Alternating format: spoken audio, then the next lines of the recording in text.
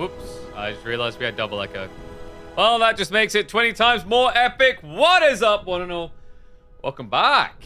Happy Tuesdays. Oh, man, dude. Are the frame rates fixed in AoE4? I'm pretty sure they're not. I haven't had that issue. What can I say? This is what happens when you just buy the top peak gaming laptops and PCs from PC Specialists. It's just the way I roll.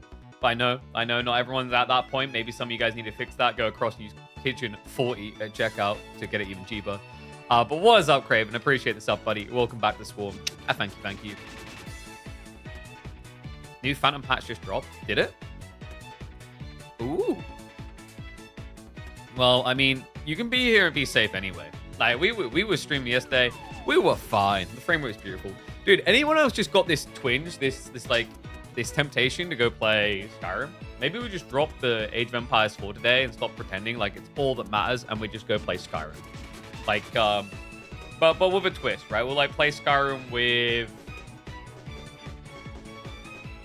peripheral vision. So we'd have to, like, look like this and play Skyrim on the hardest difficulty with, like, 1 HP looking like... Okay, like, that, you know what? Like, that is just sadistic enough that it might just work. I might have to look into that. But, I guess we should do some Age of Empires today. Yeah, maybe. So, today we're going to be opening up with GUA versus WAM. We've got a lot, actually, to start sinking our teeth into, though. We're going to have Lucifer versus Credo. We're going to have Vortex versus Scatterbrained. And then we've also got, like, SAS versus Kiliardi, and as well as quarterfinals, of which, by the way, the Vortex one is quarterfinal. I think Lucifer versus Credo is a round of 16. This GUA versus WAM series also a round of 16. Uncle said the patch removed Lancaster from the game. Whoa! Oh my god! All of a sudden, player base goes up by 50%. Can you imagine? I know Lancaster's just. I mean, they lost. They lost the other day, actually. In fairness, so like, they lost. I'm just gonna keep saying it, repeat, just like, KP, can you say anything else? Like, anything of substance? They lost, guys. They can actually lose. It's documented now. It happens. Occasionally. Rarely. Sometimes.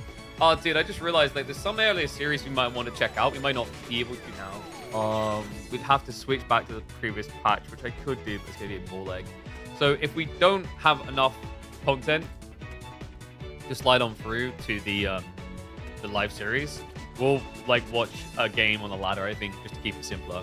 But we do at least have GUA versus WAM. Opening games can be French versus Japanese on the new Tundra map. French versus Japan.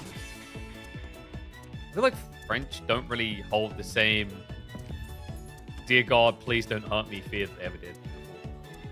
What's this OST from? Oh, dude, I just remember I can't hear these. Oh, this is Sonic, dude. I love this one. This is just a freaking epic song. I might actually just see about looping my Spotify playlist actually through my PC again. The reason why we didn't do it before is, like, with Twitch, there's a way that you can filter the different audio systems. So, like, Twitch Live and Twitch VODs will have different audio systems. So what that means is, like, based on your VOD, it won't show that you're listening to this music, which means you don't get warnings and slap on the wrist from Twitch. But because we're primarily using, like, game music now, I think we're probably safer. It hasn't so far struck an issue with YouTube. There's a few games I've been avoiding. Like, I love, even though I still haven't played it, I love the music from Undertale, but I can't really use the music. Half the time the music in that will just get you, like, copyright struck. I think the other one I noticed a few years back, I don't know if they still do this, maybe someone else has had this experience and tell me if they don't, is Final Fantasy. I love At Zanarkand. I think At Zanarkand is probably the single best Final Fantasy song ever created. And I don't say that with a light intention. I know Final Fantasy 7 has a lot of incredible ones. But, like, I think At Zanarkand is probably the single best one. I used to play it so many streams. And then all of a sudden, Square Enix decided to start spamming demonetizations on people that were playing that music. It's really stupid. I just noticed the other day, like, Giant Grant Games had this. He's playing Star Wars. He was live streaming Star Wars, the Empire War. And because that has the official Star Wars soundtracks, it's obviously playing in game. And he got fully demonetized on his streams because that was playing. which is so stupid. I don't think any if it's in a game, it shouldn't be triggering that. Like, it's stupid that it is, because like that creative license that's given to the game honestly needs to extend to the content creator market. Otherwise, it's just a fudged up game. It doesn't make sense anymore, right? At that point, like, creators will just start avoiding playing your games because they'll literally get demonetized, right? Like, I've had it before where I played like 1 minute. I remember I had like we meaningfully played, I think it's Duel of the Fates for a minute, literally a minute, on one of my free-for-all videos, and it demonetized the entire video for a minute of an hour-and-a-half video. They got all the money from it. It's so stupid. But anyway, let me crack open my Red Bull and we'll get to work. FFIX. Which one's IX? I'm trying to remember if I played IX or not. You know what? Like, I started it and I just don't know why I just didn't continue it. I think I just like didn't get around to it. It looks really cool. I've heard really good things about FFIX. That's the one with Zidane, right? Zidane is the main character, who, like, looking at him now just kind of looks like a low poly Titus, if we're being totally real. Sorry to do that to FFIX fans. But like, I played FF7 a few years back, finally, on Switch, and I was flabbergasted, like the original FF7. I played the remake, at least part 1, and I thought it was too slow. But the OG one, I was flabbergasted by how well made it was for a game that old. Like, the full process behind being able to loop back through and play through the different parts of the game, come around yourself, and collect the different content later on was, like, for that time, in my opinion, like, unrivaled. People wouldn't really design games like that back then. I felt really bad because I would occasionally, like, open a guy's like, do I need to do this now or can I come back? And every time would just be like, you can come back. I was like, oh, now I regret even looking at the guides. That's why I'm like to hell with it these days. Like, I'm so glad I got that in my mind, because when I went and played Clair Obscur, I literally looked at nothing. No spoilers, no builds, none of that crap. And I think genuinely it's the refreshing way to play it. Like, I don't know, either watch someone live stream it or play it yourself. Don't like sit there and freaking spoil a game for yourself. Emma is terrible for this. She does it with everything because she wants to get her trophies, so she knows what's going to happen next. I'm like, why do you, like, it's boring. You know, I've had that kind of experience ruin it for me before, where I helped her with a trophy hunt on Uncharted, and I still to this day have not played through the entirety of Uncharted because I knew the outcomes. Actually, that's not true. I've done Uncharted 1 and 2. I need to get around the rest. Actually, 3 as well, I think. What round is this? We've got round of 16s and we've got quarterfinals. But let's get ready to hop into this. Oh my god. It's all on the line. America's own pride must be reclaimed. And what better way to do it than in our weekly tournament format of our $20,000 esports circuit with Give You Anxiety, the former GOAT of NA, going up against the new GOATs, the Canadians. That's right. We've got a best of 3 here, folks. It's going to be Wham versus Give You Anxiety. GUA, man, it's been a slippery slope down, while on the flip side for Wham, it's been an ever climbing up. Admittedly, he is coming off the backbone out of a rough experience on the weekend. He just got, was it 4-1 by Beastie, I believe, in the end?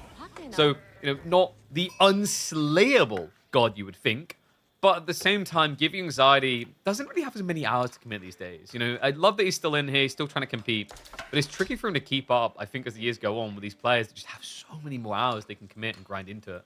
I think also, I heard something about GUA has started to play Age of Empires online. Is that correct? That probably also would help with staying up to scratch. But let's see what he's got. Brand new map, new opportunities. Problem is, he's up against the most popular Civ in tournament play right now. This Civ, was it someone ripped out the stats? This Civ Japanese has the highest point value based on the picks, bans, and snipe system. It's a high priority, it's high value Civ for pretty much any player. You are such a goofy, corny player. I mean, everyone's got their own corniness, you know? Japanese food is unraidable. That's not entirely true. The berries, like, are pretty easily hittable. What do you mean on this spawn? If you mean by this spawn, that happens on both sides, to be honest. If he short walls over here and just chops this, he's got back spawn. Yeah, the Kura, like, is good, but the Kura isn't infinite, right? Like, you need other things to assist that. It's not like a player typically just relies on Kura. It's nice, and I've said that I think Japan is actually one of the most noob-friendly civs in the game because of those type of details. But they do still need additional food. There is risks. The bigger problem is genuinely, like, Mounted Samurai just feels so good, but that does not. Wham lost his scout to the TC. Horrible start. Does go for the double spears, but this was to be anticipated. GUA already gathered plenty of gold for a tech up. Hasn't gone for a mill, by the way, so not a wheelbarrow rush. He just wants that first knight. Yeah, that makes a lot of sense. If you look at the spawn, like, your opponent has actually got a 4 gold spawn. Something that GUA is fully aware of, so that's something you can try to raid towards. Same with the deer, actually. There's an insane amount of value on this screen. Like, this is giga stacked. We've got berries, double deer, gold. Sheesh. Keep in mind the deer stacks are smaller, by the way. There's only 15 deer per player. It's not a standard 7 stack, because that would be insane, and Avali learned his lessons from that with a certain map you guys might recall called Scarguard, which had, I think it was 74 deer on it, which is the record. I don't think there's been any other map in competitive play with that many deer.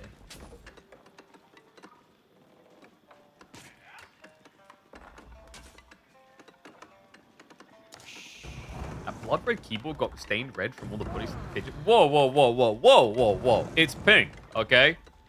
I'll have you know I've been killing Barbies. Yeah, dude, like, look, it's pink. It's a sexy pink. Look at that. Look at that. It's a power pink right there. Like, actually, unironically, I'm absolutely fine with this keyboard. Oopsie. I just hit the escape button by accident. Because I quite like electric pink. It's not my favorite color, but, you know, I don't know. I think it's like a game developer thing as well. Because when you work in game dev, like, electric pink is a standard color for identifying missing textures. So you guys know when you play the game and you see, like, the checkered patterns on a model that doesn't have a skin, usually there's a lot of devs that like using electric pink because it stands out straight away. It's so aggressive.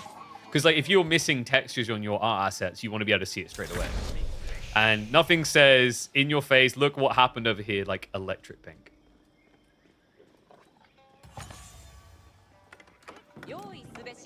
Okay, so wow, going up with the Kura Storehouse is pretty standard play here. GUA is going to go for the wheelbarrow after all. Now, that is a little bit surprising. I thought he'd actually just go for the knight timing. I don't know if you really get as much by going wheelbarrow first over knight. Like, you're missing out on a window here.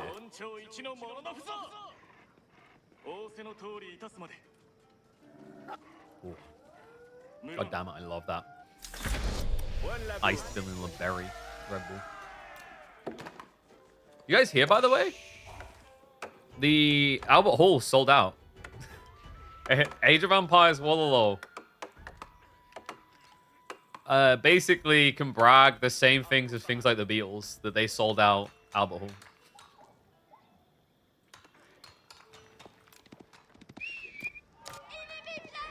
You guys didn't know? Wait, do you guys not know that electric pink is a color?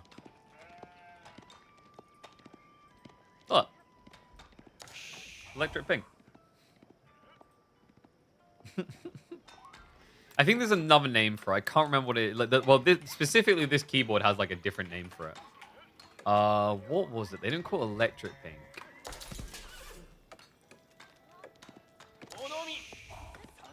Oh, they just got pink. I could have sworn in their marketing they call it something else.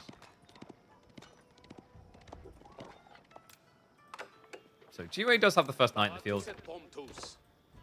I don't think GUA is maybe looked at the map. Because Wham has the right idea, guys. Literally nothing on the flanks matters in terms of sheep. The sheep spawn in your third, in your corner. So you see like where I'm highlighting the map? Like GUA's sheep would spawn maximum up to that threshold. Wham's would spawn maximum up to about that threshold. Fuchsia? I don't think they call it fuchsia though. Wait, is that pronounced fuchsia? Or fuchsia? Fuchsia. Fuchsia. Or, well, we're British, so... Fuchsia. Same thing. Fuchsia.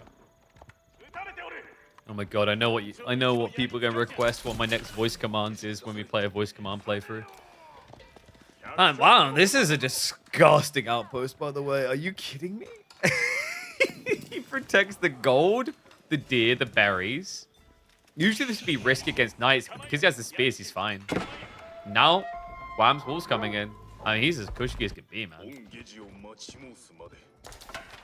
I got a pretty bad feeling here for dear old GUA. This doesn't look good. Yeah, your opponent went for the Uma Bannerman, so he's going to be able to raid into you now. Doesn't really have enough knights to bully either. And wow, he's lobbing Spearman. I mean, I would have thought he'd just try and play for the castle. Instead, he's looking to send it.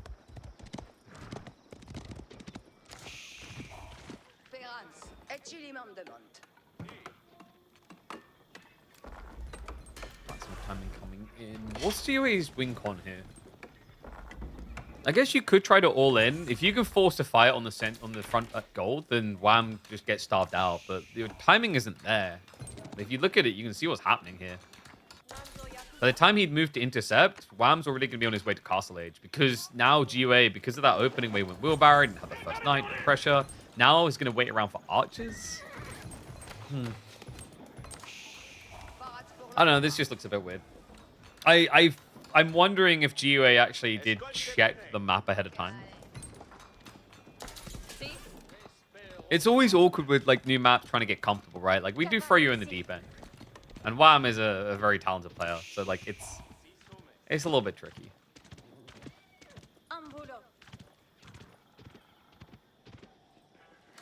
Make spears? I think he's gonna need a lot of them soon. I mean, this is just a free castle, really. Look at the way that he spreads out. I love the optimization. Wham set himself up to just hang around in these different pockets for ages. 3 on the deer here. He's got, what, 6 on the berries over here? 5 on the berries and deer here. So the logic of this is pretty smart. Like, you know, if you don't think you're going to get raided here at all, you just spread out like this because you have no downtime moving from resource to resource.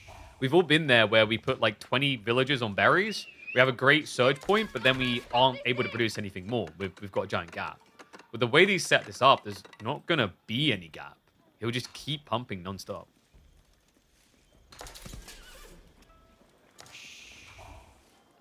Wait, why are you guys arguing about black and white colors?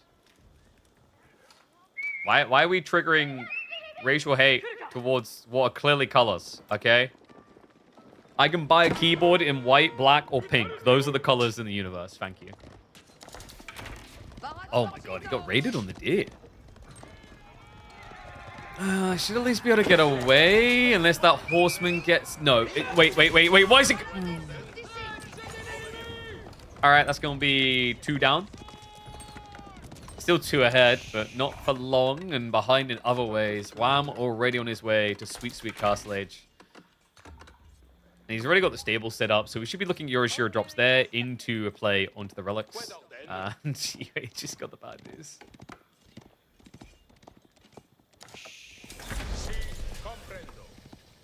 I've never seen a French player camp his base with knights. You have now. You have now. It's just like, it's logical if you think about it, you know? Where do you get the most security? Do you get it in, like, the slummy area? Or do you get it in the fancy suburbs where they have, like, police cars reacting in 2 minutes straight? You know? He's got to just protect his people. He hasn't done a very good job of it. He's lost 2 already, but he's got to protect his people. I'm losing faith quickly, guys. He needs to find some kills. He can't just tech up. It doesn't make sense.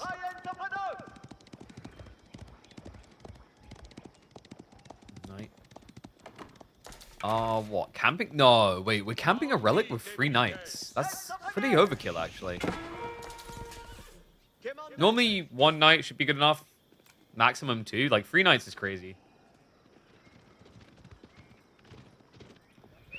Yeah, he's doing it here as well. I guess he's worried about the priest being escorted. But I'd be more worried about what happens when you split your army like this. It makes it really easy for Wham to beat you. Bad Samurai now just hunting him. Spears getting freebie. Archers are going to turn up, but I think they're going to regret that pretty quickly. He's so split. You know, you got 5, 6 knights over here, 3 knights over here, 4 in center. I kind of get what GUA is envisioning, but it just means that Wham can negotiate for pieces instead of the whole deal. And also, it just bulks him up to that scary point. You know, get 10 plus knights, and then you're fully in business.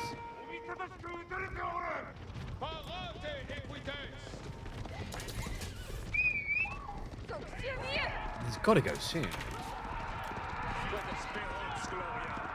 Interesting that Swam's going to be going veterancy on Spears, by the way. That does give you a bit more hope here. This is just such a polarizing timing, right? You would have expected maybe the French player just be more up in the face of the Japanese player the whole time. It's not that this can't work. It's just there's a big question mark over whether he's waited too long now. You know, you've got 12 knights on the front line. Your opponent's going to have 9 mounted samurai to defend. He's even just... If you want to know how uncontested Wham feels, look no further than that detail. He's building 2 TC. He's not even hiding it, by the way. He's literally building it in front of his base.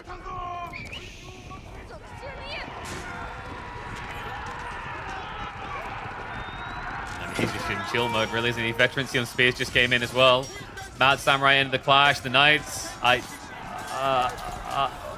some of them didn't get the memo. Some of them most definitely did not get that memo. All right, he's chalk. Like, you can't win this. It's just too many knights, right? Like, you're going to get cleared. There's probably going to be, what, 2 Mad Samurai, 3 Mad Samurai at bare minimum left. More than that, in fact. And then it's just going to be a rush across the map. Like, oh my god.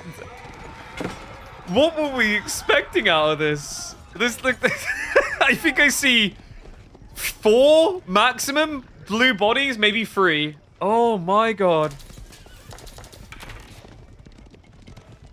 I mean, this was just linear. The other problem, like, this is why knights don't just work like this into Mount Samurai as well, by the way. For a direct fight, you don't even get your charge bonus damage due to deflective armor. You just get screwed over so hard. Is this like the New Age of Empires? This is the New Age of Empires. The latest edition of the main line, Age of Empires 4. Oh, okay, we found a fight that the French Knights can win. You got this. Oh, wait, he's just going away. Meanwhile, villagers continue to get culled. Even just peels 1 to hunt them down the remainder and chases back with the rest.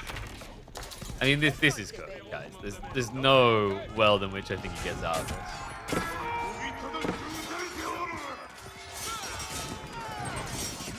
Game 1, definitely going to the Canadians. I'm sorry, Americans. I misled you. You started to erect your flags, and now they're going to have to stay at half-mast. Canada is still on top. Oof.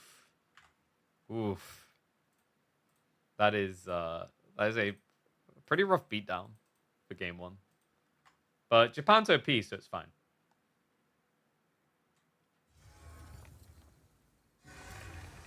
Is this live? We'll have live games coming. Dude, it's like all you ever ask. I like how you tried to diversify also like what you have in your message history by now using redeem points to ask it. Is Sengoku or Japan more OP now? Definitely Sengoku. Japan's very strong. It's just like, if you looked at some stats, it would make Japan look more OP because they actually get through the ban phase more than Sengoku. Like, literally, like, look on our screen. We have a Sengoku ban one side. Weirdly, we don't have a pick on the other, by the way. Like, also, the Macedonian ban, like, there's so much weirdness in this. He banned Wham away from Macedonians, Sengoku, and Malians, and then proceeded to pick none of them.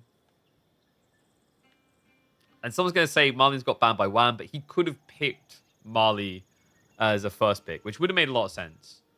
I don't know. I wonder what the thought process is behind Shushi first pick. I'm not completely attuned with the logic of it. It's not that it's an atrocious pick, but it's not an S tier pick anymore. That feels like kind of old info, right?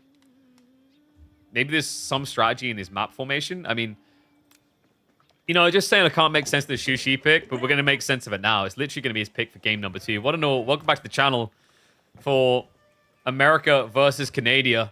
Where Canada, based on game number 1, has taken America out back and beaten it within an inch of its life. And now we get the full Rocky story, you know.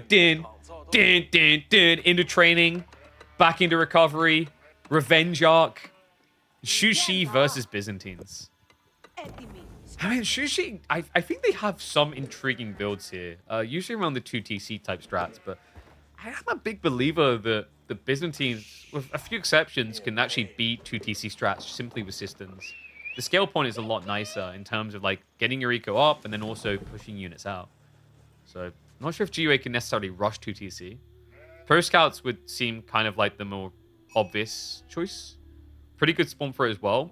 Has side deers and his opponent has 4 deers.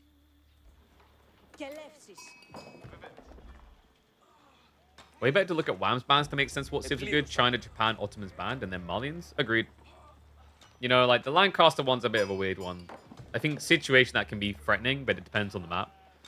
But yeah, I don't know, a bit weird. And also, what's that power list? Cataphract beat Mounted Samurai, beat Royal Knights, beat Camel Lancers. Yeah, you need to add 1 extra.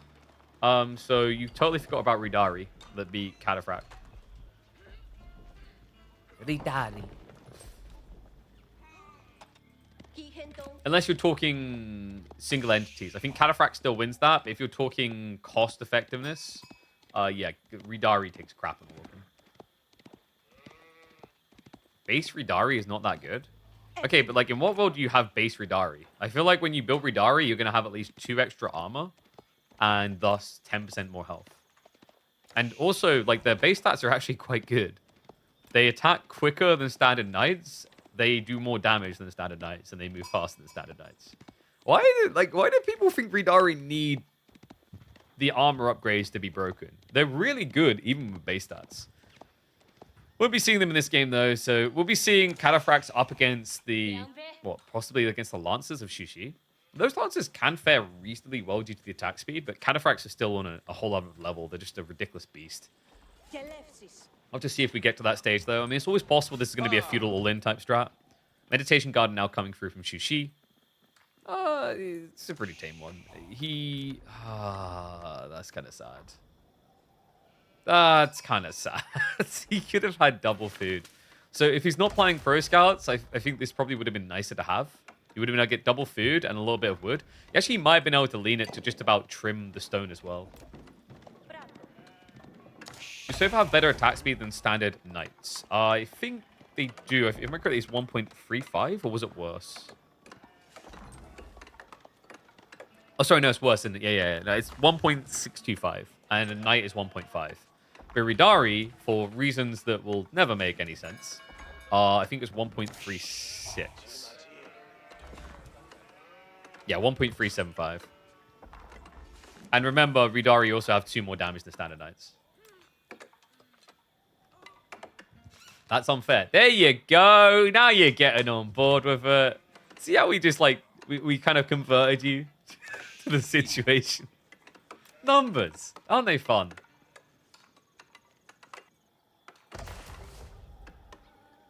So what is UA looking for in this game? With 2 on gold, it doesn't feel like a Pro Scout strat.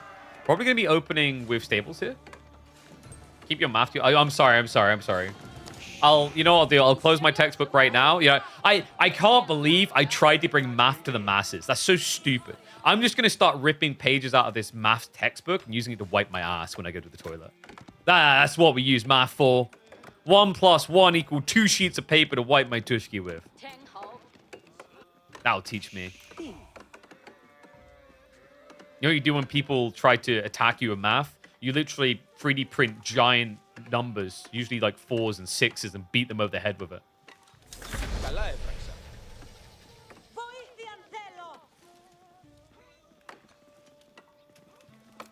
You're eating? You know what?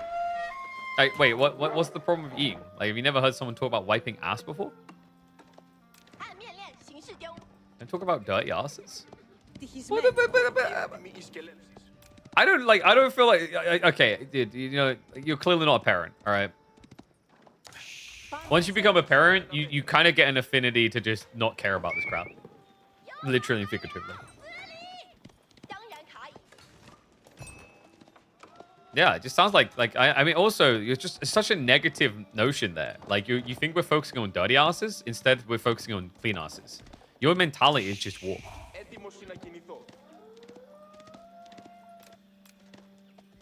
Baby poo isn't... Okay, I can't agree with that. Like baby poos and dirt. Do you just like do you just when the nappy comes out like you know full of crap? What do? Do you just like smear it across your like your windscreens, and just kind of like you know polish it in? It's like my windows are so clean now. So we have got Spear plus the play into Pro Scouts now. Yeah, so you just kind of delayed the timing, which I think makes sense. And huh? You didn't talk about that while eating, no matter what you are. I feel like you've got a soft constitution. Okay. Like y'all acting as if everything has to be saintly. If I was like, guys, look, I'm gonna do a backflip over like a molten pool of lava and risk killing myself, you guys would sit there eating popcorn as I do it. Don't act like there's some standards here. But yeah, he went for the knights, which is pretty cool, by the way.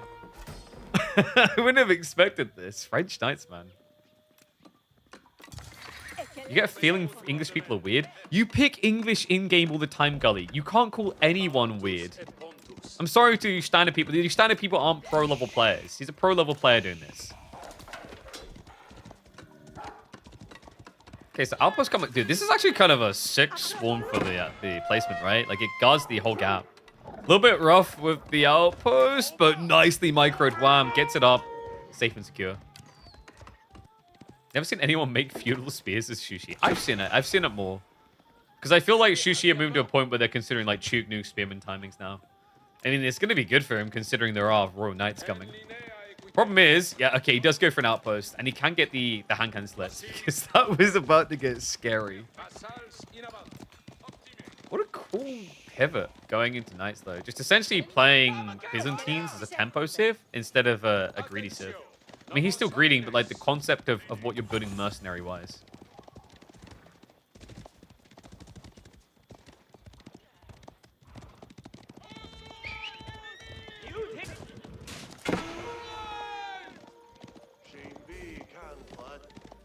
I wonder, what are we going to be looking at here? Is Wham going to keep producing knights or switch into archers upon tech up, I wonder? I mean, it's kind of an interesting concept, isn't it? Try and spam knights into Shushi? By interesting, I mean, probably, like, insane is a more appropriate word. Considering, like, how good their knights can be. And you're kind of limited on the count you can get. But insanity ensues, man. He's actually doing it. I think if he goes for... Ooh, if he goes for the Silk Road, this is pretty sick, actually. Because if you go Silk Road, you get a camel in there, and then your Royal Knights can definitely beat the enemy Lancers, even if you can't get the same count. And then, obviously, you just fill the gap with Lamatane, because you're still getting a lot of food in the meantime. And Cataphracts alongside... I mean, it's kind of weird in a way, because, like, it's the type of build you'd expect with Hippodrome, until you remember that Knights don't benefit as much from Hippodrome statistically as like Horsemen do. You know, a Horseman's going to get almost 50% more damage, whereas a Feudal Knight is going to get 20% more damage. Still good, but it's not as wild to see someone not go for it. Wham's walls. Wait, guys, you notice in a pattern? That's 2 games in a row. The walls are proving super effective here. We'll get it up in time. Lance will have to run all the way around, being chased by 2 knights, which he cannot now win a fight against. Mage up complete. Should be an immediate queue up of the veterancy. And I love this. Look at this. Because he still hasn't chosen a contract, he's just going to get more knights. Is he legit just not going to choose a contract at all? That is interesting, actually, now that I think, because he's at tier 4, guys, and he gets 2 knights every minute and a half. So he'll be getting 2 knights every minute 15, I think it is, minute 10, if he goes tier 5. Which is quicker than you get longbows, actually. Why? I don't know why. I couldn't really explain it to you. So, Wham wins game 1 literally by only really building knights. And now he's going to do it again? Yeah, Gio is going to need a lot of spears.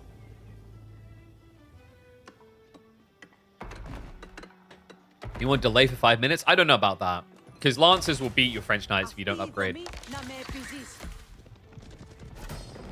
Like, he can upgrade, he just can't choose a contract. think that's what you mean, right? Like, as long as he does not select one of these, he can only get Royal Knights. He would have already... actually, no, he wouldn't have already got Horse Archers, but he's going Horse Archers anyway. Wait, what? It's just getting weirder. He's actively building Horse Archers. This is part of the plan. Horse Archers that have been newly nerfed. That should be worse against Lancers. It's baiting GUA, though. Oh my god, he's chasing them. Spear's just essentially being ignored, so they get to sprinkle damage in. More Horse Archers arriving.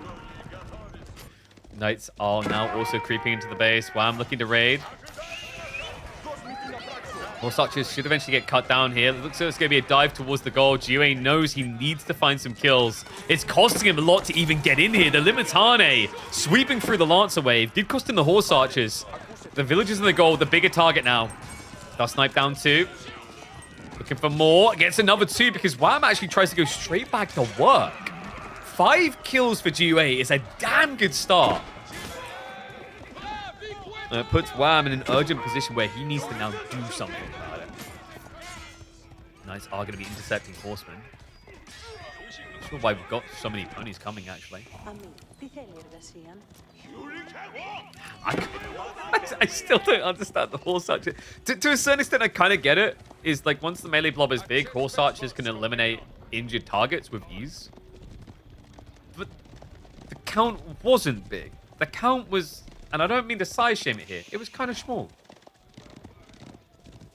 It was very small, actually. What's the name of this game? This is Age of Empires 4. The go-to RTS for anyone who's new to RTSs and looking to get on the ladder.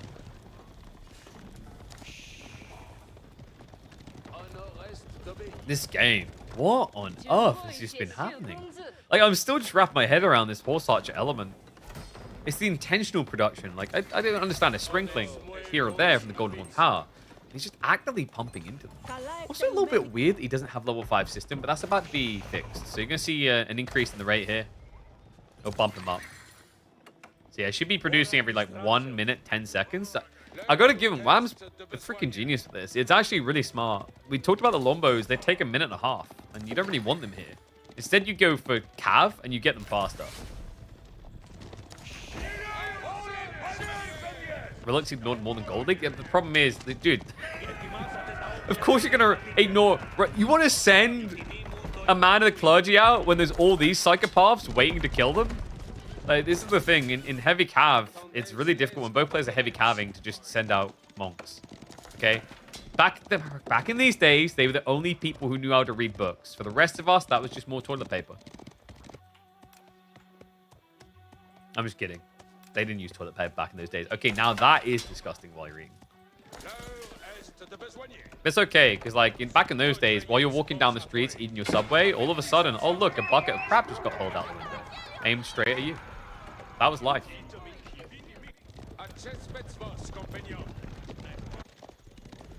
Uh-oh. He does have an outpost. So GUA should be quick enough to react. He's lobbing horsemen for the horse archers. I'd be more worried about the Knight Cataphracts right now. What is Chewie building? The comp doesn't really make any sense. He just thought it was going to be naked horse archer mats. But like that would never make sense because this is a ruse. So if Wham just naked horse archers, he's always going to have food for cataphracts or spin. Maybe Varangian even. I mean, even Varangian is fine here. So I'm a little bit confused by GUA's mass horseman strat.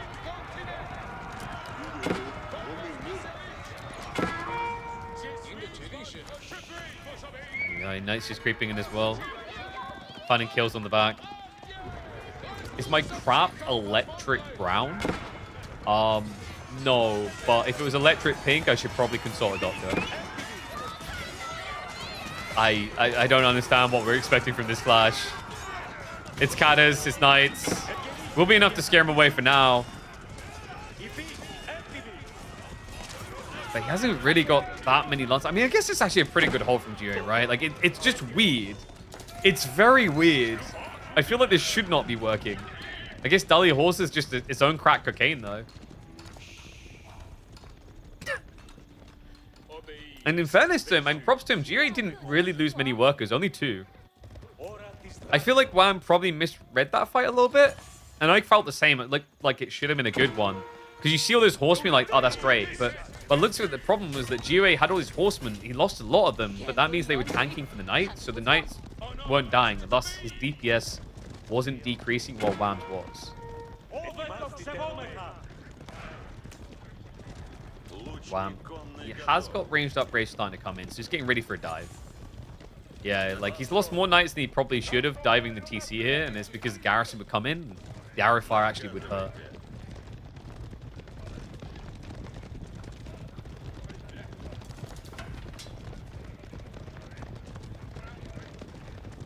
Oh, you're talking about what he can do in the Imperial Age? Yeah, in the Imperial Age, like, he does have the landmark that will give him the gallop ability. So his horse archers actually become quite threatening there. But still, like, technically, this is meant to be a nerfed unit. Pretty decently nerfed unit outside of raiding villages. I mean, the weird thing about this strat as well, when you think of what's been happening here, is that Wham has been using the horse archers to fight and the knights to raid. That's kind of contradictory. You'd think he'd do it the other way around. The knights are great for fighting, and then the horse archers are great for raiding.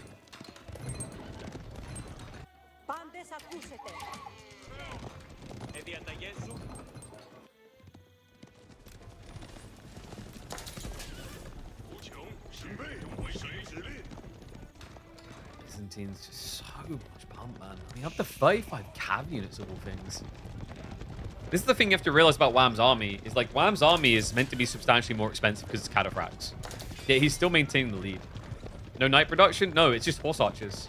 I think the problem for Wham is he just doesn't want too much melee blob because it gets very difficult with fights, and also like it would just mean spam and counter you. But by going horse archers, you do essentially have an archer on horseback if you think about it.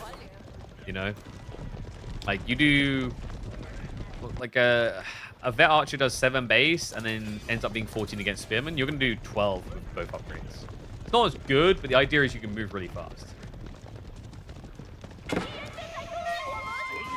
That is a lot of boar hate.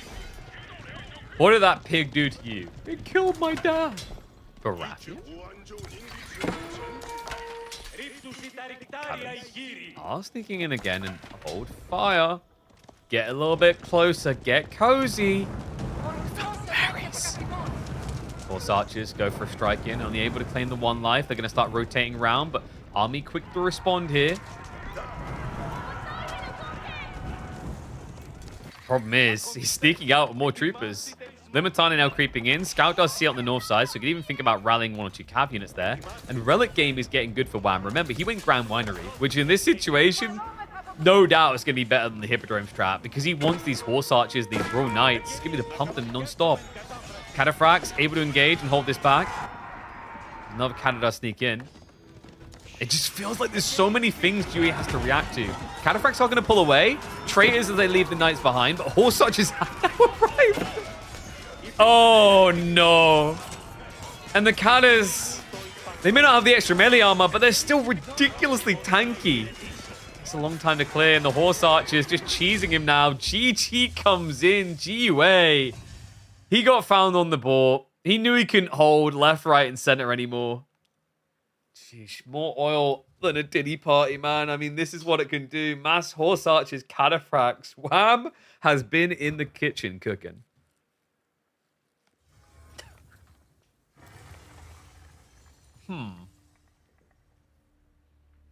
I think there's something a bit crazy about the spawn timings. Like, I don't think the devs maybe thought about this with the Golden Horn Tower interaction, the spawn timing on the knights. I mean, in theory, it kind of makes sense they produce quicker than 5 longbows because it's 5 longbows versus 2 knights. But like 2 knights is better than 5 longbows. You know?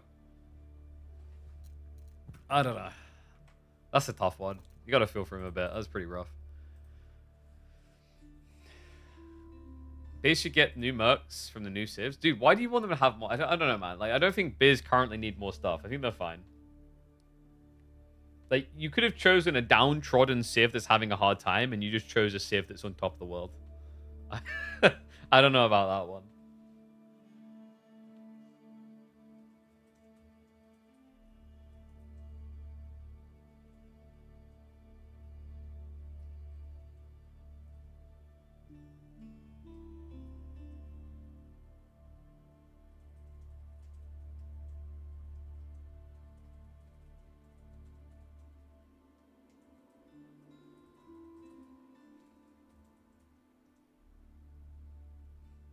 that 2K or 4K monitor? 2K monitor.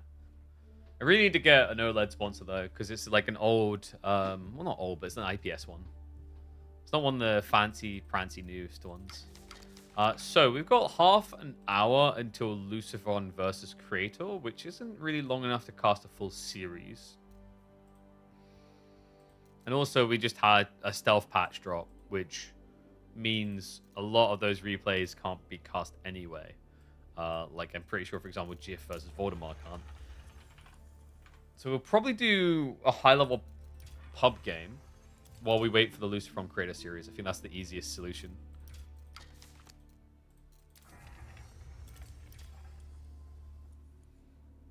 Allow Sengoku to train shinobis from town center. I mean, it makes sense, you know. You can either get a temporary shinobi 45 seconds or a villager. That's some genius balancing right there. I don't know why I didn't think of it, to be honest. So maybe a Louis game. Did he have any interesting opponents recently? Mr. Louis on the ledger.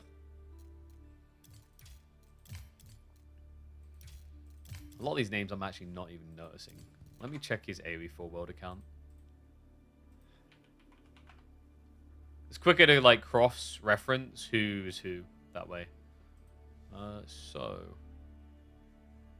Oh no, Louis, dude, Louis just crushing 1500 elo players constantly at the moment. Poor people. I mean, he's at least using a bunch of Abbasids, so I guess that balances it out. I don't know if that's entirely true. Let me see. Who have we got who's been active? Who the hell is the rank number 4 from China? Who the hell is this?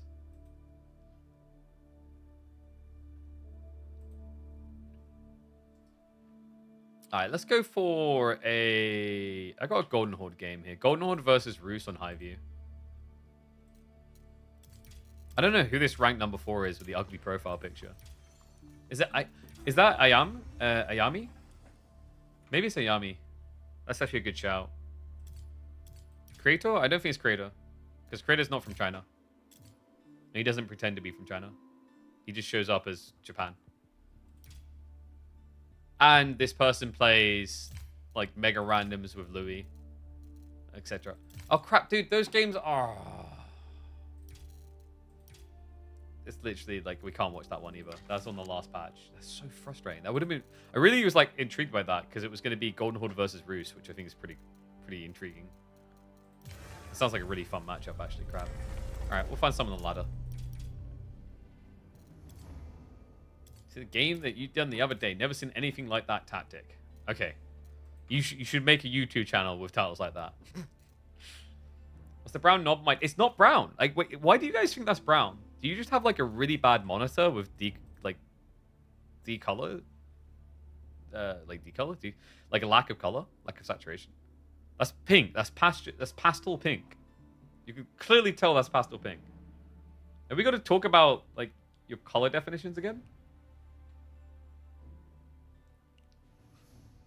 It's an XLR, so it's an Elgato XLR. Basically, this is how you control the volume on your microphone, the volume on your headset, and also the crossfade volume. So I can do this so that I'll hear my game sounds lower, but I'll instead then hear my voice in my earphones without having to double loop you guys. So I can turn that all the way down, which is what most people do. I can have it up to understand the cadence of how I'm speaking on a cast. And then you can do things like... So I just tapped it like that. It hits the mute button on it. You need an XLR to feed through your microphone anyway when you've got proper studio quality microphones. So I have that, and then I have on the side of that, I have a preamp mixer, which controls things like, you know, whether the gate should open or shut, so whether it should pick things up in the first place, and so on and so forth. By the way, is there background static at all? On one of my recordings, I swear I noticed some slight background static. Like when I don't say anything.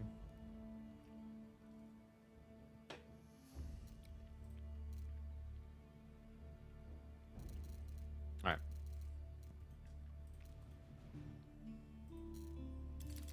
Yeah, sadly we can't have the GH game.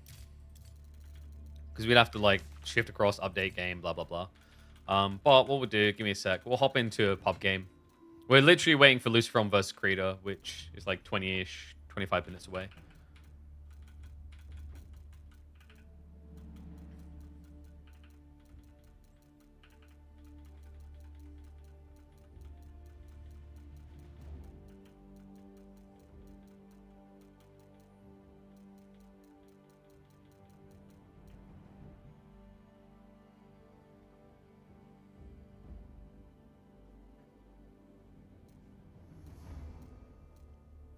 What have I got?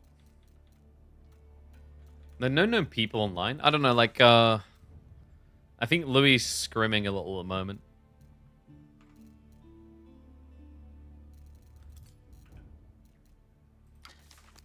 Give me a sec, guys.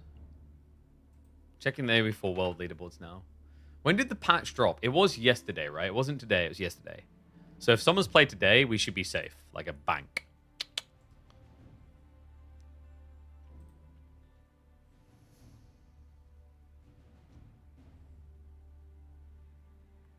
Just having a look. Your game versus Lot versus paused? Ugh. Pauses. Don't need any pause champ, man.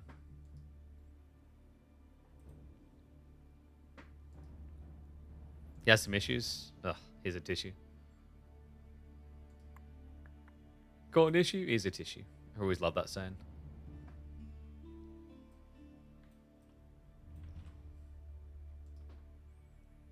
Maybe a SAS game. Core's been playing a little bit this morning. Has he had anything interesting? Oh, he did have a match up against SAS.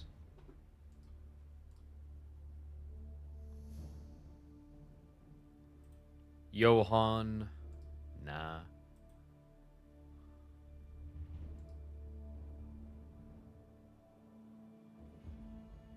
Let's go with a SAS game, shall we? Yeah, let's do a SAS game. SAS versus Core.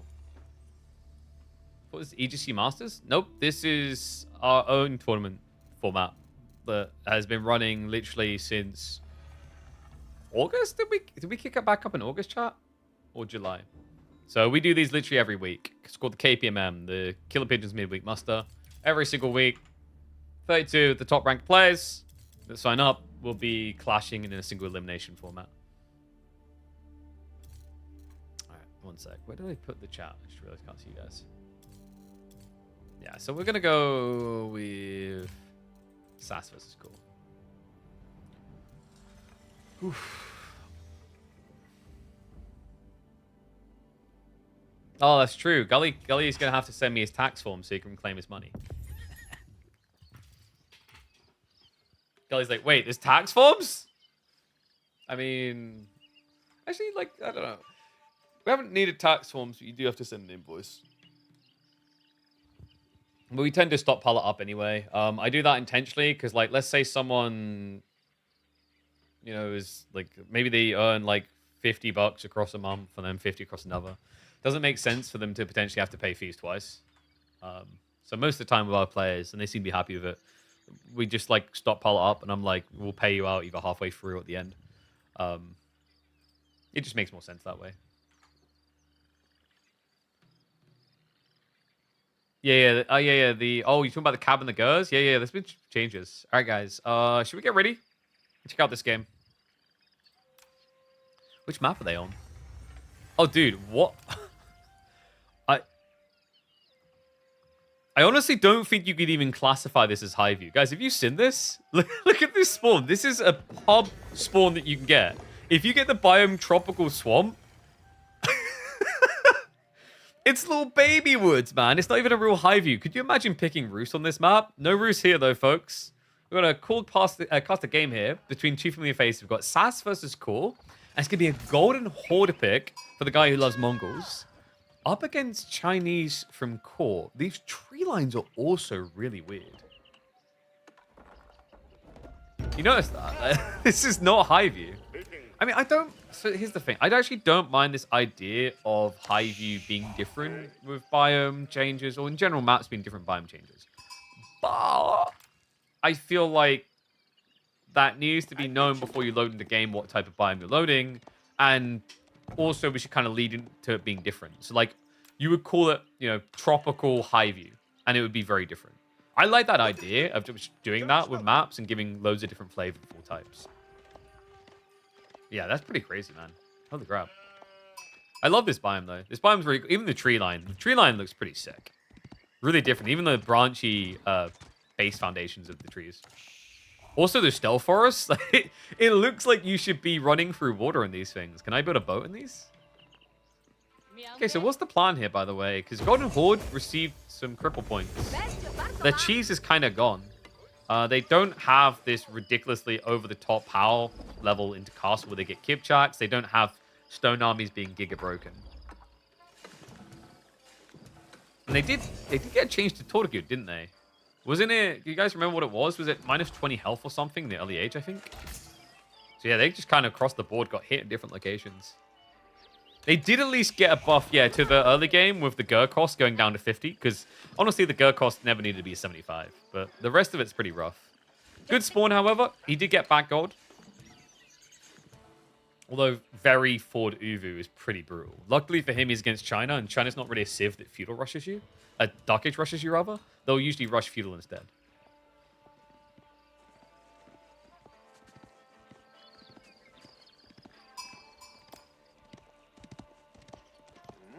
They should use that kind of low sun angle more often. I mean, to people who say they don't like that, you can just change your graphical settings. That's your choice. Giving people graphical options isn't a bad thing. I think actually, like in games like AoE4, it should be leveraged more because there's a lot of games where you are putting yourself at a strategic disadvantage to use higher graphical settings. So a perfect example is in like a game like Overwatch. Not only do you get worse frame rate by having a higher setting, but also there's things like pop-in. Like the Hollywood map in Overwatch. Remember this: if you set your settings to the lowest, there was a bunch of bushes that just didn't render anymore. But that meant if you had higher settings, you were getting punished. That is something I don't... That's something I actually really miss from when I was a console gamer years and years ago. It's like on console, you don't have this bias of different graphical settings giving different advantages because everyone had the same settings. Sadly, like that doesn't hold true anywhere anymore because now, you have people on consoles that are playing with high refresh monitors versus low refresh. You've got those insane gaming pads. You guys seen the pro version gamer pads where you pay like $200 for them and they have paddles on the back? Back in my days, back when I was playing like OG Modern Warfare 2, the only strategical difference was if you had a good headset. Although that was a big deal. So, Khan and Tortugud coming in. A lot of gold food in reserve here. Is this fast castle from Core?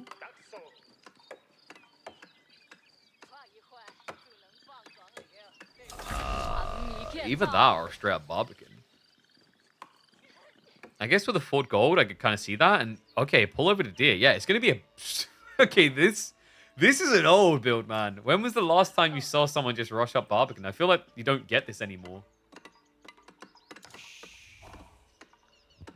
Like, these days, you just end up with people maybe Barbicaning after a little bit of feudal harassment, but not necessarily hunkering down. I think China had such good timings in feudal in recent times that it made no sense to just use it defensively. But, man... We really are blasting the past with this one.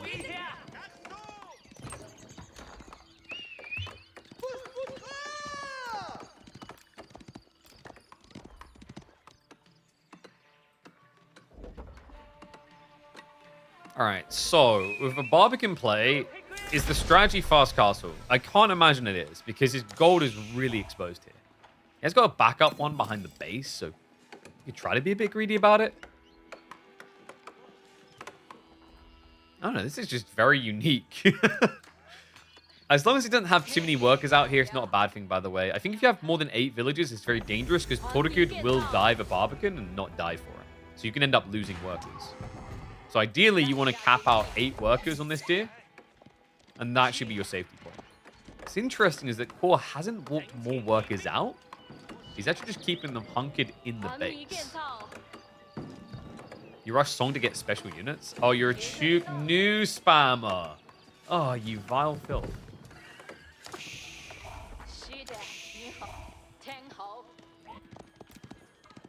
Chuk here though, I wouldn't advise it necessarily. I think like the Tortugud are pretty good at just absorbing all that and just pushing it.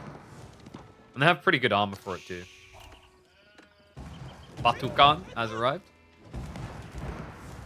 That person earlier who just can't hear what I'm saying because I haven't cleared their ears out is going to be like, why did you just call me a Batukan?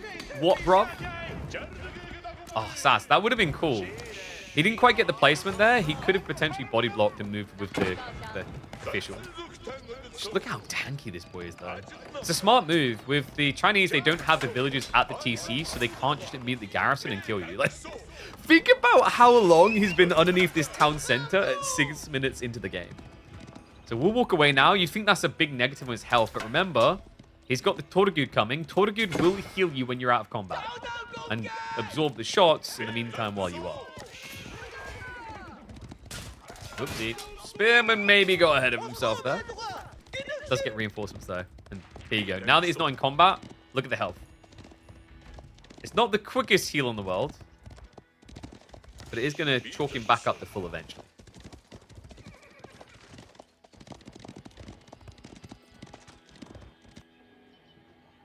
Oh, what is the weapon he's using? It's just, yeah, well, it's not a mace. You know what it is? It's like his great-great-grandfather set him on this path, and he wanted him to witness it. So what he's got inside of that big container is a rotting head of a former Khan. It's beautiful and poetic when you think about it. It means his grandfather is looking down on him. Literally. And figuratively. In some cases, he's also rotting down on him.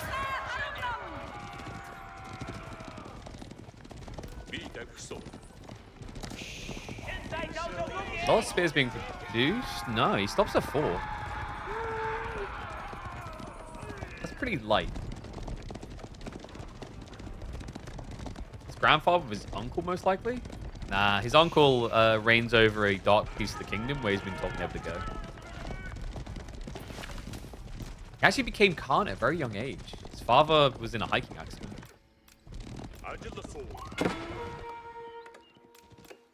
Sass. This is just fast castle, isn't it?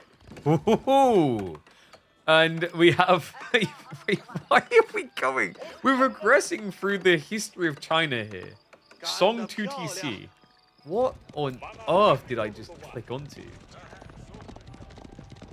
Aren't we all children of the great Chinggis? I mean, I don't want to slut shame your mother, but if you are, great for you, buddy. Right, my mama had standards though.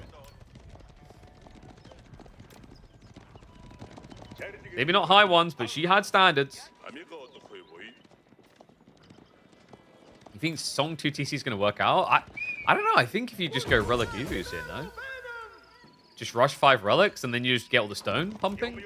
You know, even with the nerfs, the stone armies and the Kipchak cheese, like getting mass stone, generating mass Tortugud is still really good. Especially when you get to the batch production increase, which you will quickly if you get the extra relic zone. Yeah, Sass, I think he realizes what this is. I mean, he sees it. His Pidgeotto revealed all. We should be able to shoot these. It's not dark. Don't judge it. I do feel like the Falcon should have a health bar. And then every time I start attacking it, I can just start playing the Pokemon music. Dun, dun, dun, dun. Oh no, I've been demonetized.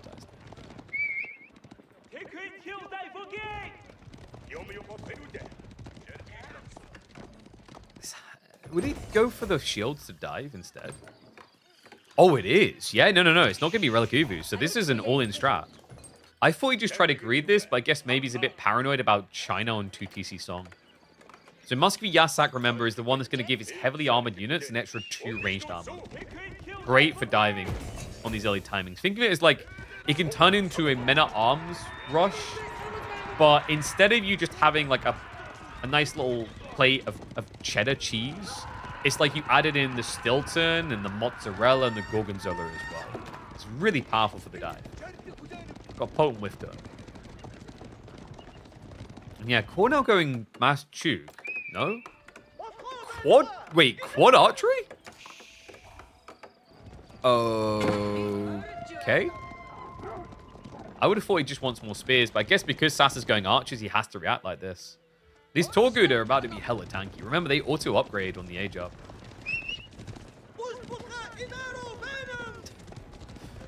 Does he have enough food for this? I guess he does. He's got deer behind the walls. He's walling them up now.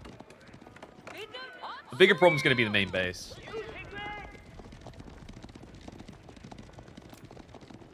Love that Karash. It's actually a super sick idea here. He doesn't need the extra ranged armor against Chug for the Torgud, but it's going to make a world of difference to the archers. Remember, the Karash, the little body shield guys, they're going to give you +1 melee and +1 ranged armor. Actually fantastic against both spear and Chug mass. Yeah, it's, you know, like the best way to think of Karash is like a mini meta from the Ottomans, really. It's a good way of thinking about it. Here they come. Admittedly, a much slower drummer boy. Yeah, you know, while the meta bangs his drums and bangs your mum, these guys just get fudged on the battlefield. Usually first thing to get targeted out.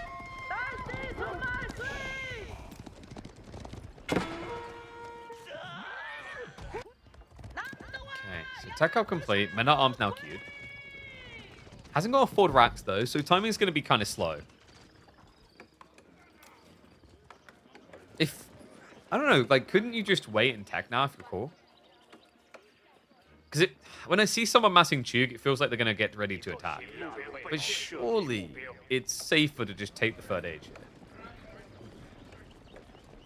If I get 75 Chugs, I can one-shot a Torgud. That's not even true. They have 290 HP. I'm calling out your math right now. You're making the American education system look like a sham. Is that 8 ranged arms? Yeah, 75 Chug would do 225 damage. Look at that, chat. I done a math. You proud of me? So actually, he needs just under 100 Chug to one-hit kill.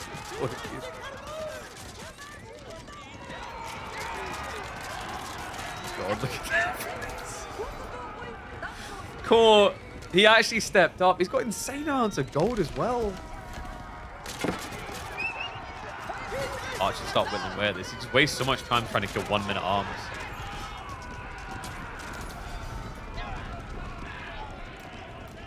I'm proud of you. Cost extra?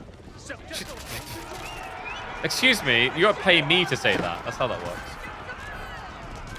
I think there's gonna be a blood price paid here, man. There's really not that many spearmen. And now the Torgud, they just hop on in. He's hard committing. Archer's looking to just target fire down the few spears remaining. I mean, even if he doesn't, the Torgud just have so much effective HP. He's just full on headbutting into... Okay, we're good. This looks pretty... There's more Torgud coming. There's even horsemen getting added in. And remember, he also has men at arms on top of that. Core just has way too much gold gathering going on. The game has gotten particularly unusual. New wave of men at arms in. Did he go for the Karash Edict? No, he's on defensive aura, which literally does nothing here, which is comical. Why is he on defensive? He should probably be in production just to ramp up production rates, but then again, he doesn't actually have his production near an outpost. This is such a weird build. Yeah, it's working really well because it's been weirdness on both sides. Core is in the middle of a granary transition. He just lost the Chug mass. Looks like he's about to lose the game. Arms already in the base. Trying to spam spears. I mean, help against Torgud gradually, but the men-at-arms are still your bigger problem now. They take a long time to clear on themselves. The villagers, they're on the front line. They get the shivs. Oh my god, what is going on? This is a disaster. Oh my god, the Alzheimer is hurting me in the efficiency. How many villages is that? That's like 25 villages. That's literally his entire eco lead defending his line. Does he have tech? He has textiles. He's a legend. He does not have Bloomery though. Two. The Batu Khan has been rocking it, by the way. He has 380 HP and hits for 23 damage. He's actually 4-hitting workers, and Core just says, screw this. This is so dumb. You know, I don't think we need to take Golden Horde OP away from this. We can maybe just take Song Dynasty China, maybe a little bit weird, but they still do look pretty good in the right circumstances. Are you supposed to kill those? Probably not like bulk 32 plus and stay feudal age, I think. Like, keep in mind that that began to snowball against him when he stepped out into the middle of the map for a fight against the castle army, right?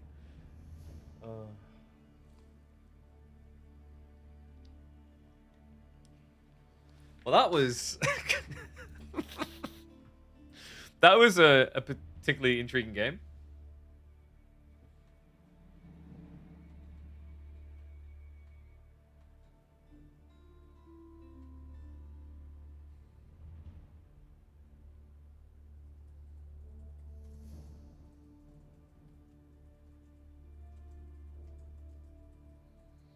I just told that one probably the worst unit to build Chignu against. Anyway, back to the KPMM, because we've got another series coming in hot. We're going to have Luciferon versus Creator. They should be drafting any second now, actually. Let me check. Yeah, they're scheduled to start literally in 1 minute. So hopefully the draft gets posted in a second. Creator is the #1 ranked player from China. Wait, China? Japan, rather. I don't know why I said China. It's because I'm so used to saying China. It's always the Chinese from the Asian region that represent.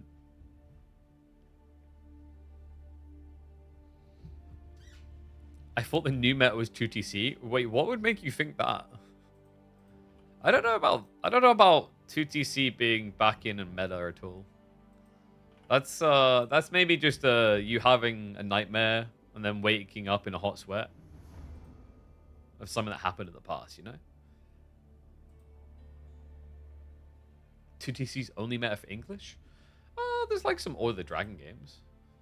Never seen a 2TC game of Phrygian. Hey Gully, do you like the map poll for next week, by the way? Did you catch it? Did you notice what happened? Phrygian Marshes isn't in anymore. Oh no. What will you do? You have to actually pick English on a different map. That's so mad. That's such an unlucky one. Can't play next week anyway? Oh, don't worry. We'll keep Frisian out for a bit. What a coincidence. Doesn't have Frisian, can't play the game anymore.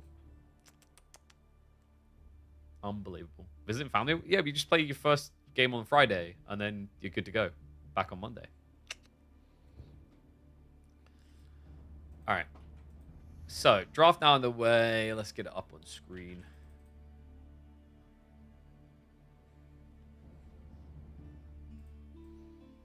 Guys, what are some weird games to look for speedruns in? I've heard about some funky ass speedruns. Like, have you guys heard about the Mario nipple speedrun?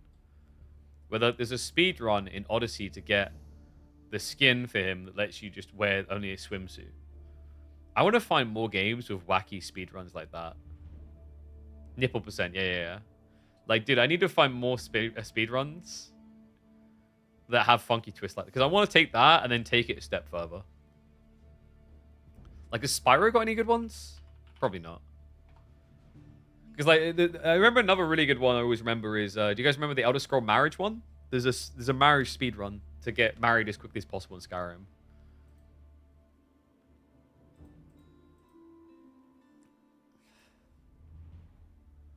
Does anyone know what Spyro Vortex is? I have no clue what this is.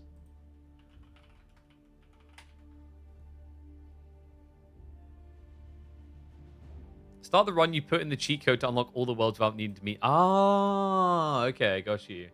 So yeah, you just have to go, like, you don't have the prerequisites. What would I be good at speedrunning? Is what I'm now wondering in my brain. Like, I'm trying to think of fun challenges. So one I had the other day, I was like, man, wouldn't it be cool to play God of War, but you only use Atreus' bow attacks to beat things? I was like, no, that's a terrible idea, KP. That sounds so freaking bad. You should hate yourself for it. Because it is like, it's not challenging. It's just mundane. You know what I mean? But I love how, like, God of War literally has speedruns for console HDD and console SSD. Because of the load time differences. That's actually crazy. The fastest speedrun for God of War is still 4 hours. It's pretty freaking long, right? I want something short and quippy that we can do something fun with. Like, guys, imagine if we done like a Minecraft speedrun using only our voice. Okay, no, let's not do that though. That is hell, to be honest. The Longing. I don't think I've heard of that. Okay. I don't think it has any quirky speedruns though, right? Like, what about Grand Theft Auto 5 must have quirky speedruns. Taxis? What's the taxis? Is it that you can only get places by using a taxi? Is that it?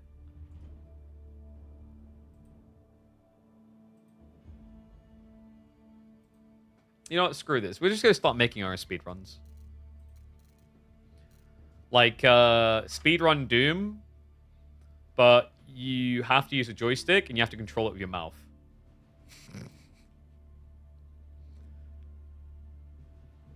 Or, yo, you know what the better one is? Doom, but I get to control the aim, and you guys control the movement. Jesus, that sounds horrible. I feel like that would actually be the slowest speedrun ever. Nah, that's an ABBA pick from Creator. Creator's kind of nuts. IU, I'm not surprised by. Having Twitch chat control anything would be so painful. I need to get some scripts together. I actually want to get you guys involved. I've been having some thoughts of like, you know, every X seconds, you and me swap back between controlling something.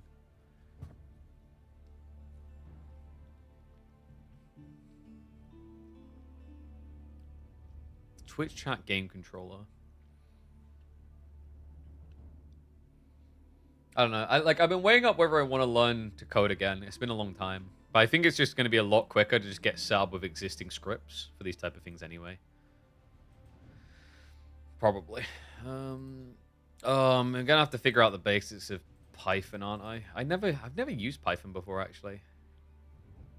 It should be that hard. I don't know my coding in C#. C#, ActionScript. And then like JavaScript.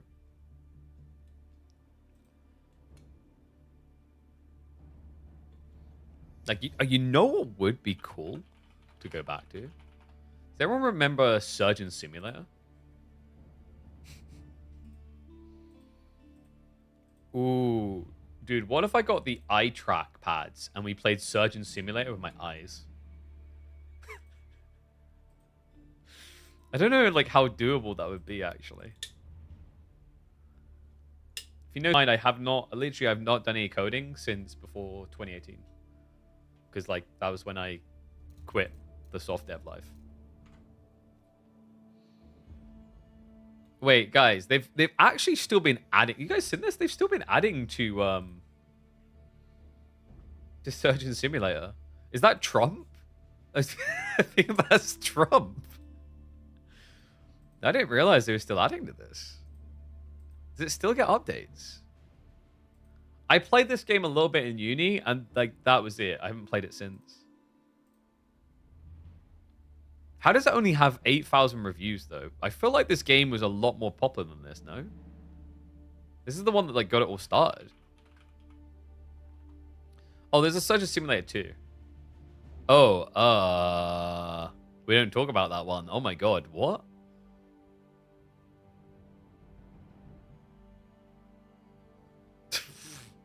Yikes. Alright, that game not so good, huh?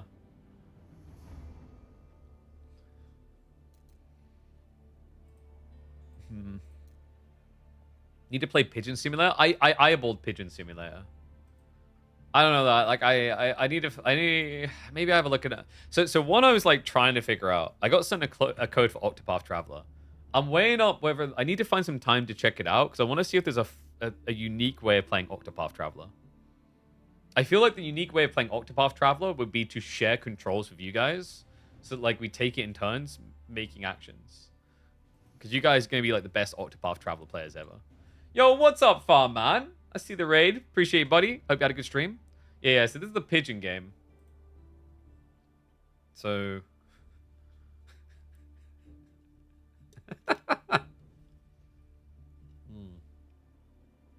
I should really message the dev and be like, you should actually just sponsor me because I'm literally the best streamer for your game. Full stop. So you just have to pull crap to extract, right?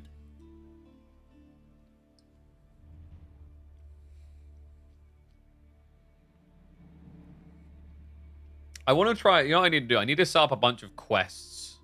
Random quests we'd have to do while playing this. I'll have to give this a look. Is this on, like, Keymailer, maybe? It's probably on Keymailer. I'm probably putting for a key. Okay, I don't know. I need to check. Let's have a look. I'm going to open Keymailer now in the background. The boys, I'm just waiting for them to start, by the way, of game number 1. They're searching lobby now. Keymailer. The worse the reviews are, the better the games would be suited for what KP aims to do with them. Not always. Like, I think, what was it? One night I was watching a creator doing Cooking Simulator recently. And Cooking Simulator is, like, very positive. But it worked really well for what he was doing.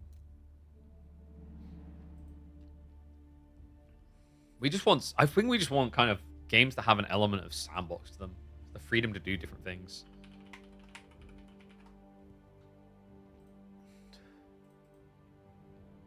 Let's see. Probably, there we go. I put in a request for Pigeon Simulator. We'll add that to the list. Like, actually, I've been waiting for devs to send me a code for Hitman, because I want to check out Hitman. I think Hitman could be really fun for some things to do. So, like for example, what if I done Hitman, but you guys are able to give me stupid random quests I always have to, like, respond to while doing my real job? Need to pick a real garbage. It's not just that. I want to play games where you guys can, like, be involved. Like, this is one thing that was a really big pusher for me expanding outside of AV4 is, like, AV4 is terrible for you guys being able to interact.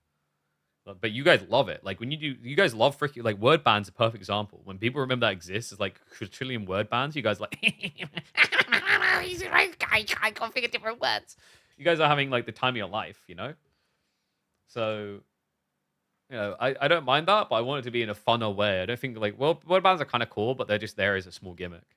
I like the idea of having you guys involved in the content. Mainly because I'm lazy and I just want to use you guys for the content.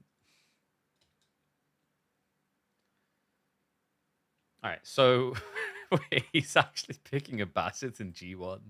What? Rogan?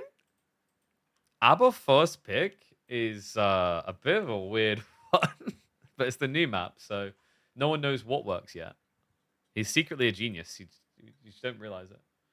Yeah, I need to. If someone's really good at GTA modding and wants to hold my hand, I want to quickly, because I want to try and get, like, a crash course on getting that all set up. There's some really cool ideas I have for GTA that I want to do.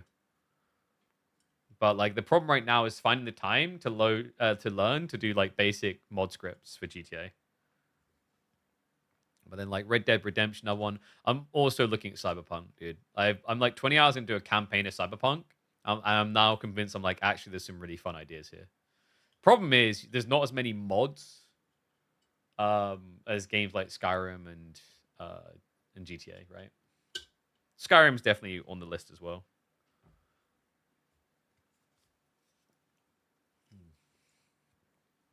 I was a bit gutted because I actually did want to do Oblivion, but then I realized they made modding, like, next to impossible for Oblivion, is my understanding.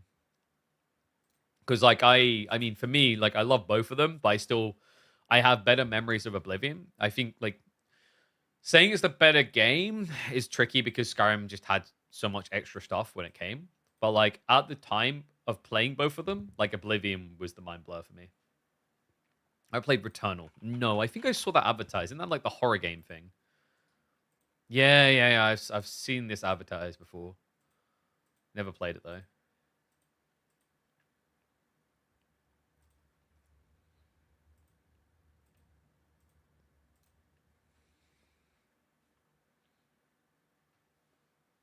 I have better memories of Oblivion is some philosophical stuff. Dude, there's so many good things about Oblivion. And when you, like, hear the development stories behind it, it makes it even better. Like, I've told you guys about the AI learning before, right? Like, the AI learning is so intriguing. Like, that basically they created, like, a sandbox for the AI to do what it wants in. Like, it would give them desires, and then it would figure out how to make those desires a reality. Like, I always use the example, some of you would have heard me talk about before, the skooma dealer, where the skooma dealer's desire is to make money. And they had this instance where they were exploring a version of the build, and they came to the city where the scuba dealer's at. And what's up, HDL? Appreciate the prime sub, buddy. Welcome back to the swarm. Smart lad. So they go to the city where the scuba dealer's meant to be at, and everyone's dead and naked. And they're like, what the fuck? What's happened? So they're searching around. They only find the scuba dealer alive. And then they look into the logs, and they see what's happened is the scuba dealer had been selling his drugs for nothing. Because the skooma dealer can spawn skooma for free.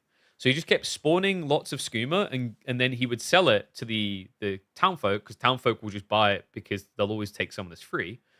And then because they have too much skooma, they would overdose. And the logic was the skooma dealer, it cost him nothing to give them lots of skooma for free. But if they died, he could then loot their body and then sell all their stuff to make money. So, like, it's things like that. Like, that's what I love about sandbox environments. It's just a play zone for random crap to occur. We've all had it with, like, GTA, where a car just pulls out of nowhere, thumps you, and then all of a sudden you're cartwheeling into a, you know, like a freeway. It's what makes sandboxes so great. The more archaic and chaotic they are, the better. All right.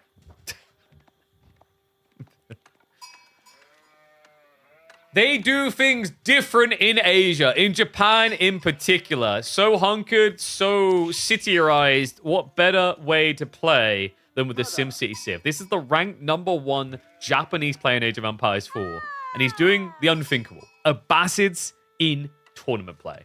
One and all, welcome back to the channel. Brand new map for it as well. Tundra, recent creation of Avali. And this is kind of wild. An Abbasids pick is a rarity in general, but as a first map pick, a huge surprise. Lucifron, a little bit less surprising here, goes for a cozy French choice to open up. Now, this is a really cool kind of structuring here. This map, you've got backspawn food, and then you've got all the food sources pretty much in your third of the map, including sheep. Sheep spawn's pretty much cut off about here, so you don't have to worry about sheep RNG, and you do have a lot of options to play around. Yeah, I am quite curious to see how this one's going to play out. I mean, Abbasids is just not your normal expectation. So we're not really sure exactly what direction it's going to go in. Will it be 2TC? Would it be a fast castle? How will the French respond to it? Oh. Lucifron has got a bad spawn. So this is a new map, and it's not perfect.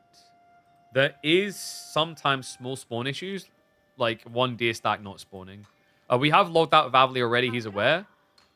But that's going to be kind of rough. It just means that like Lucifron has less variance of food to work with on the map. But, you know, he's still got the board to play towards. Something that, obviously, Abbasids can't do anyway. You like creative streams, he laughs constantly, and you have no clue what he's saying. There you go. It's the vibe sometimes, you know? KP going VTube with Pigeon Avatar? Nah. No, I'm not going to do a VTube rock. But, like, we're definitely looking to evolve the type of content we're doing. I spent a long time just trying to do, like, what's best for the game. And I think now I've got to focus on what's doing best for my community. The way I've been thinking about it recently. Kind of hate maps where there's small pockets of water with no fish. It's like Ancient Spires. It creates, like, I think it creates interesting routes. You have to think of it differently. It's like, this could have been cliffs instead, but cliffs are obnoxious because you could wall and that's that. Whereas if you wall this, I could still dock and then ship across. Things like that, right? So it's just creating kind of avenues of control. Gives the map a lot more character and flow than just having a giant open emptiness in the center. Carmel. I mean, that's pretty much what Carmel does. Skull Cavalry coming in is going to be a military wing, but there will be a 2TC play. You can tell it's 2TC because if you want to go 3TC, Eco Wing makes a lot of sense. Otherwise, military wing is pretty solid. Am I live on YouTube too? Yup. But, but Twitch's notifications pop up, so sorry, YouTube. There's no easy way to do that.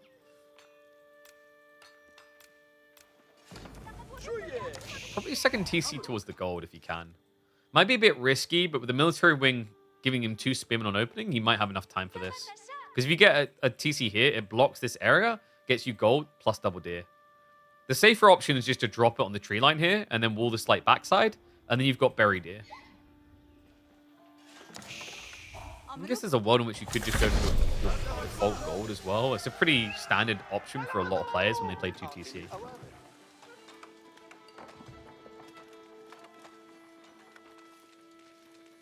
So military wing complete. Creator's troops are going to start marching out. I wonder if he could have been a bit more lean on his timing here, actually. Because he's holding reserves of food, which tells you he could have had a bit more stone and wood gathering going on right now for a cleaner 2 TC timing. Yeah, also the golds. You know, is he looking for fresh foodstuffs? Did he forget about it? Definitely feels like something is missing. Front. Knight already going to show up. I mean, he could contest this. He could run in with the scout first to charge with the knight on the spears. We'll be forced to do so. We'll think about it anyway. Instead, Lucifer says, screw it. Just pulls them all the way back towards base. So he's going to turn this into a smash. Second knight is being produced. And there we go. Now he has the timing. It's a pretty easy fight to win now. This is the only Dark Age Spearman. It's short range charge. Maximizes damage. Baits him in to make it even easier kill. So that's going to be -4 units. Creator. Where's the TC? Yeah, come on. We need to be fast about this. Urgency. 12 villagers walk out. That will be enough time. So, like, technically the military wing, it looks like a throw, but it did do what it needs to. And why does YouTube have a slight delay? It just does. That's just YouTube. Yeah, like the whole idea of this, guys, is that the military wing is a throwaway. Because if you go for eco wing, the knights would just be on you when you're trying to build the TC. So it's all about buying time. Sounds really wasteful, but you know, down the line, you are going to benefit from boot camp if it's a long feudal, at least.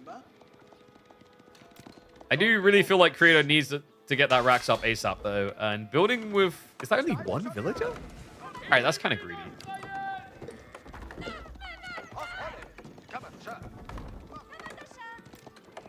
Nice wall. Around the back, but Knights interestingly shies away from that, but one of them heavily injured, so doesn't want to risk the TC getting garrisoned. Creator has been keeping 15 workers underneath it. Dive underneath the secondary TC, and that is going to be first blood. He already connected for a worker kill at 6 minutes? Something ping. Remember, guys, it's like sun got in my eyes or lag. You know, always have an excuse ready. Oh my god. That right there, that was a shift queue pathfinding issue. Yep. The only reason it happened. Oh, yep, like another worker going down there. That's the ping again. You know what the problem is? The problem is that the purple color scheme blends too well with the blue ponds, and it's really messing with Creator. And then on top of that, Luciferon has got green knights against a green background. He has an unfair camouflage advantage. All right, I think I've had enough excuses here. This is gonna get rough, isn't it?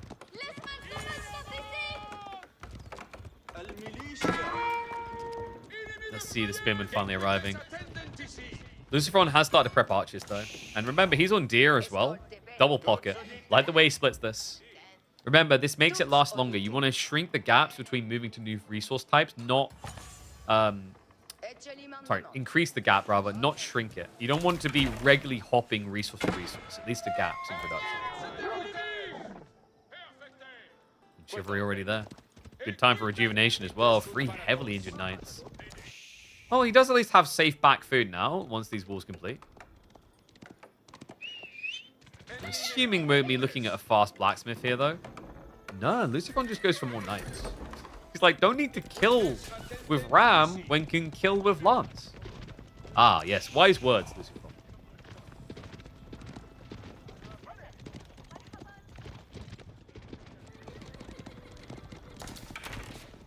Knights. Oh, no. He's got a gate. He's got a gate. He's fine. Because also... Wait. It's fine. He's just got a lance up his ass. It's not fatal. Okay? Many people are able to live for years with a lance up their ass. Some people basically turn it into a career.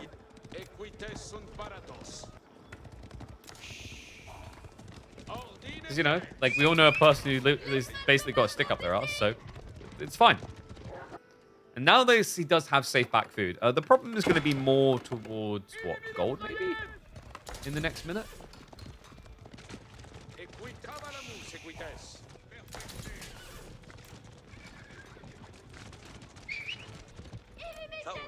Is there a way Creator can do this? With enough spears, anything's possible. He's a lot. This is the tricky part, right? Because French produce villagers quicker anyway out of 1 TC. So they're not as far behind as they should be. We at least do have Golden Age 1 coming in now, by the way. So Creator is getting that eco buff of 15%. Awesome raid on the other side of the map. A good idea. I'll start to poke in, but Lucifron. Villager's still going to go down, but that was much more frustrating on the dive. Does end up losing the scout. Or taking heavy damage on the horseman.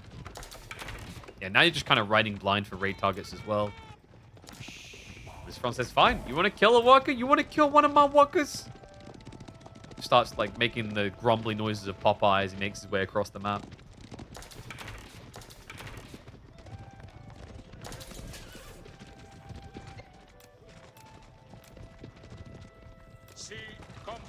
There's that ram timing. Oh, boy. Well, guys, we got a taste of a basset, and it tastes like ass. Yeah, no. I feel kind of bad for this Civ, man. It just feels tough to play like this against French, doesn't it? But, like, you can't just go 1 TC, can you? Maybe? You think ass is tasty? Hey, man, like, whatever you want to do in your spare time. Are you like that Cartoon Network character? You know, the ones that eat butts? But load those bad boys up on plate.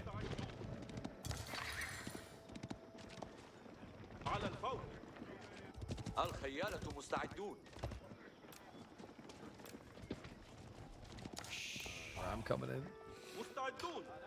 Can I get some 07s in chat for little old Creator?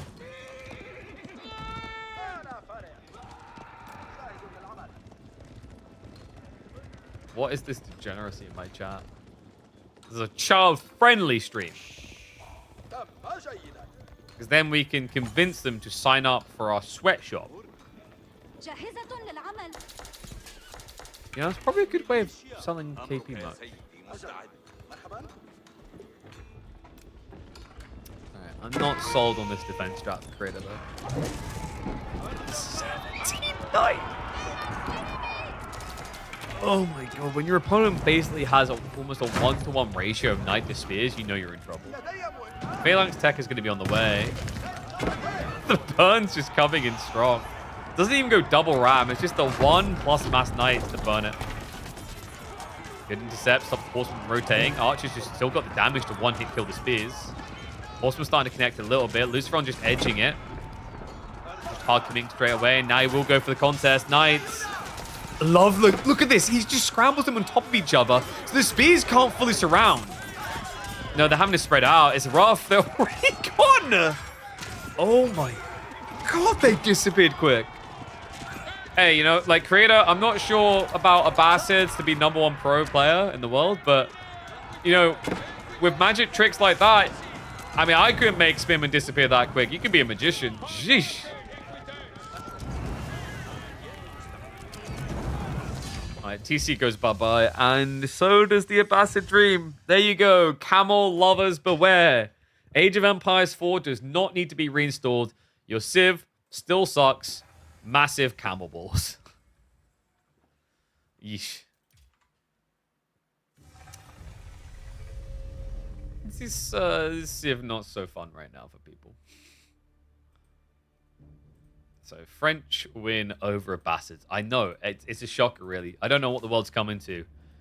I mean, when a good, honest camel Civ can be taken out like that. Did I say thank you to HDL for the Prime? I think I did. Thank you, buddy. Remember, guys, to get those Prime subs in. Oh, they cost you nothing. And they give me money. What's not to like?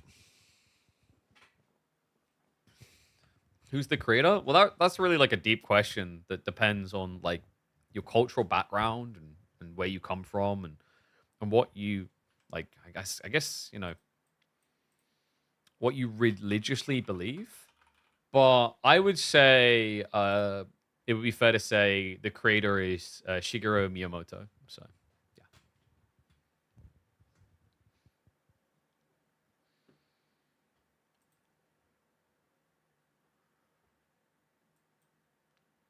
man, who like is there anyone who could rival Shigeru Miyamoto and what he contributed? I guess some people say the Tetris guy, right?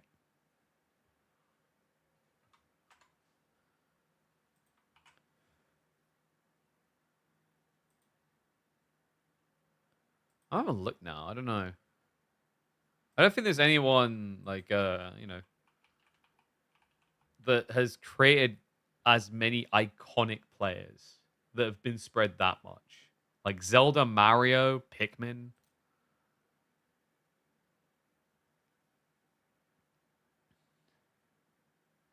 ATR ranking has been updated. Nice. We'll get updated again in another week or two after you lose. I bribed the guys just to update it at that very moment. Like peak. Alright. Let's get ready to go. We can get predictions up. Do we have predictions up? I'm sure my mods will sort that in a second. Because you guys are gambleholics. You're obsessed. It's a dangerous game, really. AoE is more difficult than StarCraft? Well, no. It's a different style, really. That's a very broad selection, you know. That's like me saying that I am flat out just more attractive than Brad Pitt. You know, completely to everyone, but to some blind people, maybe. You know, it's like you got to be very careful when you make those type of statements. All right, here we go. He's from Japan, but seems to have a weird love for the Middle East. First the Abbasids, and now the Ibids. At least this makes a lot more sense. Folks, this is Creator, the #1 ranked player from Japan, and he's got a pretty good matchup here. He's currently 1 down in the best of 3 against Lucifron, but this is perfect for getting you back on track. Ibids against Malians. Yeah, I think this is a matchup where Ibids can actually just annihilate you if you get the tempo right. If you get stuck in the base against Manjanique timings, that's when Malians tend to fall apart. We'll have to see if he's able to actually constrict Lucifron that way, though, because judging by game #1, Creator probably needs a safe word and is used to being smacked around a bit. I don't know. Like, that game 1, it was a Bastards after all, but it didn't feel like he ever had a chance to step up and say no. Lucifron just dominating him from the start, really. This matchup definitely feels different. Problem is, the spawn is pretty good. What? Someone just bet their house on Lucifron? Hold on, wait, let me have a look. 94,000 points? One person, Mr. Mago, or Magu rather, with 91,961 points. All right, guys. Mark that name, and you know, after the 10 minutes after the game, at them in chat because they might not be here anymore. if Creator wins, they ain't here anymore. If Lucifron wins, they also ain't here because they're busy buying themselves a Twitch Porsche. Who do you think is favored here? I think Iabits has some pretty good timings. I don't know if like Growth feels better than going Dervish, though. I mean, Growth can get you a faster tech up, so it's not the worst idea in the world. But I'm a really big fan of Dervish. Just the idea is, like, if you open stables and you get yourself, like, maybe 1 Desert Raider, it sounds really bad because your opponent can build jabs, but it forces them to think about building jabs. You can only win as much as the other side bets.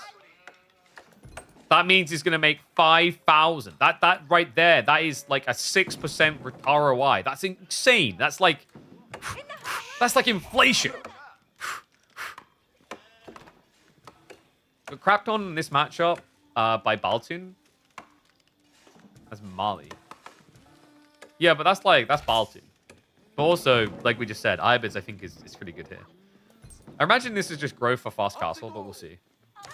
With this type of spawn, I just don't know how you'd really want to go about denying. I mean, you could just rotate around, block both golds, but it's a really long reach.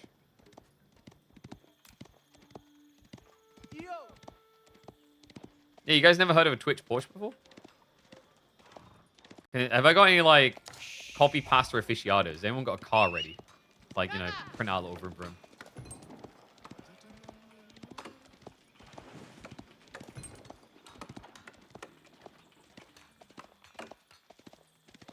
Baltoon would crap on any of us in any matchup? Okay, like, Baltoon's a good player, but, like, you're selling yourself short, Gully. You always have Frisian Marshes with an English pick, okay?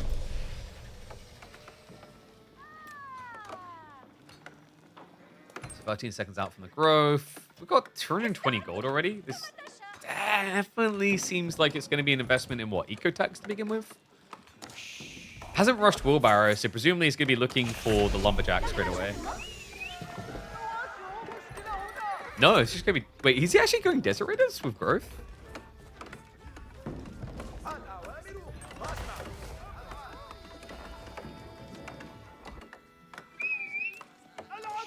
Oh, you're German. I'm Superman. Alright, that was a really bad joke. I hate myself right now.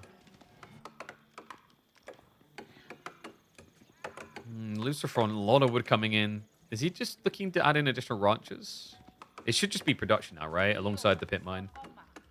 Whoops. Normally you're thinking stables opening here, but because it's the Ibids, there's a risk of Desert Raiders, right? So stables probably going to keep people on wood. That just gives you the option of going into archers, which means Desert Raiders kind of suck. Creator is doing something pretty different, though. It's going to be horseman archers. This is a little bit diff, isn't it? I imagine you could go back for a Desert Raider after, like, the third or fourth horseman, just in case your opponent goes Sofa.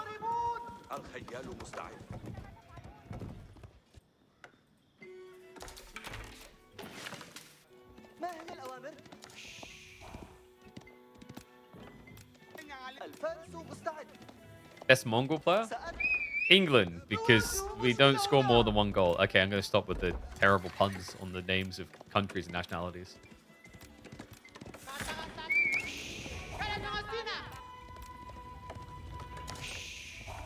Kratos, wait, what's going on with the gold? Like, this is the thing that I'm trying to figure out with his build. He just keeps holding onto a lot of gold. I think he's just schmeagling. He just keeps looking over the Malian kingdom. He's like, man, I wish I had that much gold. The things I do with that much. What would you do with that much gold, Creator? I would literally make myself a toilet made out of gold. The true golden throne. I think I'll make a fast castle transition. Yeah, but it's like, it's kind of suboptimal right now, no? Because even if you fast castle transition, you're going to have too much gold float. Like, this is probably the point where you could definitely have justified at least going double broad axe. Because he's pumping quite a few archers. Now, Creator does know this Sith pretty well, by the way. We've literally watched him just take a giant dump on Dimmel on the ladder with it. It was an English Ibid matchup, which is Ibid favored anyway, but the way he played it was so damn clean.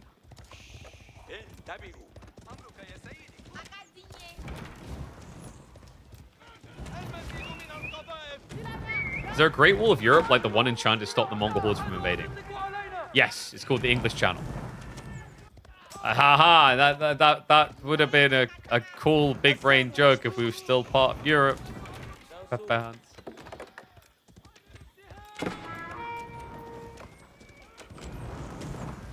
mean, the rest of you are screwed, but, you know. The Mongols ever rise up again, you know, like, zombification technology gets discovered, Chinggis raises himself from the dead, you're all done.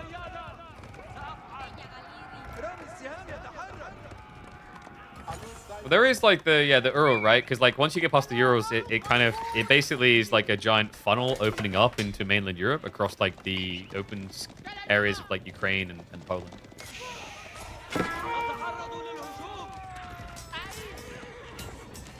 So far I've been added in now. Creator is now going for the castle play. Kind of feels like you might just want one Desert Raider to deter the Sofa timing, though. And he did go for Steel Dara in the end. Presumably, we're looking at... I mean, you're seeing Sofa, so Melee Wing isn't the craziest idea, but it's just risky against Archer Javelin. Dervish would make a lot of sense. Loggy Wing just to get the relics. He doesn't have Industry at all, right? He already went Growth. And... Oh, wait, what? Oh, hold on. We got Master Smiths. Oh, it's one of these rare games, huh?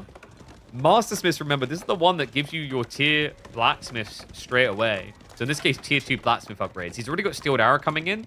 So that means the moment he gets castle, he gets tier 2. If he primes Undermesh, he'll be able to get that as well. And there's not really much reason for Undermesh right now, though, is the problem. Yeah, it doesn't look like a high value type thing, but one nice thing he'll at least have is he will immediately get Military Academy, which is going to ramp up his production rate.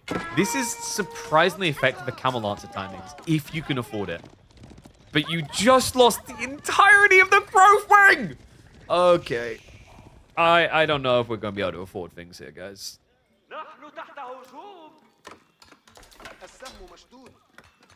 Chinggis versus Austrian Painter, who wins? I mean, isn't Austria just a mountain range anyway? Chinggis gonna have to work through some problems there. You're still European? Nope, we're not European anymore.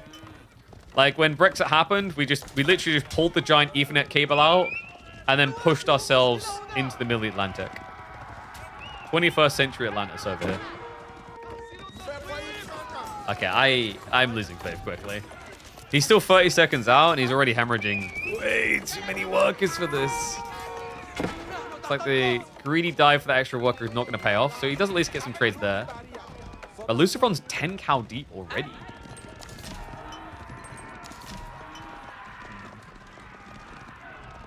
I mean, it was a cool idea to a certain extent from Creator. I just don't know if this is the game for the Master Smiths. I want it to work as well. I think Master Smiths is intriguing. Theoretically, a very cool landmark. After for the longest time, just seemed like a giant meme, really. Let's see, not dead yet. Luciferon. Definitely feeling Kushki, especially with a beginning like this. No veterancy in yet, and he just steps up to walk headfirst into Sofa. That's got the extra +1 damage, but without the veterancy, kind of irrelevant. Guys, this is all pre-Undermesh, by the way. Like, Luciferon is just doing this with inefficient armor. No, the berries! Okay. I think we just, you know, similar to the experience that a few people have had probably hearing these words from their parents, I think we just put this down to a failed experiment and hope the next one goes better.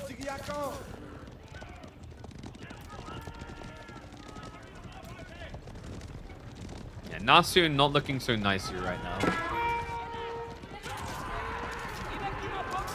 But things are looking pretty nasty. Well, I don't know. I wouldn't call him creator of jobs. There's not many people... Actually, no, I guess you would. You're creating jobs by losing villagers. GG. I didn't get a long enough game to finish the statement.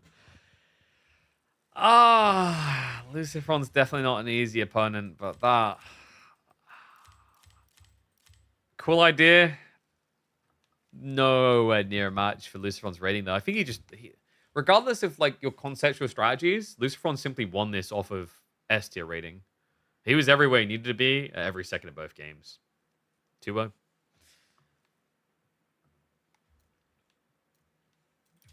Was hoping it was the SC2 creator? Nah. This guy's ranked higher than the SC2 creator. Whoa! Mainly because the SC2 creator doesn't play our game, but still technically higher, so it counts. Can't argue with those statistics. All right. So we've got...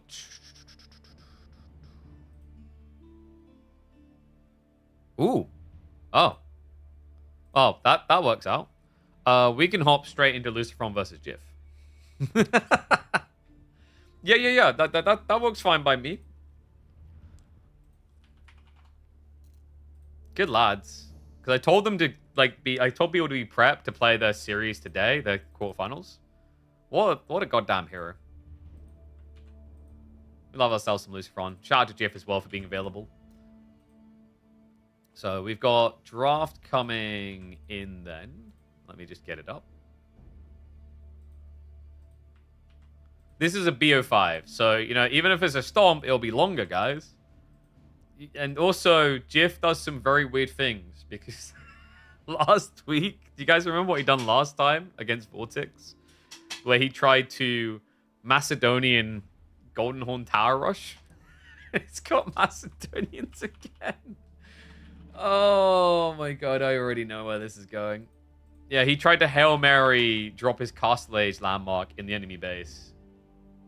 Who did Jiff beat before? He beat Voldemar 2-0. We weren't able to catch that because it was on the previous batch. Shouldn't he immediately change into spears when he saw Sofa? You still need time to prep that. And yeah, like the blacksmith just doesn't do anything at that stage. I believe it was 2-0 between Voldemar and Jiff. Let me just double check. I think it was 2-0. Oh, sorry, 2-1, 2-1. Sorry, 2-1.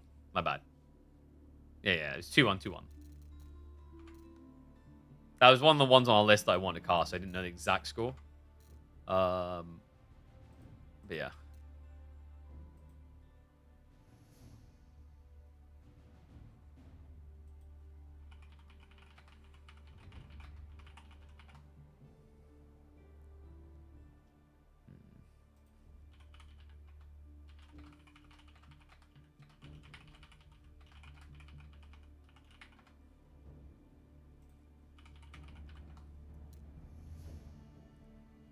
Boy has joined KPMM. Oh, damn.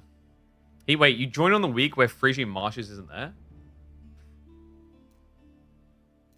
Voldemar seems like the most overrated pro. I don't think that's true at all.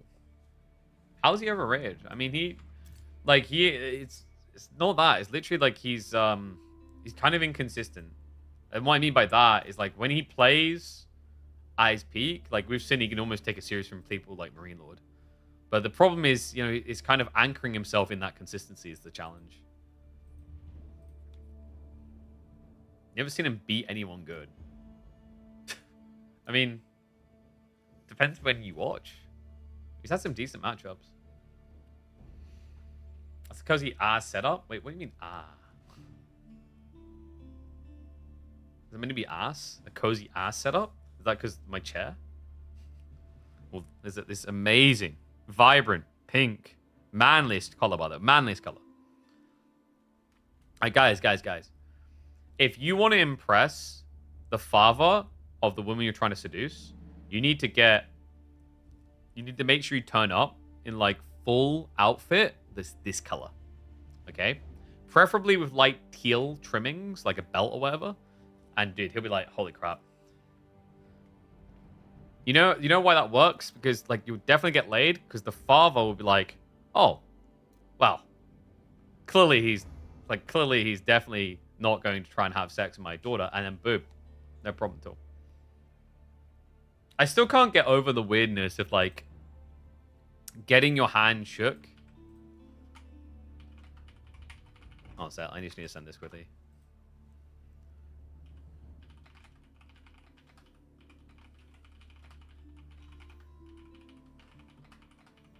Yeah, I still can't understand the logic of like getting your hand shook when you by the father of your partner when you get them pregnant. It's still like, I think I've been over this before on stream. It just sticks in your brain, you know, like you're basically getting like the father is essentially doing this. You know, shake, well, I can't like, you know, shake. Congratulations on nailing my daughter, and nailing her so good you put a little you inside her. That's how my brain subconsciously read the handshake at the time. I just nodded.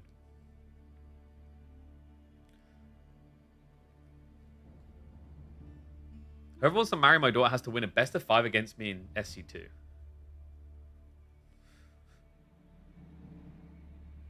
So, like, the problem with what you just proposed is now a 50-something retired Korean pro could sugar daddy your daughter in like 10 or 15 years, you know?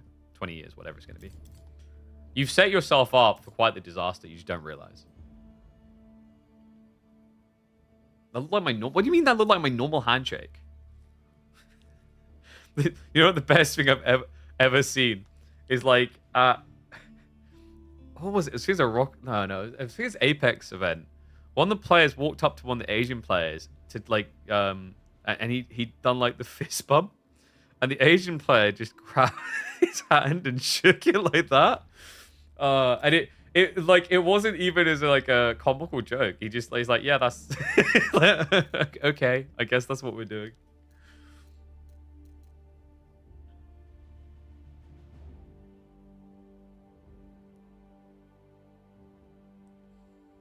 Voldy has the best AoE4 education content. I thought I had the best AoE4 content. You guys learn all kinds of random things you didn't realize you needed to know. You know?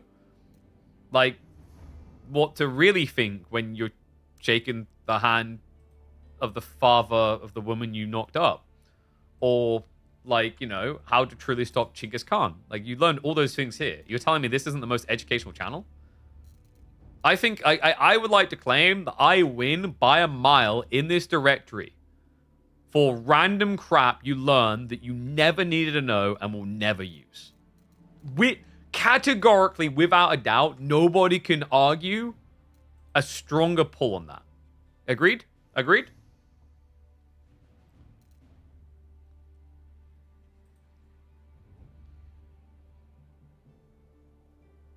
How's experience with this game as an absolute newcomer? Run!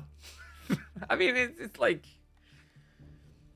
Just don't trust the campaigns to be a good representation of the game. I'd say find some people to play the game with. You know, don't over-obsess. Try and find the enjoyment in playing it. Because if you enter it being like, I'm going to be the next pro. Like, you know, you'll either succeed and then you'll just have a head as big as Marine Lords. Or you'll just, like, crash out and feel really bad about it. Just pick it up. Give it a go. It's not that old of a game. Age of Empires 4 came out in 2021. And, like, even if it's an old game, there are still people that are bronze level. So, like, just don't over-focus on the rank, and you'll be fine. You know, it doesn't matter how old a game gets. There's always going to be someone who potatoes, you know? Like Counter-Strike has been out all these years. Guarantee there's someone who can't hit the wide side of a barn door. You're fine.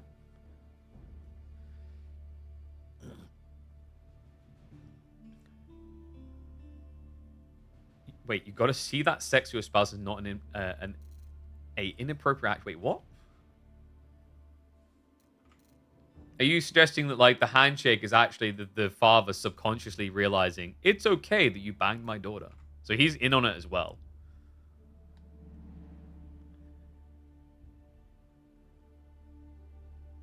Drongo made you believe Voldemar's next big best thing in AoE4. Well, that's because, like, the whole idea is to sell a hyperbole. Like, with Don. It's like, Don is the biggest genius ever. I mean, he's a crafty lad.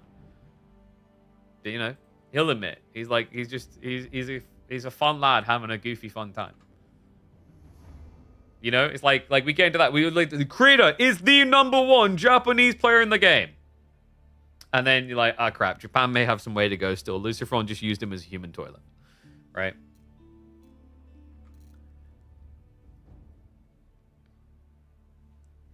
Like, you know, because like, to the Don example, it's no offense because he doesn't play the game as much anymore. Like, Boy is technically now higher ranked than Don. Is that not true? And I feel like that just says everything it needs to about the state of the Dutch esports scene. I'm sorry, Dutchies. Don is 217th. Boy is... Boy, what rank are you now? Are you not called Boy? Have you called yourself someone else? Needs to grow hair puffier to have proper pompadour. I just, like... I mean, I could. It's just that I'm using, like, cream. I know someone's going to make an inappropriate comment on that. Okay, I give up. Boy's not that good. Actually, no, there is a higher ranked Dutch player than Don, though, isn't there? I can't remember his name. Don was training him. I was disappointed, though, because he didn't teach him the good old English villager rush. So, pretty lame. Drongo has a lot of depth in his voice. Now, that's because he throat sings at night.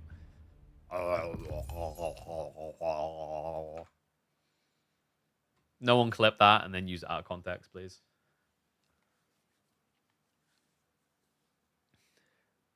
Which game is the easiest to learn? Myth? Nah, probably still AoE4. What do you mean clipped and shipped? Boy, like, you barely know how to play more than 3 civs at Vortex's level. You only have your Shushi. I'm pretty confident you don't know how to professionally edit that so it looks like everything is natural. I feel safe. Previous highest ranked Japanese player was Diakusi? Yep. But Diakusi was like, basically, Diakusi is where Gully learned how to play English. He just doesn't want to admit it.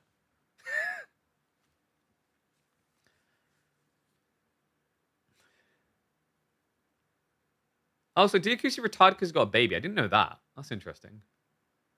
Whoa. So hold on a sec. He says he's like AoE4 for life, then he gets laid, then he leaves us. Psh, that's a Chad move, actually. I'll be totally real with you guys. If I was getting laid, I would have left you too.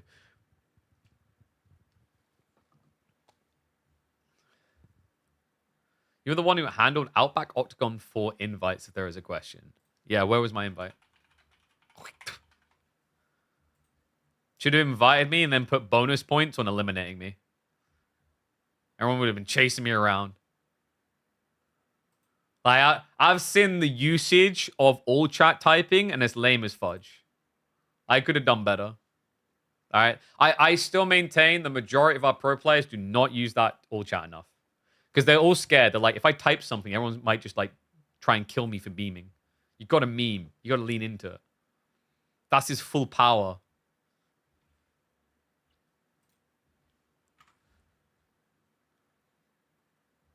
Like, what I want a mod set up. Like, this is why we need. So this is why we need in lobby spectating. I need an option where if I feel like the players aren't socially engaging well enough, I can punish them with commands.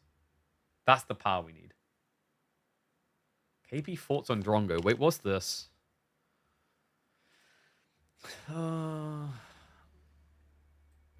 has a lot of depth in his voice. Now, that's because he throat sings at night. Okay, I can see how that could be used out of context. No one clip that and then use it out of context, please. Okay, I'm just gonna walk away from this one quickly. I was more about, like, don't literally, like, add a giant hot dog static image to me doing that. But now I realize it can be just taken in a different direction entirely. Is there a reason why Mythology has so less views on Twitch? Is it so bad? I mean, it's just an old game. It's a really old game. It's that simple.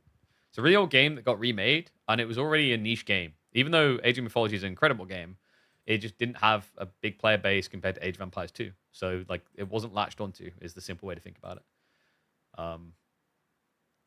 You know, it's got some cool OG stuff, but at the end of the day, it then also has a lot of old, outdated systems by, like, RTS standards. And, you know, that's just the nature of it if you're trying to genuinely remake a game that is authentic to its original state.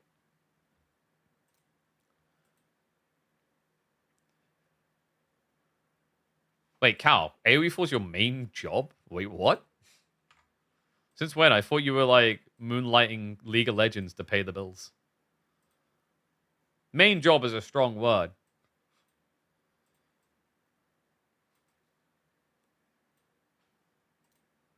You live in Norway as well. That's like a really expensive country. Actually, well, yeah.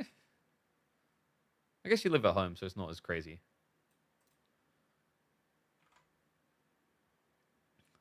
What do you even do? I love the way that's been typed out. Like, what do you even provide? What is your existence? Just sit there on a farm, shitting in the meadows and eating grass? Is that it? Wait, actually, I just... Hold on a sec. It may be his week to be a monster. GIF Music beats Voldemort 2-1 and now opens a series against Lucifron with the Imba pick. He got Sengoku Daimyo. Not only does he get it through the draft, he whips it out straight away on a brand new map. This, of course, is Tundra, created by Avali. Lucifron with the Shushi reaction is a curious one. What's the thought process here? Shushi on this type of map. Yeah, because, like, I don't think Pro Scouts is that encouraging. Usually you want to move out. So then you have that kind of need to shift your workers out with an Imperial Official. We'll see. Sengoku pretty good on this map, though, because remember, they want to have a lot of food stacked together, and that's exactly what you get on Tundra. Unfortunately, not as much as you'd like this time, though. The ball's really far out there, but it's also subtly hidden. You could just wedge a Yatai behind the tree line and probably go unnoticed the entire game. Why is Tundra so green? Because Avali struggles with a very rare case of colorblindness.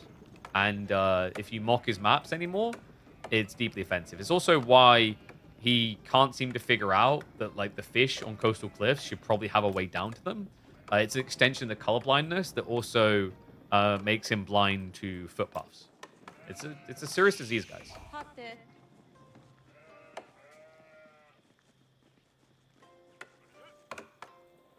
So Luciferon. Ooh, wait. Ooh. I'm trying to think actually if there's a maybe for the meditation gardens is why you done this. Like you either get an okay meditation garden or a giga stacked one, I guess. And he has got a pre-stacked one. You get the gold, the stone, 8 stack of berries. Could even go out here for double gold actually.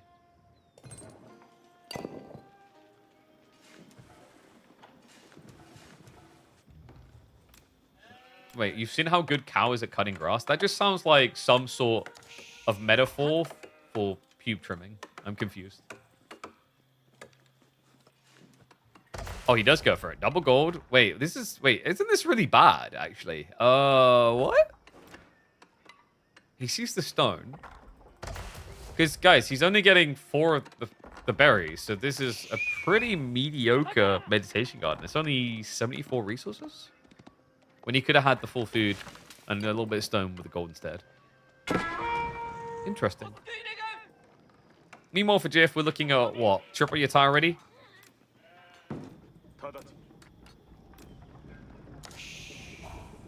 Now, it's important that when you play Sengoku, you make sure you're wearing the correct attire.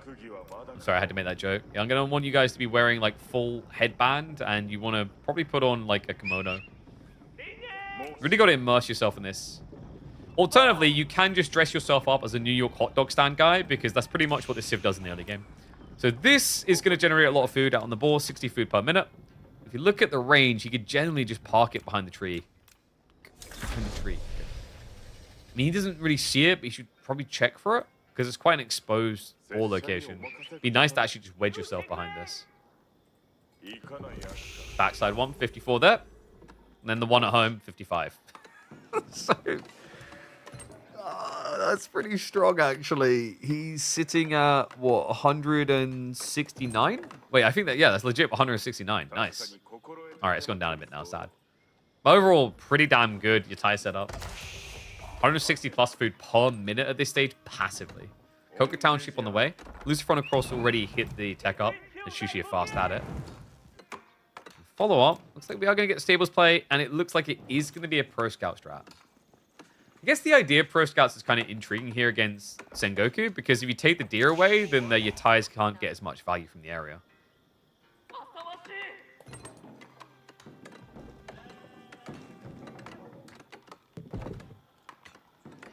And yeah, like, I mean, the way I describe it right now between Age of Mythology and Age of Empires 4, Age of Mythology, if you're like new to it all, Age of Mythology is great for a single player experience.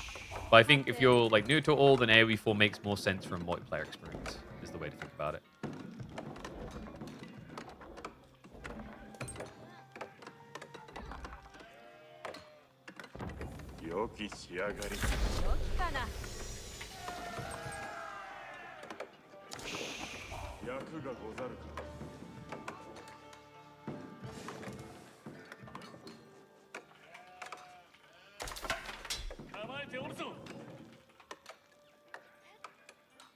Racks opening. Is he going to be going spears? Spears into Yari Cavalry, maybe? Because the reason why you're probably going with Yari here is because Chuk Nu's growing in popularity again. Looks like instead it's going to be spear focused though, so I guess you could add in a few Palace Guard alongside that. Just makes the spear's life harder. Isn't an uncommon strat for just heading to castle afterwards as well. Man, you know what we literally never see with Sengoku? We actually never see Foot Samurai. Which is comical, actually, because if you buff them up in the late game, the Foot Samurai kind of giga busted because of the bowstrings tech. I don't know if did they fix that? Sure, they fixed it by now. But, like, basically, before the patch we recently had, technically that was the most broken thing you could do with Sengoku. It just came so late in the game, it never really got noticed in pro play. For those who don't know, if you went for the Yumi bow attack for your Foot Samurai, and then you got Silk Bowstrings, your Foot Samurai would have almost 2 tower range of attack range. Making them mega Onabugeisha.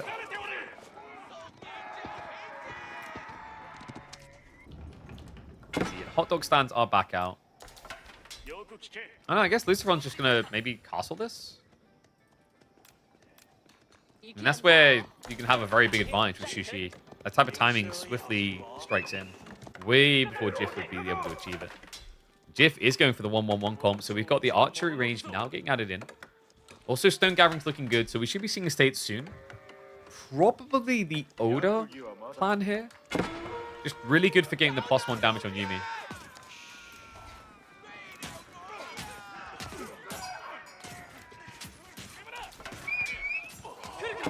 Open Spears. Luciferon actually does come out better for it. There's a visual bug where you glitch out with the sword and the bow. Samurai? I don't know about that one. And uh-oh. Here comes Cal. Hi, Killer Pigeon. This is Trevor from Citra Bots for Twitch. Whoa. No. I'm sorry. I think there's been a very big misunderstanding here. With your chat. People pay to be abused. We know you have difficulty getting real viewers and it frustrates you, but please don't take it out on my employees. Thank you. No. You got this wrong. People definitely pay to be abused. Like, they pay extra for that. Like, that's literally part of the system. Right? If you're not here to be abused, you're in the wrong place, probably. It's also a lot cheaper to get abused here than, like, people that you pay to professionally do it anyway. And there's somehow less risk of death in our format as well. I don't know, man. It's cheaper, it's safer. It ticks all the boxes. What doesn't feel safer is letting Sengoku through. Diff marching forward quickly. We do have a tech up plan from Luciferon, though.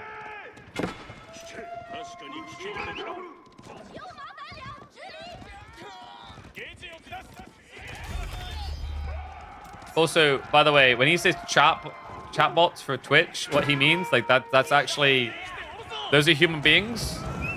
They're just, like, pretending to be AI. It's, like, the next level, because right now, like, people are having their jobs taken by AI, but now, like, the whole idea is, like, that's a service where people pretend to be AI. They're actually human. So really, I'm employing real humans. You guys should support that fully. He's just going to burn the damn thing down, by the way. Medigarden's getting a big thumbs down on this one.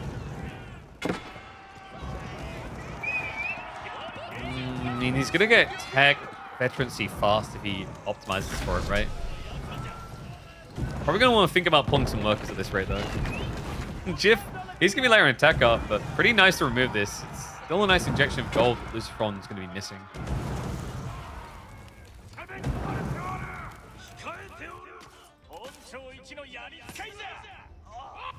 It shows you the power you type, by the way. Remember, this was a pro scout strat. Yeah, food-wise, Chip is still cruising. Down. Sake Brewery with 24. Bloody hell. Okay. Very exposed placement as well. A little bit surprised by that. I would have thought he'd just slot it here. Just get them set up around this area deeper in your base. And that's playing with confidence, man. But that also may be playing with fire.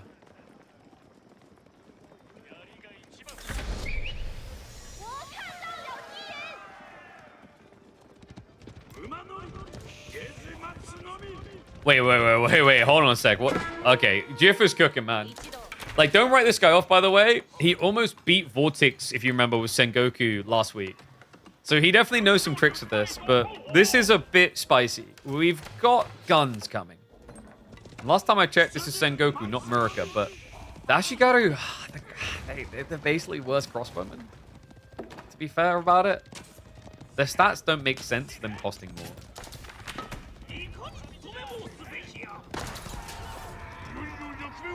Right by the base. Lance just having a look around, kind of getting to read the land. Does see the Ford Sake Brewery.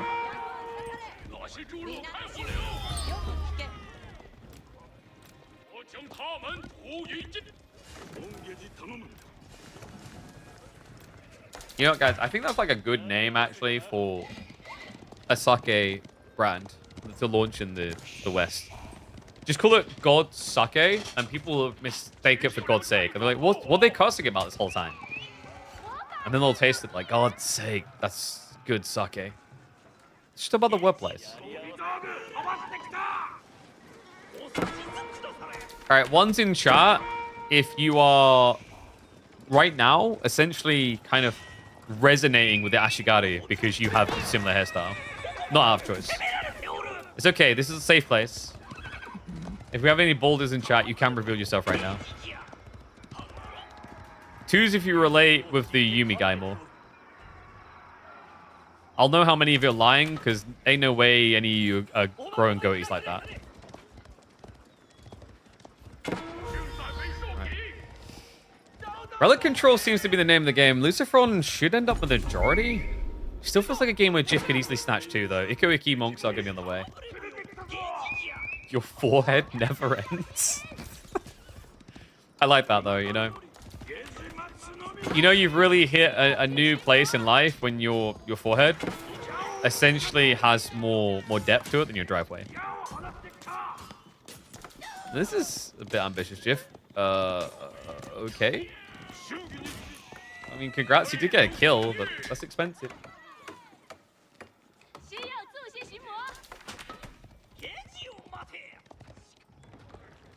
So it's just Mass Spear Ashigaru. Does Palace Guard beat all of that? I think there's like some interesting strats here for Jiff because the Iko Iki monks. They can absorb a lot for your comp. Because remember, Iko Iki monks, when they fight, they heal. You just keep kind of subtly rejuvenating your lineup.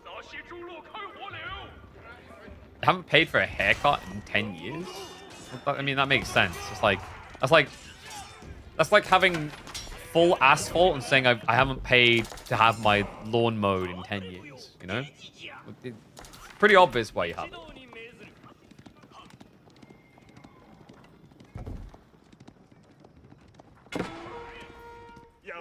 Okay, so your ties are at least finally going to start getting pushed out, but Lucifron's own food issues will start approaching soon, by the way. He's running out of deer very soon, and he's just got the berries left.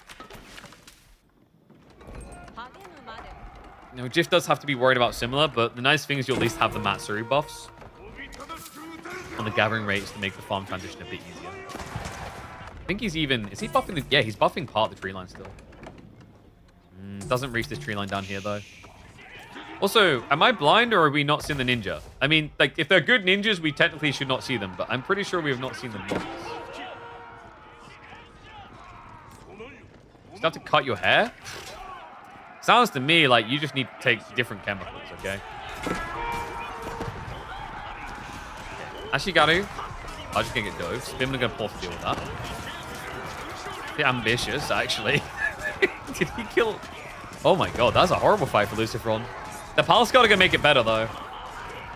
Ashigaru is slightly overextended. Ark is trying to retreat. You see how difficult it is for the Spimman to hold on. Have you guys ever noticed how the Ashigaru look like they've got a gun out of an MMO? It's like one of those mecha anime MMO type things. Shinobi. Oh, well, there you go. I finally do see the ninjas. I'm not blind. Frags out. He actually connects there. Names, gives the follow-up, but didn't follow up with an extra grenade, though.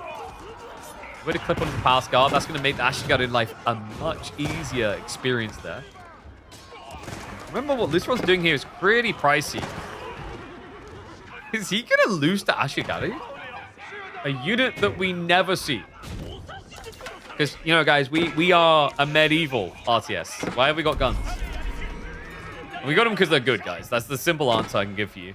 Farm transition now coming in. Ashigaru have definitely been delivering. I'm impressed, man. I am really impressed. Because, like, this to me is one of the coolest units introduced in the expansion. but statistically one of the worst, I think it'd be fair to say. If you think about the damage you do, it's higher base damage than the crossbowman, but it's worse attack speed, so it kind of balances out, and you're paying more than a standard crossbowman anyway. They do have a cool ability if you go into the Odor states, where they can get a little shield that increases their range when they stand still. The problem with that, though, is like at the pro level, especially in the mid game, you're not really going to be standing still that much, is the idea. So it doesn't prove to be that useful. Because, you know, if you are a good player and you see you're in a bad fight, you pull away. If you pull away, they have to move. It's the same reason why Arbitrary's Pavis drop, the shield they dropped, the French, hasn't been often seen to be great. You know, it's very situational.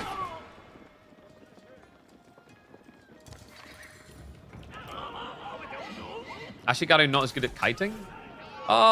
They have a little bit of a way to wind up, I think, on their attack.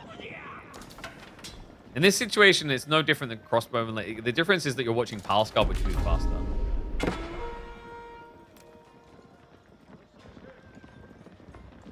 What do you mean I fooled you into betting for Jif? He's winning, damn it. He's 2TC. He's actually full walling and has farms coming. The problem for Lucifron is he's stacking a lot of gold, but he hasn't actually got a farm transition yet. He's also allergic to walls. Like, why are you guys acting like I scammed you? Jif is actually in a pretty good spot here. He's got some worker kills, which Lucifron hasn't achieved. He's going to want to secure additional wood soon, for sure. Also, you could have been like a normie and gambled on Lucifron, like everyone's going to do, or you could have bet the house. Look at that. 10% gambled on Jif. Think how good you're going to feel when you steal everyone else's money. Money just feels better when you steal it from people. You know, like when you guys subscribe to my channel, I like to just imagine that I've actually hacked your bank account and sent myself the subs. Which is definitely not what I'm going to do. It makes me feel better. Pro Scout Snatch, by the way. We'll get stopped. Has to drop and run. Okay, so we've got 2TC. What are we going to do with these states? Because you can afford additional ones. You don't really benefit from just rushing Takeda level 2. Because remember, that gives bonus for Yari, specifically. Just food EQ looks better right now? That's because it is. The challenge is if Lucifron gets to a farm transition, you're in trouble. But, like, he hasn't even got the Song Dynasty yet. So it's not going to be Granary spam. I think as long as Jif doesn't idle around too long, he's in a pretty good spot. But the Chuganu is a little bit dangerous here. Like, his full comp gets counted. It's good that he's adding in Mounted Samurai. He's going to need them.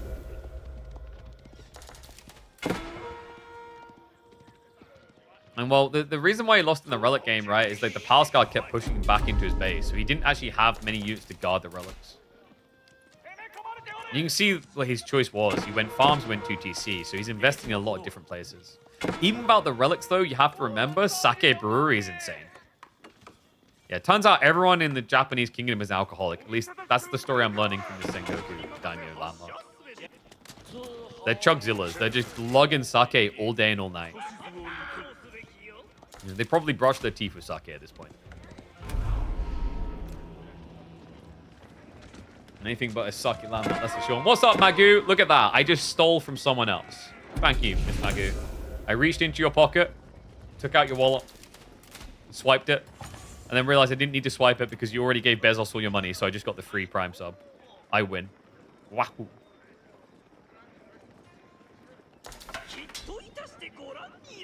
Did he scout the Chug? He did. Oh, boy. Wait. Remember what we said about never seeing Foot Samurai? They're coming. Not just that. He's going to be buffing up the Tanegashima Ashigaru. Yo, actually, this is a sick game for level 2 Odor Estate. Remember what we said? That it's a bit unusual because of the shield ability? But against Chugnu, it's perfect. You get more range than them and you'll get 2 extra ranged armor. This is Giga Brain. He's gathering stone as well, so it does look like he's rushing it. Actually, is he gathering stone or is that just the gold rate? I think that's just he's gathering that much gold. Hot dog. Okay, so just get behind the walls. And make sure you rush your Tate. So Tanegashima Tate is going to, as you can see there, gives extra 2 tower range as well as 2 ranged armor. So you go up to 6.5 tower range versus 5. Does need some time, though. Ranged armor 2 is on the way. Okay, got it. So if your husband shows up on the channel, you want me to let him gamble here. Because then you at least know where your lifetime savings of channel points is going. That's good, that's good. It's better to know, right, than not. And, oh, the ninjas. Hold on. Some good frag grenadage. Spearman. Oh, gonna get the opening. Mad Samurai follow up behind this. The guns. Surely guns beat bolts. Surely. It definitely looks like it. Oh my god. Jiff. He's producing the samurai. Lucifron. He's getting smashed. And this is why the Japanese sought the guns. We've all played Shogun 2. Some of us have played the expansion. We know which one made them look OP. You put guns in these psychopaths' hands and nothing is unthinkable. This is what happens when you give a middle-aged, balding man a gun. He'll kill everyone. He's got nothing to live for. His roots have already given up on him.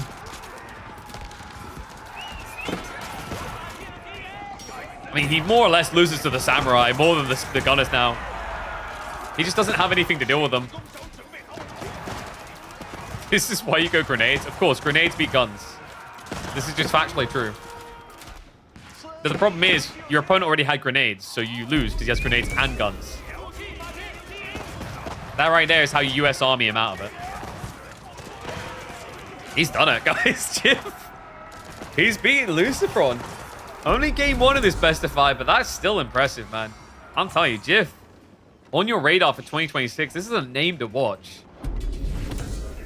Only recently starting to just think about Age of Empires 4 in a more serious light to compete in.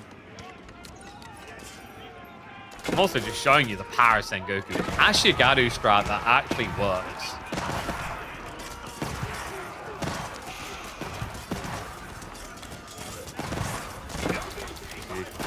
I'm just going to try and trade out that backline. It's the only thing they can do now. But it means they're standing their ground in a losing fight.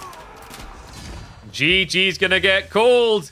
Guns and samurais. If Tom Cruise could have just bought those two things together, Japan would have been unstoppable. Damn. What up? How about that for a big surprise? Some people like Sengoku OP, but he still had to do it. He still had to execute it. He executed like a god.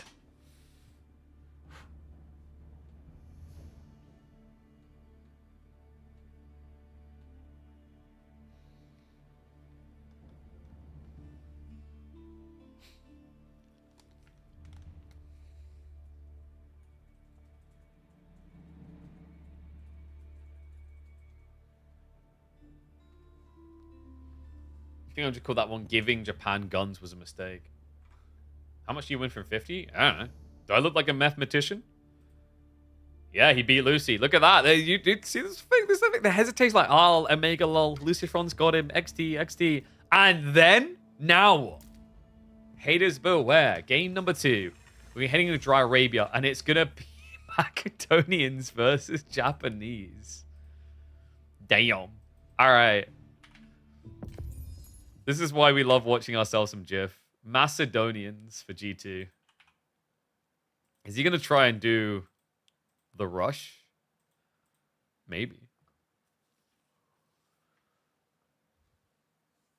If he had the same value as Chug News, then the guns would probably be different. Well, that's just not how the game works, though. Welcome to economy. He was 2TC, like, right? Like, there's been trade-offs in what he's doing. Also, the samurai was even more important. Like, samurais was the winning play. What I love is earlier in that game, I was like, we never really see foot samurai, even though they like giga strong. Ta-da!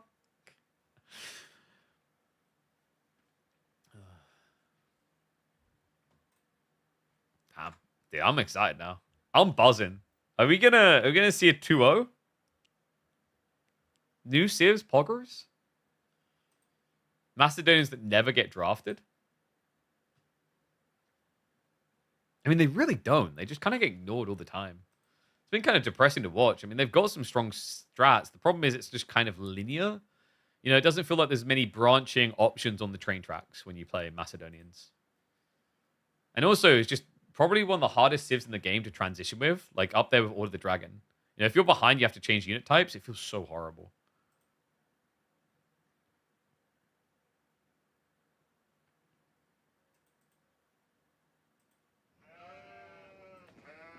sec, guys. I need to... Yeah, I'll sort that later. All right.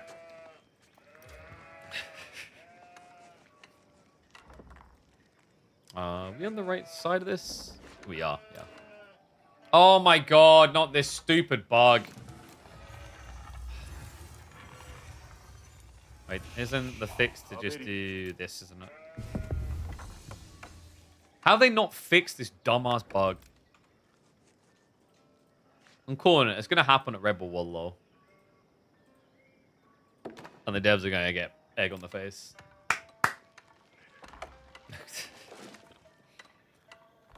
This series just got crazy. We just watched him annihilate Lucifer with the Sengoku.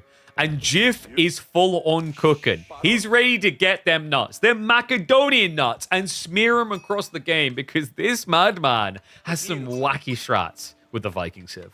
Want to know? Welcome back to the channel. It's time for game number 2 between Jif and Lucifer. We head into Dry Arabia. Last time I watched this guy use Macedonians against a Spanish player, there was an attempt to drop a Castle Age landmark in the enemy base.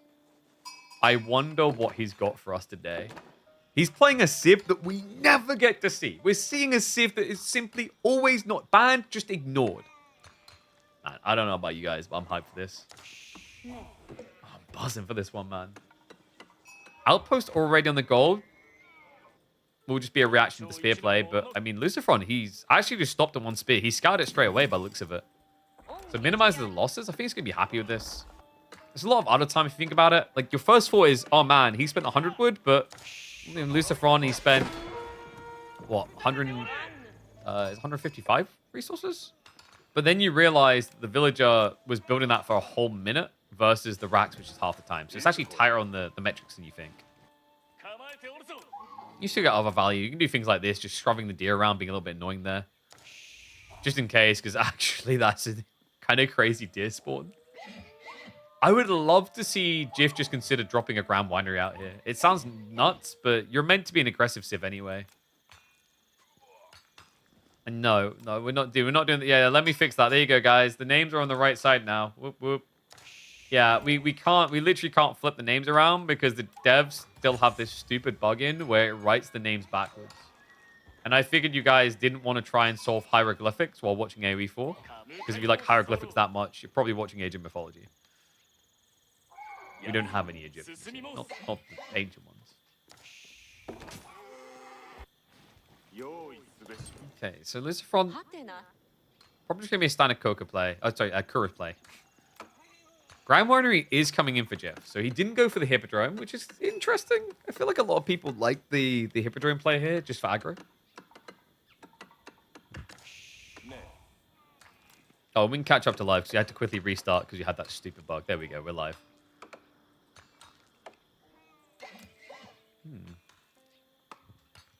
So there's a few options on the menu then. If you're going Grand Winery like this, you could technically go for a Varangian Flood. And here's a 4 gold. So you could kind of block your opponent if he tries to fast castle. You're probably going to open at Gemafa into Varangian if that's the strat. That would be the Viking Spearman into the Viking Men-at-Arms. The reason is then you just keep scaling into your melee infantry techs. And it allows you to get an insane amount of armor as well as health on those. Alternatively, you just look at a fast castle build yourself. Actually, Macedonians can actually beat Japan in the Castle Age on the knight quality. Their knights are just better. If it goes into Imperial Age, that's where you tend to find Japan winning based on quality of army plus better economy.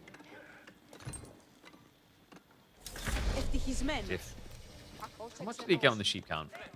Okay, yeah, he's got 10 to work with, and he does shuffle them all across straight away.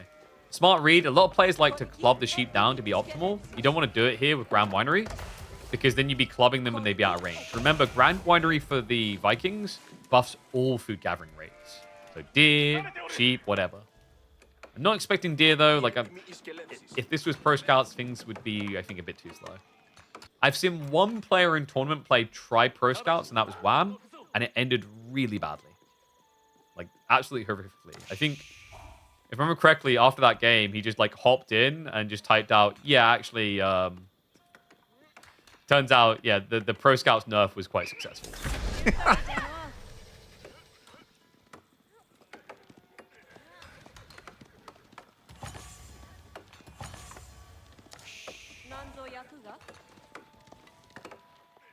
So Stable's playing now from Lucifron. And we are getting the Varangian strongholds. Remember, this is the racks for all the angry Viking type units. Build any kind you want out of these. Except for Radari, you need to get H3. He did end up adding in the war cam. Didn't do it straight away. Waited until H2, didn't he? Remember, the Varangian arsenal is how you're going to generate additional silver as well as spend that silver. So now, based on the amount that he's gathered here, this arsenal is going to generate 12% of that silver count every single minute. So you're going to end up getting about 20 silver a minute currently with how much is sitting in that mining count.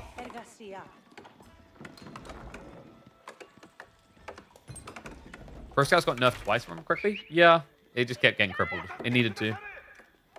Pro Scouts is kind of where it needs to be currently. We just need other things being refought. Like, I'm a bit heartbroken that after all this time, we still don't have any new food sources on the maps. Maps need to evolve more. That's really how you evolve the game further. Outpost now coming up this front. Wait a second. Well, he's already got the opening of spears, but Bog Maffa are here. Yeah, the outpost, I don't see how you get this. Because the Agia Maffa can stop that horseman. Outpost hasn't been fully garrisoned. It's got more spearmen coming out. A little bit weird on the micro from Jif there. He left the spearmen in. Sends the other one in. Archer is now exposed to. This is getting odd. And he's also targeting the horseman. So, I mean, we could have got some sheep out of that maybe, but this is going up. I really don't like the way that this has been handled. Jif. He got greedy. He tried to bait them in and then tried to poke down a villager, which is just never going to work. On one spear on his own. I mean, what could have been pretty sick here is actually Varangian strongholds with the arrow sleds. That probably would have resecured him. The outpost goes up. Jif, I mean, the upside of this fighting, it has at least been able to net him some kills, right? Which means that he's generating towards those runestone charges. But now you have to get a hell of a lot of spears together to burn this outpost down. Look at the priority. It's straight away going to be the fortification coming through. Even leaves the villagers here to gather up the food. It's actually pretty crafty when you think about what Lucifron's done here. Because, you know, you get runestone charges for killing military units. But what about buildings? How do you pronounce those names? This is Agia Maffa. And then the other one, the archer, is called a Bog Maffa.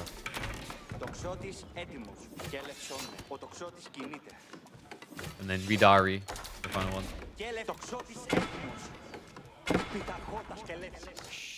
If Cal's here, he's going to try to argue it's Ridari. But every time he says Ridari, he genuinely does not sound Norwegian anymore. He actually ends up sounding Russian.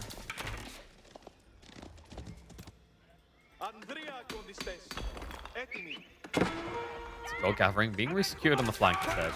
We have got some farms in. Now, this is interesting. Was the original plan to go castle? The free farm strat is pretty popular for fast castle with System, because you just gulp free farm straight away to get a lot of food back. We are getting Varangi now added into the fray, though, and that's going to be problematic for Lucifron, considering he's chosen Yumi. Does at least get eyeballs on. I think he saw that. Well, Jif saw that he saw. He knows. Horseman raids are still proving annoying, though. Yeah, where are the spears at? We've got 6 spearmen. He just left them all out on the flank instead. Sound like Elden Ring NPC? You could have chosen God of War, which probably would have been the easier one. Yeah, just think of the Madar word. It's kind of said like Maffa. Like mother and math combined.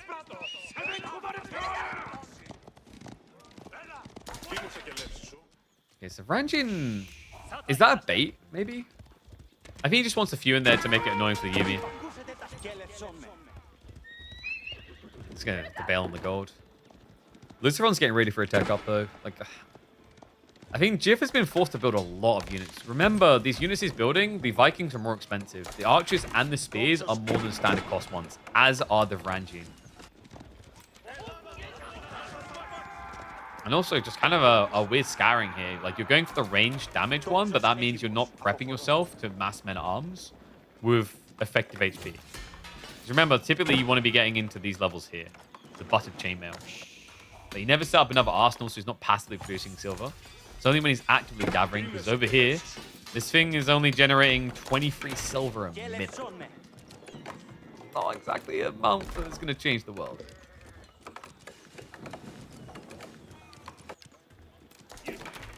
Floodgate. Now coming through. All right, so anyone starting to feel like the takeaway from this series is going to be that Japan collectively is OP.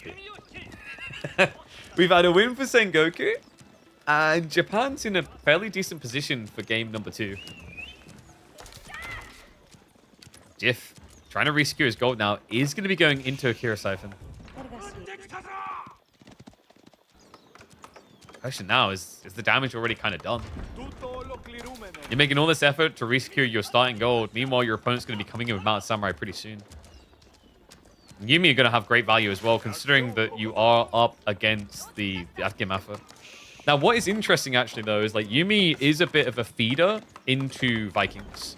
Because Yumi are meant to die in mass, but they win because of body strats. Problem with that is it means that you can get the runestone charges with great ease. I think he's 1 kill away. Yep, runestone acquired. So if he drops it now, he'll have more range than the Yumi. Problem is, you need to feel like you're going to get 5 kills out of a fight, because if you don't, then you are just stuck with a useless one. Diving in. Let's drop it now. Wait, no, build it. Oh. They just need to change this. Basically, when you place the runestone, it doesn't just immediately erect. You have to let your unit build it for a moment. And it's so infuriating for pro players. I've seen it from so many different ones. I think Vortex, we had an infamous game where like 80% of his runestones weren't being placed. Because he was moving the units to do something else. So Rizker on the gold. Jiff. Probably just go for a straight tech, right? Maybe push towards your opponent. I mean, you've got a lot of Bogmaffer here. So you won't be able to afford tier 2, no? With this type of gathering, yes. He's got a lot of people in gold. Remember, you get silver as you get gold, similar to how, you know, you get olive oil when you get food.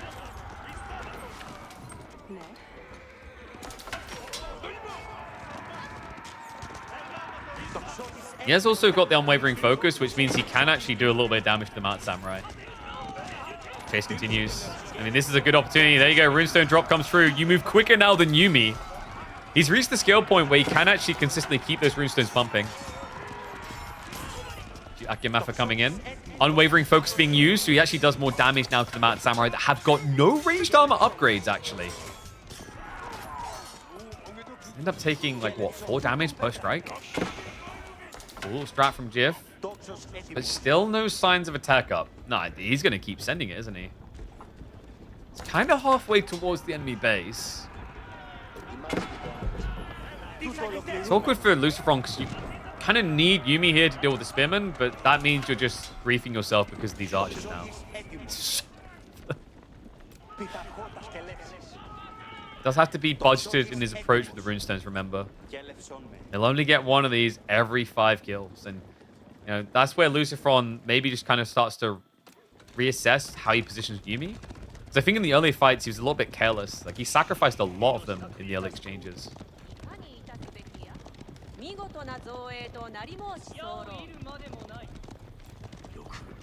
Nah, this is a cool game. Why isn't he spending silver? He's waiting for tier 2. Tier 2 is really pricey. It's 550 silver. Also, the prices are different depending on the tech, if I remember correctly. So, like, the ranged upgrade costs quite a lot. I guess I think it's 175 into 550, whereas the armor is 250 into 500. It's very weird scaling. Like, it's in some ways kind of a logical scaling, because I think the melee damage has the same metrics. It does make sense for range to be that way, though. Because remember, like, this allows you to go up to 7 damage in the feudal age from archers. I'm just trying to trade with this now. He has already used the unwavering focus. Starts to snipe into the Yumi. Spearman count a little bit low, but the health pass on the Mount Samurai ain't looking so pretty either. More Spearman buff. He just got the free buff from the war camp. And the Golden Horn Tower now being rushed up. Jiff, we've been here before with these Golden Horn Towers. This one will not be in the enemy base, but it feels like it might as well be. The Mount Samurai and Yumi are already here. Dives in towards them. Workers in trouble. Bog Maffa getting whittled down. It looks like Jiff is going to get burnt out. He just can't cut a break for these Golden Horn Tower strats. Even if it goes up, this is way too much lost.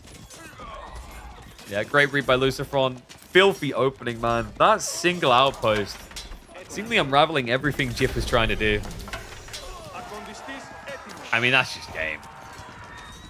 21 worker lead for Lucifron. I don't think Jiff has even realized just yet how much that cost him. He's going to realize quite quickly, though.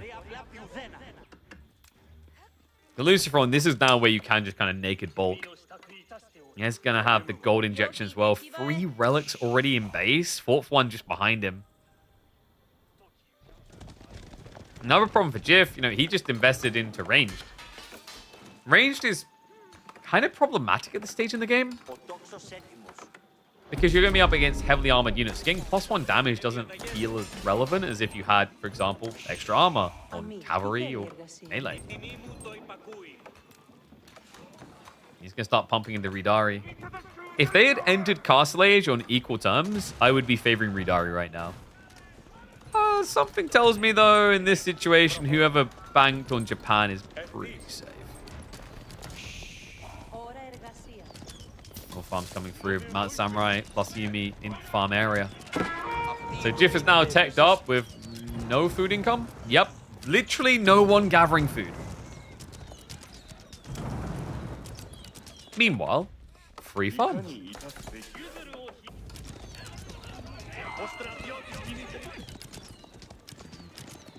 I'm using a runestone there as well. Does pull the 1 relic back. That's going to be some silver gen. It's going to be important for trying to get into the cavalry upgrades. I've got a feeling Lucifron's just not going to give him that breathing room to let that count get too high. Second wave already bulking on the other side of this. Onimusha coming through too. Remember, he's getting crossbows for free, littered in every 2 minutes. So that's at least a little boon there, but not the type that makes up for a 20+ worker lead. Is that Yorishiro drop? Yep, in the TC, so it's going to get even bigger.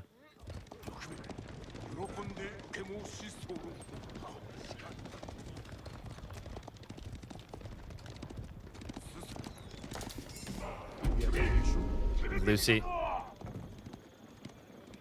What is he missing right now? I think he has gaps on food as he's moving out for the deers. This is going to inflate a lot of amount of samurai now. Ridari, however, hold on. They got their cleaver blades. It's pokey time.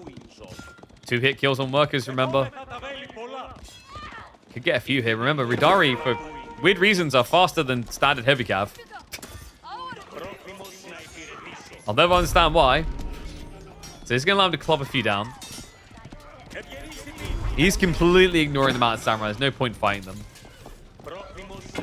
That's not too bad, though. Like, he gets, what, 4 worker kills? Not the best for the Ridari exchange. And meanwhile, Lucifron throwing away a lot of Yumi just to keep this idle time up. Still, it's becoming suffocating. Jiff just doesn't really have any control on the map. Double soon to be triple Sacred Site locked in. The amount of samurai count always just eclipsing the Ridari.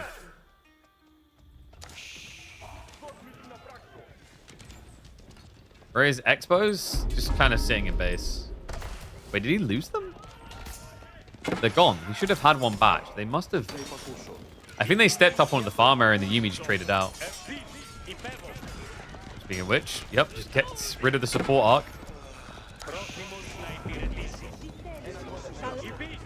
Dari's still going to keep scaring away for the moment. But that's because we haven't seen the full hand. This is going to be like a full backhand. That person you shouldn't just back chat. Slaps you so hard, your teeth come out your mouth. Like that right here is this Mata Samurai timing. Love the fact he's adding in Onimusha just as a reasonable answer to Ridari. Talked about how good they can be trading into Mount Samurai. He doesn't want to give them that opportunity. Dive in, Yumi. They find the Stoneworkers and they get the GG.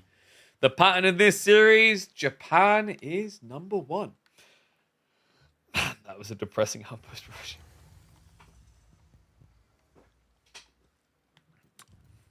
pretty brutal one, actually. Yeah, not much semblance of hope in that one. So left side win.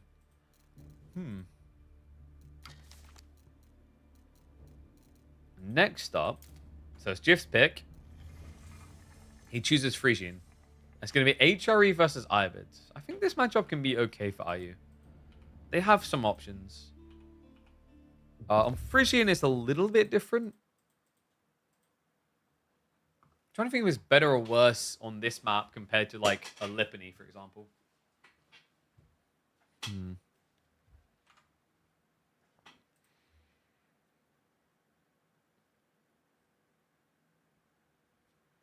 Jif is a talented player. Yeah, I mean he's got some potential, right? Like I'm looking forward to seeing how he develops over the coming weeks and months. Like he's a perfect example of why we have the KPMM. You know, like these are the type of players that it exists for, is to help them actually get on the path to greatness.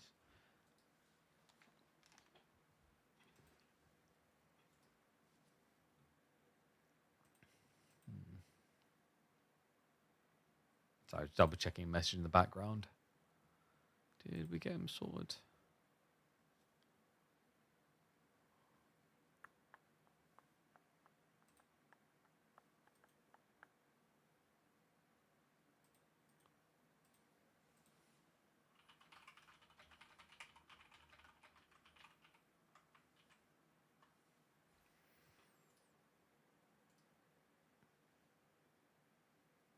Get that sword.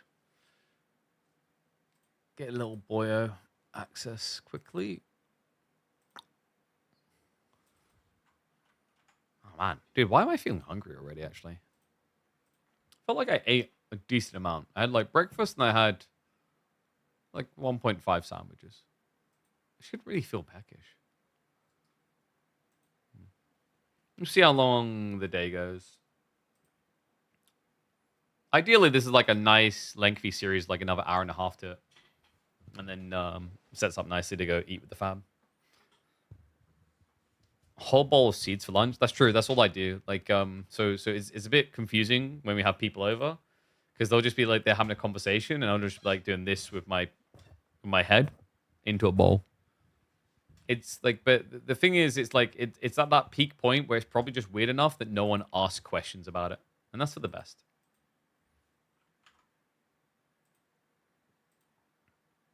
All right, let's get into it.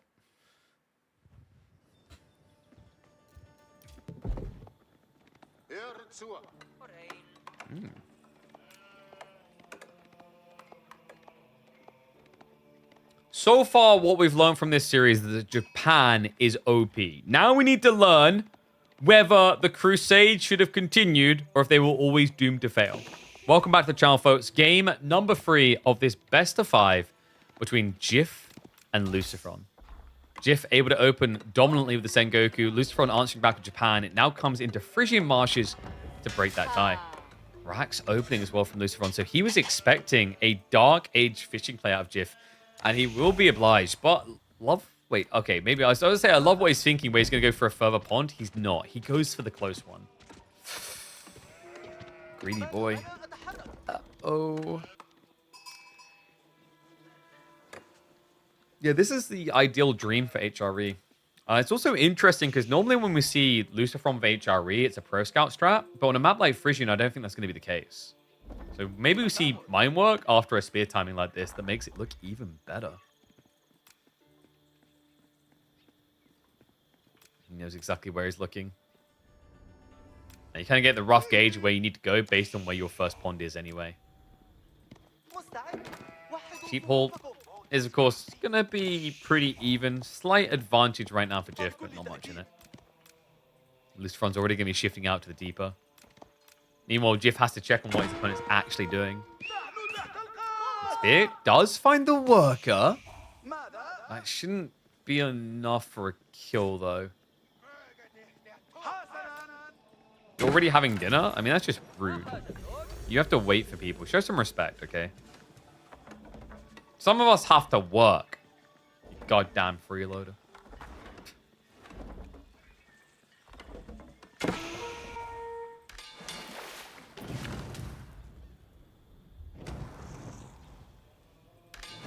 fishing going to be coming through, but Lucifron is blobbing for this. 5th and 6th Spearman coming out soon. He will look to just burn it down entirely. He even blocks the gold, but Jiff he's doing an advancement wing build, which I think Lucifron just clocked. He checked the gold, saw the 30. Okay, now that is interesting. Advancement on this map, why? Just the timing? To protect the fish, maybe?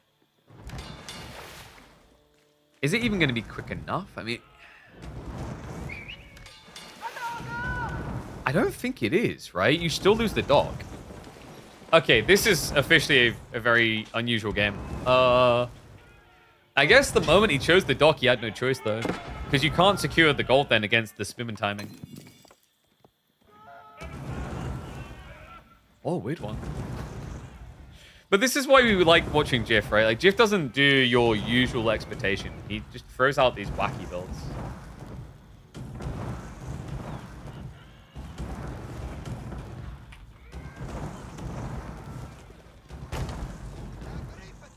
How do you guys predict? Because we actually just finally, the threshold was reached. Okay, 73% for Lucifron. Hate to be negative Nelly, but I'm kind of there on that prediction right now. This is a pretty rough opening for Jiff. He's still 35 seconds away, and Lucifron's almost ready to start his own tech up. Not to mention the gold secure. You're probably going to be forced into archery just to resecure your gold. And it is going to be Mindfucking coming in, of course. So, possibility of all Pike's horsemen to follow up this. The horsemen are pretty damn strong for HRE here. Like, if your opponent goes into Desert Raiders, you now have an immediate solution.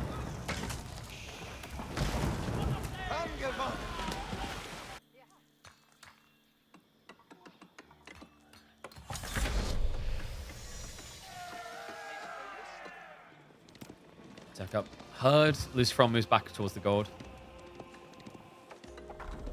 Archery and rats. Okay, so he knew about the mine work. I think he just scouted it, right? So, like, he's suspicious of that timing.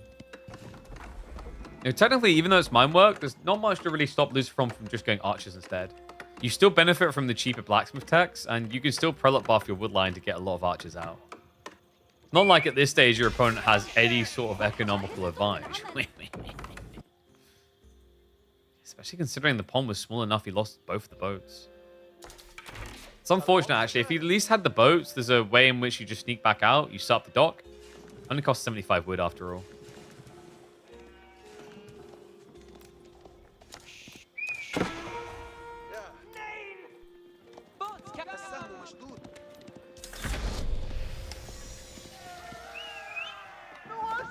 Let's see, wood is there. Stables? Archery, okay. So he's just going to look to archer blow. Marching drills, plus what we said about blacksmith decks. Does have a lot of sense to it. Jiff will at least get the timing to go back out for the dock in the meantime, though. Yeah, the trade-off of what Lucifron's doing, he doesn't have the external resources. He never went for a pond play. He hasn't even tried. So he only has 11 sheep in his base right now.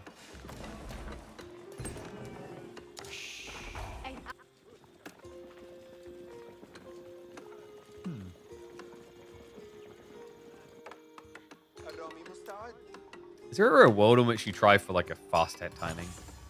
Now that he's going back onto the ponds, it seems unlikely. And what?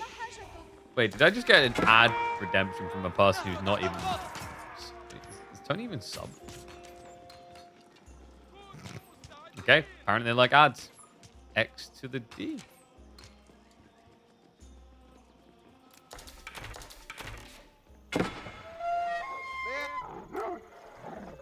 From just kind of keeping these spears in position to catch the expansion. Dock is going to be coming up. Army is close enough nearby that he shouldn't really be able to punish that villager, but if he sees it, at least it's free information. That's just an important thing. Gives you a target. Also, if you see your opponent's expanding docks like this, it means he hasn't got as much going into military. So it gives you a punish point elsewhere.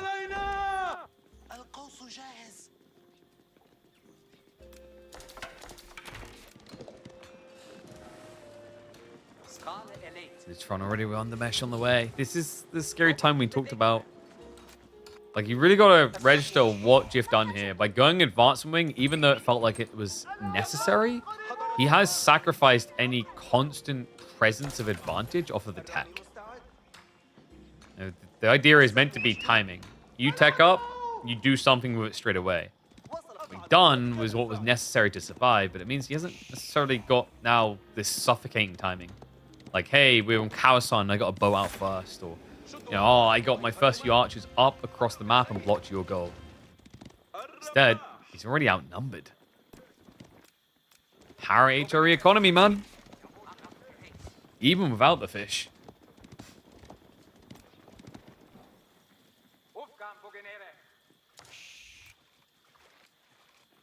Movement towards the goal. Jif is just going to have to keep extending his archer line.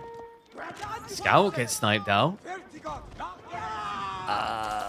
This is awkward. We're now riding blind. Someone get him a guide dog is going to need it. Might end up just guiding him to the afterlife, though. Marcher drills moving around towards the ponds.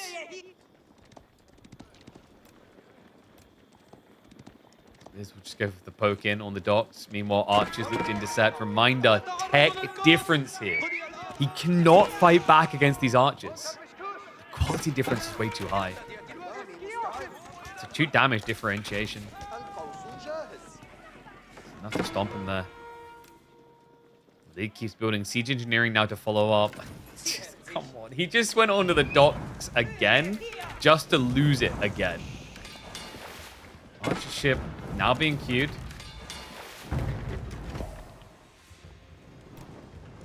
Man, this has just been very clean execution, hasn't it? Seems like he knew exactly what Jif's game strat was and just committed to this archer time relentlessly. A little bit ambitious on the placement. This is actually quite close to the pond. Yeah, we'll have to cancel and back away. But just build ram over here. Remember, your opponent only has mass archers, so he literally has no answer to rams. It's kind of reminding me of that Vortex game on Frisian, actually, against Puppy Paw, I think it was. And it had a similar light to it.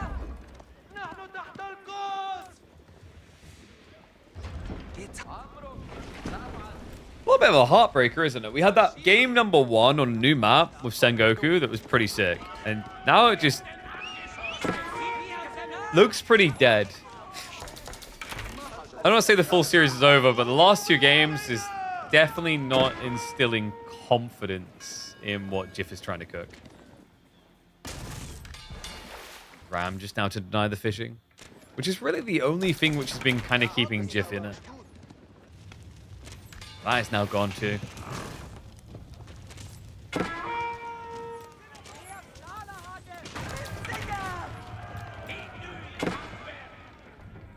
It's kind of crazy to see that Lucifron has a free worker lead, despite the fact that he built an additional prelate, and his opponent did have fishing. Had being the chief word to optimize around.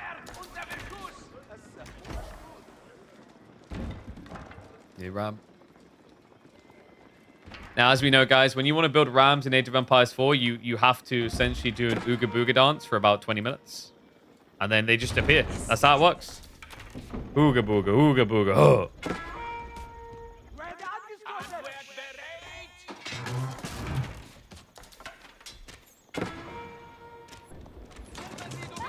To the base. Jif still doesn't have undermesh. It's coming through momentarily, so he should start to be able to hold his own.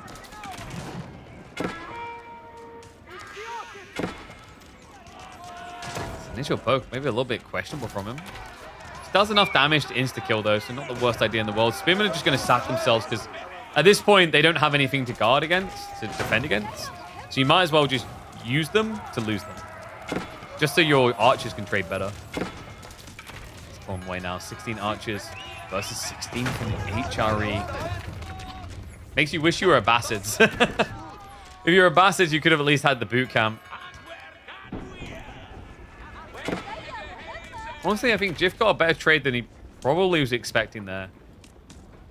Because although the military numbers do show Lucifron ahead, the thing is, in terms of raw killage, Jif got quite a lot of kills there. He is, however, now struggling from a lack of food.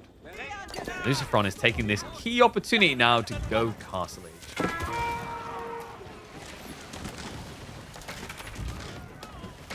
If getting cooked, I think we're past the cook point. Like at this point, we're even past the crispy. This is just full on burn.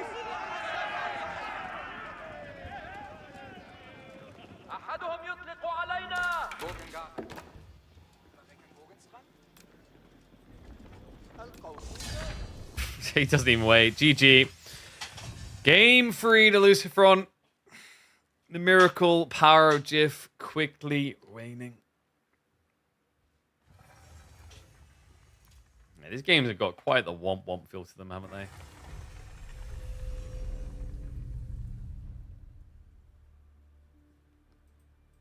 So Lucifron now up to match point.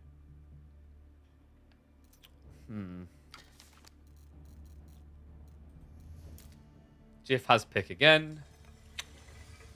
Oof. Okay, English King of the Hill versus Byzantines. That's a little bit diff.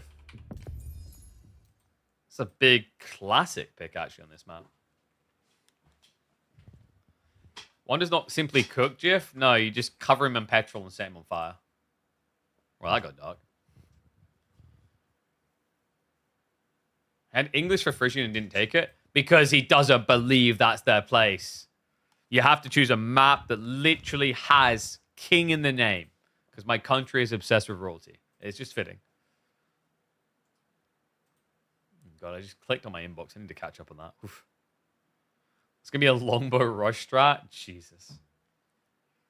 I mean, on the map, like King of the Hill against Byzantines, that's not the worst idea in the world, no?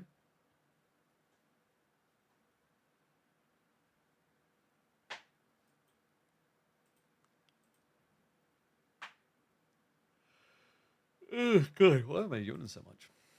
In fairness, I went to bed really late. I was up editing a YouTube video.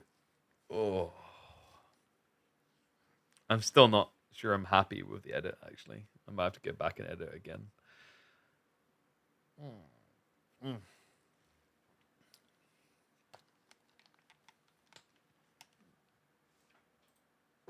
Oh, music. Wait, what song have I got playing? Is it Banjo-Kazooie? You guys are getting Spiral Mountain? Jesus Christ, I'm envious. Maybe, you know, that's what we've got to do something with. We've got to find some, we've got to find some content we can do with Banjo-Kazooie. Bad Piggies? No. Bad Piggies? Nah. This beats Bad Piggies. Seriously, Banjo-Kazooie, man. Okay, so it's like, I haven't played that since I was a kid. I kind of want to do a challenge playthrough with it. Revisit. So my take from my childhood, I actually think Banjo-Kazooie is better than Mario 64. And I think Mario 64 is a go game. But that's how good I think Banjo-Kazooie is. Notice how there's like this lame-o talking about Dark Age Men at Arms because Gully has no clue what Banjo-Kazooie is because he's too young. He missed out. He missed out on premium. All right. So.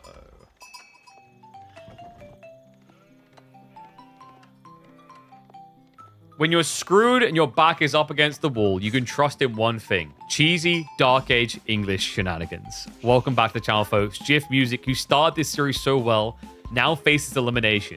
His opportunity to recover? English. A prolific English spammer at that. It's what he's done so much over the years, and the Banjo-Kazooie music playing is clearly peak and part of it. Dark Age Men at Arms rush on King of the Hill, folks, against Byzantines of Lucifron. I mean, he has got exposure points, the Ford Stone. Back berries is going to be pretty nice for him. You can even think about walling this, like actually just a small wall here, as well as a small wall here, perfectly protects the back. Obviously has to reveal it, and he is already moving across with his scout. Timing? Oh, no. Sir? Kind sir. Okay, he's going to rotate around the back, so he will eventually see it. Should see it quicken. No. Does he not suspect? He doesn't. Dark Age Meta Arms Rush on the way. Big salute. All right. We are officially cooking. The kitchen is open for business. Damn. Cheeky little snipe on the sheep there. May grief him when he tries to place a wall later if he feels like he needs it.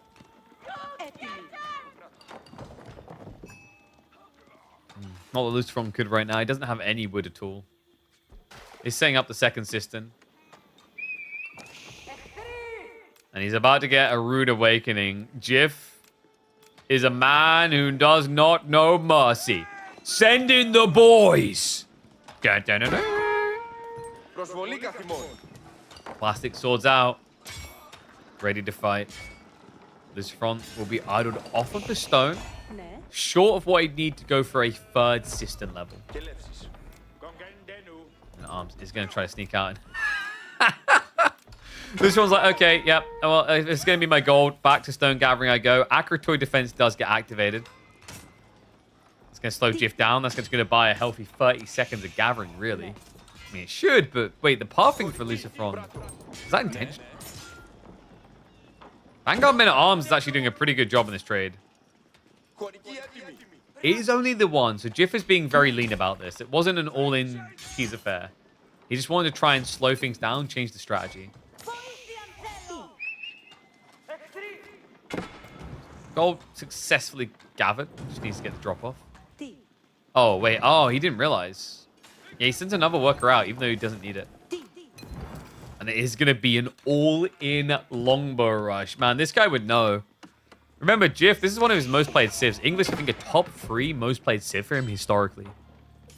Knows it like the back of his hand. And knows when there's not as much merit in a 2TC timing. And I have to agree. I think against Byzantines, they love when you go 2TC. Because they inflate really well off of just the systems alone.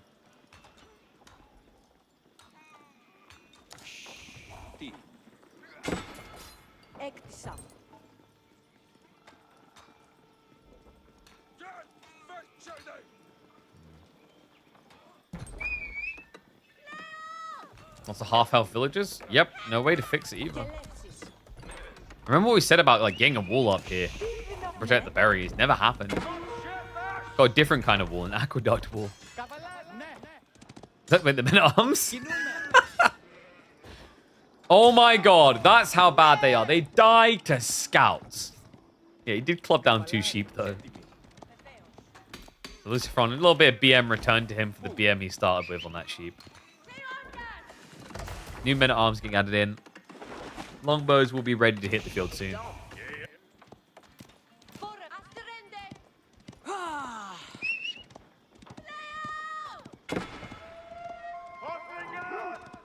Okay, so who do I favor here? I'm not convinced that Jiff has done enough yet. Lucifron will have enough stone to do level 4 system, which is a huge win here. Presumably, like what? Could you just mass archer? You're against Lombo Rush, so you don't want to build Limitane. I think you just straight up build archers.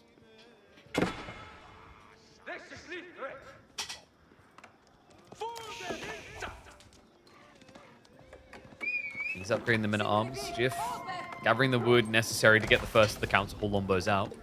We'll want to consider moving out to the tree line soon, though. Yeah, straggler trees are about to run out, and he's also chosen to add in the mill plus wheelbarrow. Which kind of feels like a weird flow of things, considering you go wheelbarrow and then walk out, and then you're already going to be in position after it completes, right? Like, it'll be useful for future workers, but definitely stings a bit on those initial Lombos, having to do it this way. And it is going to be stables, so just directly looking to contest the Lombos, despite the fact you know your opponent already has a Rax play. Yeah, so presumably he's just going to go Jav. No, you wouldn't go Jav Horseman. That's weird. But you just go Longbow Horseman here. Use your Longbows to snipe out the enemy spears, and then Horsemen to win the fight. Because the problem with Jav Horseman, I mean, you could do it, but the problem there that you run into is you're building double anti-archer. As opposed to building 2 units that counter different things. We'll find out momentarily. Merkhouse now coming through.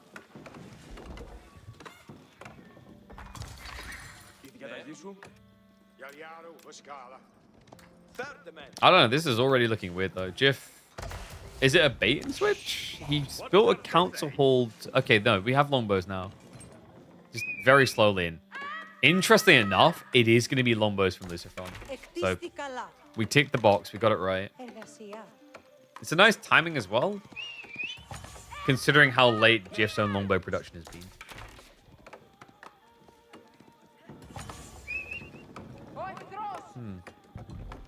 It just looks a little bit odd to me. I mean, maybe my understanding of the timings is off because I haven't really watched longbow builds in a long time. But to me, at least, it feels like these guys are pretty late.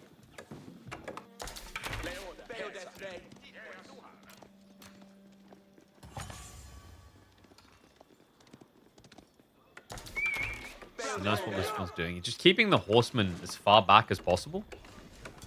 The reason he's building them here instead of putting them, say, the TC, it actually makes it more obvious in the TC than here. Because if your opponent checks here, he'll see his stables anyway, so he'll know you went to horsemen. So you might as well just keep them there, as opposed to trying to be crafty and put them in town center, where if I walk by your base and I see there's something garrison in a town center, I'm already getting very suspicious.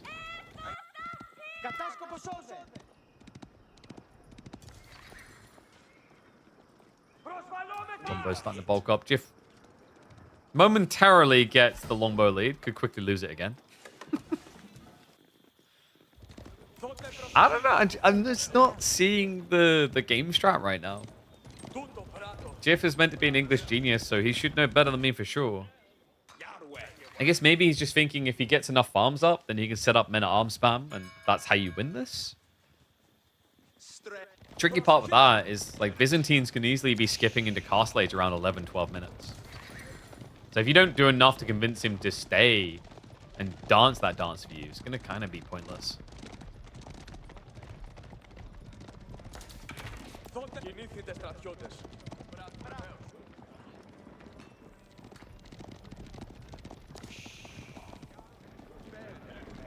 Front now creeping across with just the ponies.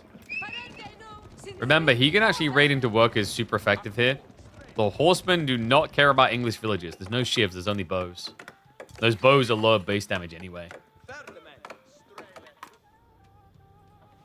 Secondary batch also, plus Steel Arrow coming. I mean, is there really anywhere that Jiff is winning right now?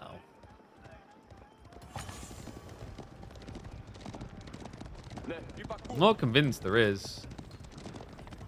He's got the longbow lead momentarily, but now with the blacksmith techs, it's a big problem. And this is another scary thing about Byzantines. With the Sistine effects, Dialecticus, you see how quick it makes them? 27 seconds to get these blacksmith techs. More than 50% faster. Now pushing towards the 4 gold is a great move. Because now, if you idle this area, how does Jiff even mirror the techs? Really can't. He can afford 1 maximum. Presumably going to be Steeled Arrow. Guys, Lucifron is going to choose something a little bit stronger than a Steel Arrow. It's going to be like a Daedric Arrow here, man. He's going to be going for the castle.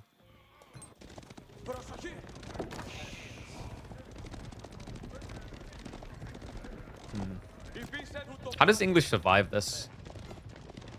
Well, presumably you're not going to get dove straight away. Abbey of Kings is going to feel like the obvious desirable.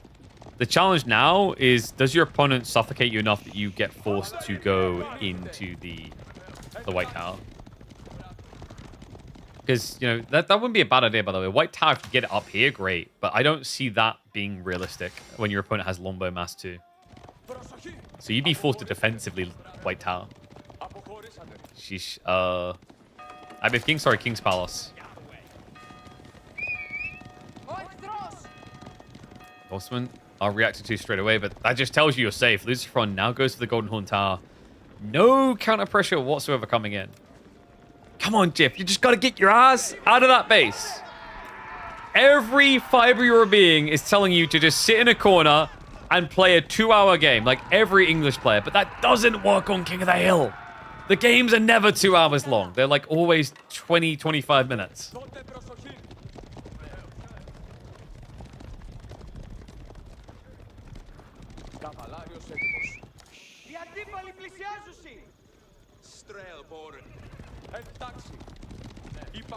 This just kind of feels like a game of inactivity now. But, hey, whoa, whoa, whoa, hold on. He's adding in more farms, though. You've never seen this English strat before.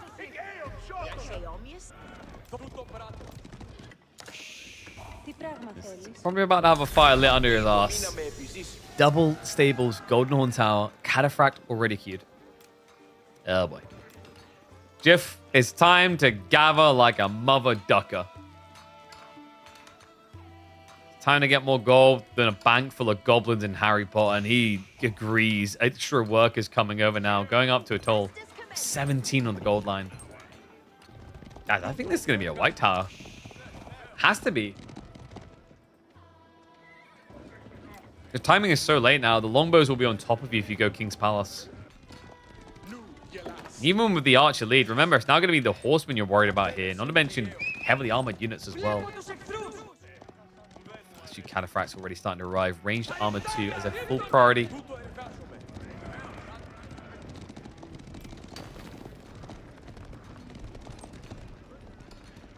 Not enough spears from Jiff. It's because you don't really want to build spears against lombos. Like, that's the challenge in the Byzantine-English matchup. The trade-off is meant to be they don't want to build Limitane. There's no reason to need Limitane is the bigger conundrum you have now. Cav rides in with the lombos. 2 worker kills straight away. Veterancy on lombos makes it easy to kill anything. And now the white tower attempt is going to be a dive. Luciferon moves in with the cav. Horseman cataphracts bogging it all down, wasting everyone's time. Lombos with a ride by. Looking to snipe out the spears to make this cav raid last longer, and it's going to last eternal. Jiff has to pull back off the white tower. He has dove past, looking for the lombos at least. There is a growing risk that he just loses the cav, however. The cataphract with the +2 ranged armor. So absurdly tanky. Jiff, however, will eventually clear them up. The build has to change. He goes for a King's Palace. What? So we went from safety to now completely unsafe. I kind of see where Jiff is coming from. You know, for a start, Luciferon lost the bulk of longbows. But on top of that, no white tower equal no obvious defense against the next wave. And he's going to begin this age by basically using the food for additional worker production. So there is a window here where Luciferon can punish again, especially if he's been rushing relics. Doesn't look like that has been the case, mind you. Yeah, he only has 1 relic. Oh.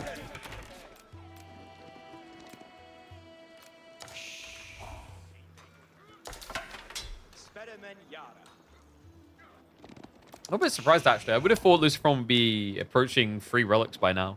But not even picking up the other 2 yet. Luciferon once more into the breach. Good placement from the King's Palace to at least stop the lombo trickle. And we do have the teardrop shields on the way. So remember, this is going to give the +1/+1 armored catas. Making sure the TCs definitely don't even hurt. This front, even just going to turn up the heat here. He moves out for the secure. And guys, Byzantines is a subtly toxic civ on King of the Hill. Subtle because you realize something very quickly when that first outpost goes up. Oh no, he's going to build mangoes. Charge in Lansk. 1 or 2 cleaves through. And the club down begins. These spearmen, they haven't been upgraded. Neither of them in arms, actually. What? Oh, Jiff. In his desperation to stop the Sacred Site locking in, he forgot he just went 2 TC. Kata's now just getting the full value, milking it. As they dive into the longbows. Luciferon's own bowman mass catching up too. I don't think this King's Palace is going to save him now. Yeah, that step up. Just a fragile mistake. Cataract's just laughing at the damage. 7 armor against this. Just that trickler spearman instantly getting sniped each time. So Sacred Site now locked in. Outpost to follow for Luciferon. He's already stockpiling the stones, so presumably we're going to see him move out for a little bit extra just to get the mangonel in placement quicker. This is just wave number 1. Wave 2 will be on the way soon of Caddis. Already shifts into the tree line with the remaining Lombos. Jiff's own Lombos will be able to clear those up. It's the fact that you've just gone King's Palace and we're just finding the eco lead building, not shrinking.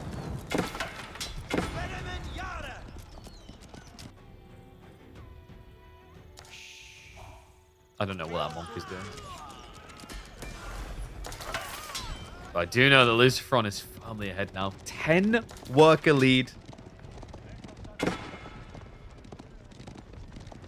It's starting to look like we'll be closing it out in 4 on this one.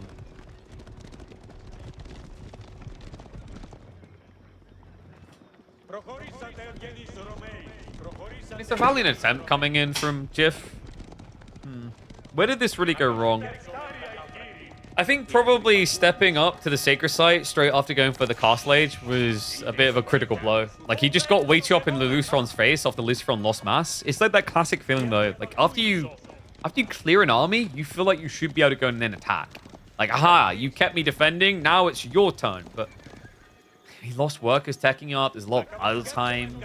You know, he's then forced into a greedy landmark. There's a lot of reasons why that rush out did feel like an overextension. It's a great read by Lucifron. Now just plowing in again. Cataphracts to end the game. End the series. Lucifron will be marching through into semifinals with a 3-1 victory over Jeff.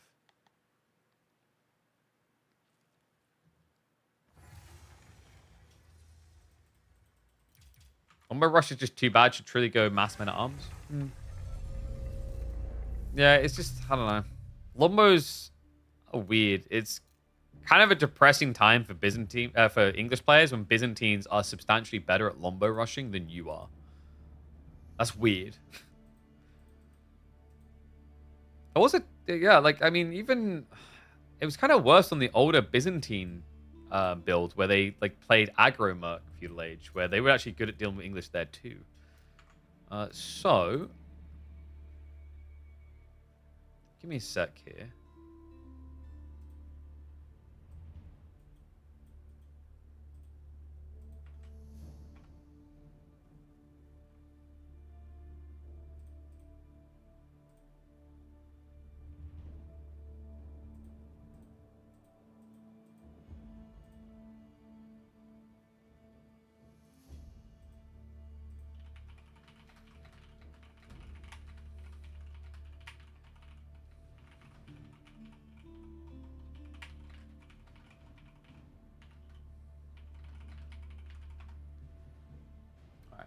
So, checking the series we've got.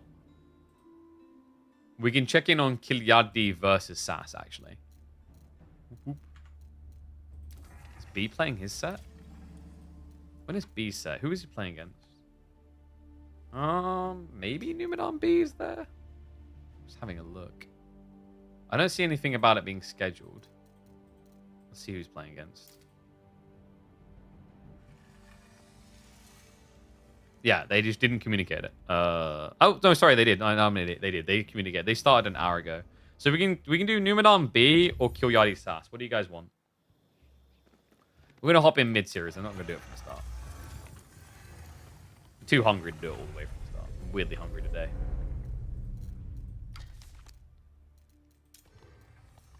Numenor versus B or Kilyadi versus Sass, guys.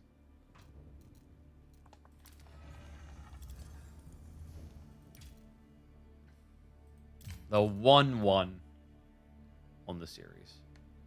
Oh, dude, there was a Macedonian Byzantine game. What? And 2 Flak Ottomans. I wish I had more time. This would have been a cool one to actually have watched from start. Alright. Let me get the drafts and we'll hop in on game number 3, where it's basically become a best of 3 now. So...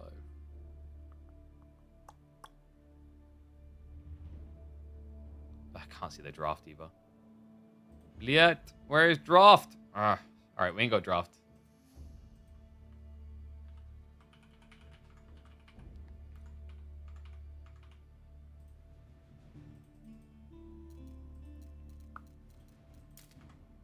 What's that G3? Okay, we're getting Mali versus Ayabids on Pigeon's View.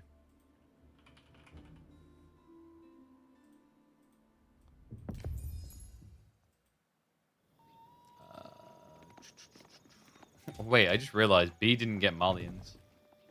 That's unusual. And it snatched away.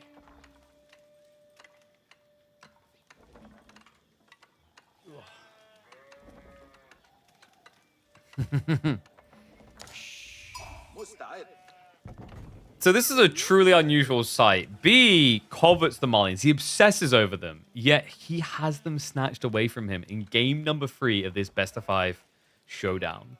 That's right. Numadon has snatched the most treasured Malians, and B looks to solve it with the Ayabids. Gotta say, despite the fact he may not have got one of his favorite civs, this is still a pretty good situation to find yourself in as B. Ayabids are looking pretty sick at the moment against Mali. Especially with this type of spawn. Second gold vein really exposed on the front side. Yeah, so it's to do with the kind of pseudo-fast castle timings into eventual Manjanique play. If you ever reach the Manjanique play, then at that point, unless you fluff up and given Malians really big advantages, you just kind of plow through their base with quite a lot of ease. We'll see which way B wants to open up. Type of player who typically would be looking towards Dervish, I want to say. More of a Dervish believer than a lot. More for Numadon. Full pit mine. That's one of the nice things of playing against Ayabids. Like, you know, we talked about some negatives, some downsides, but one really clear upside here is that you don't have to worry about a threat on your pit mine. Because when was the last time you saw an Ayabid player rush in the Dark Age? It's just not really on the menu for them. Let's get predictions up for you guys as well, you little gambleholics. Off you go. Have fun gambling your imaginary virtual currency that we created away. Don't know what you'll possibly do about it.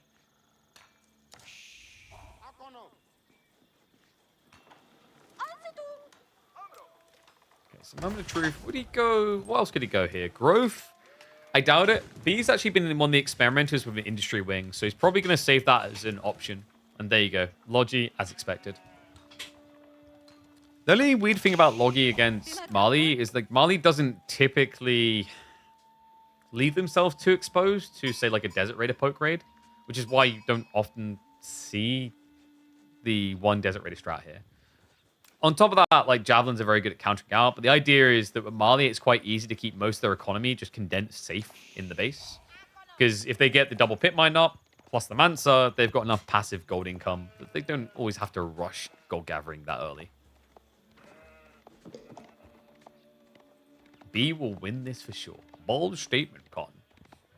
They've split it 1-1 so far. I wouldn't write Numadon off. Numadon is becoming quite the force of nature, actually. Guy's been rapidly improving. Got to put some respect on that name. He is not a simple pushover. This man may actually be a Swedish god. The highest ranked player out of the Sweetlands. Arguably starting to look like the best player out of Scandinavia. Yeah, I mean, we used to talk about Kilyadi for the top from the Nordics regions. Dumu, of course, as well. But like Numadon, you know, he's quickly encroaching upon those two.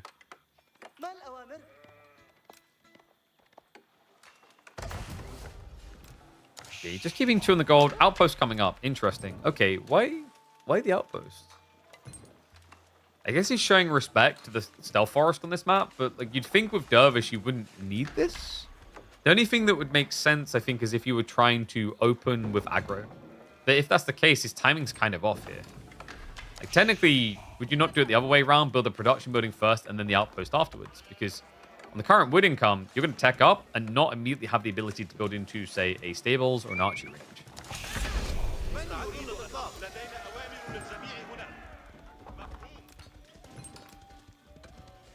Dervish. What are they up to? Oh, he's just going for double outpost control. Interesting. So that's why he builds the outpost so early. Because normally you leave these guys at home and no damage can be done. Still, I don't know. I don't know if you really need the outpost this quick. If he doesn't build any military units, then fine, whatever. But if the goal is to build military units in the feudal age, Feels like there was a much cleaner timing if you just delayed this.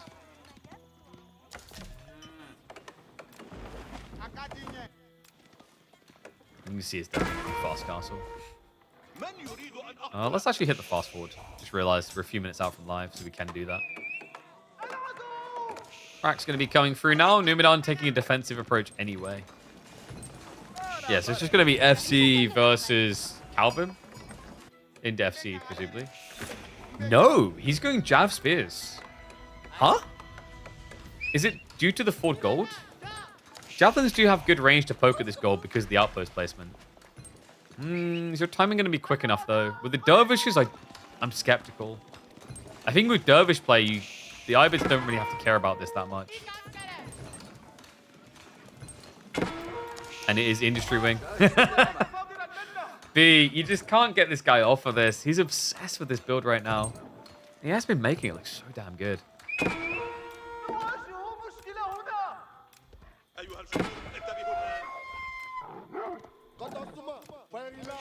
Nimu, even going straight into Siege Engineering. Okay, this game is getting spicy pretty fast. We'll stick to the 2x. Because obviously he's not going to be able to dive in too much. He's going to wait for the ram timing. B is going to see it happening, though. Only a minute and 10 away from getting that big injection of wood and stone.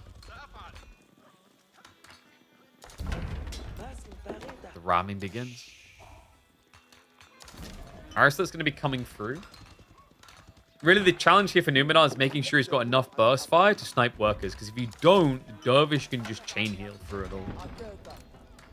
B, even now setting up archers behind this double range. Pretty smart read. Remember, Industry Wing is about to inject a crap load of wood into his stockpile. 900 wood, in fact. It's a great way to use it. It's just producing into mass archers. Clown car begins. Move out with the Dervishes. It's going to be a play for the relic straight away.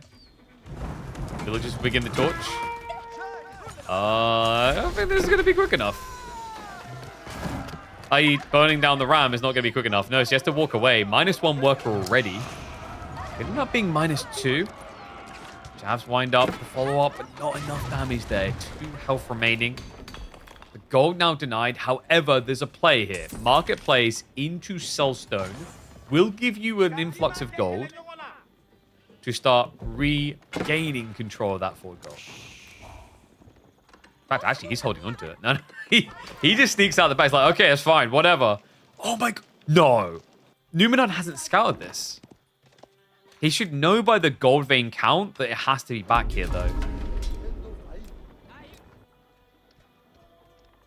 Relic grab. Successful. 2 now on the way home. And both from the west side. That's also going to inject gold.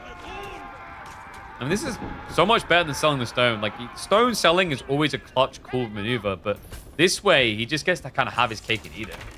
If he wants to go TC in the end, he has it. If he needs arrow slits, whatever, he has it. I think he did just sell some of the stone there. Maybe he even thinks about a spring on the placement here, but it looks like it would be too late. Villagers forced to run. B, one of them actually hung around inside the outpost. 3 Camelots in the queue. Needs to get them out before we can really start to fight this.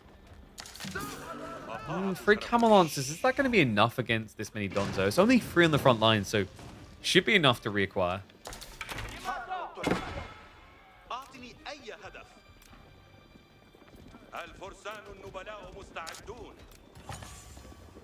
Nimu. How are we looking? 10 count deep. Yeah, but it's 4 Relic Gaming now. Soon to be 5, actually. Numinon did at least sneak out for the corner gold. So his third pit mine when he reaches castle will be pretty quick on the front. And we do have... Wait, what's going... What? Oh, he attempted to wall it in. He was way too late, though. Makes it all the more depressing. He did at least intercept the Dervish to slow him down. But B will just be able to pick up the goodies now. Kind of wild how much bigger Numidan's army is, and yet the confidence B is playing out onto the map with. Challenge here is vision, of course. Like, you know, if Numidan saw this, he could engage with it. He has no clue where exactly in the Stealth Forest it is. His scout is nowhere nearby. Yeah, like, wait, what? Yeah, he was just kind of pulling him back and then sends him back over the east side for the decap.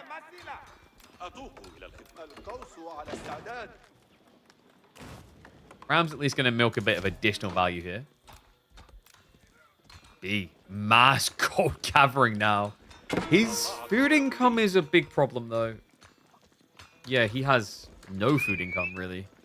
He's got 0 people on food, so he's buying food to try and stay alive. Now going to sneak out to the berries. Does have the back deer as a backup plan. Cam Lancers are going to jump into the tree line and regret it. Oh my god. He gets 2, but he loses 4 Camel Lancers for it. It's a painful expense. B, half of his cavalry comp just gone.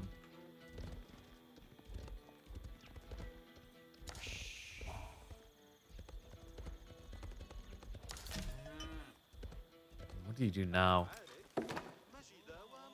You can get a lot of wood, so archers would make the most sense. Your opponent has got quite a lot of javelins. Javelins that actually keep their value at this point because they trade quite well into veteran archers due to the count difference.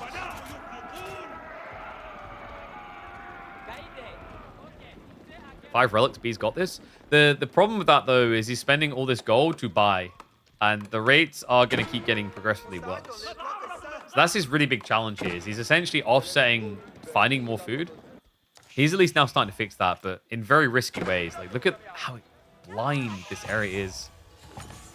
Feels like it would have been a good outpost as well. Just an outpost here would have seen the entire area. It secures for the follow-up berries and deer afterwards. Which is something you should be worried about, considering Marlians going castle usually equals so far. Not in mass, just for raiding though, because obviously you're dealing with camel lancers. I see the landmark.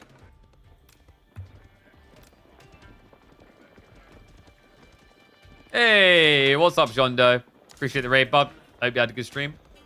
Welcome, one and all. Time for game number 3 of B vs Numu. Done cooking up a storm fast. 18 on the Fulani. Plenty of food now to work with.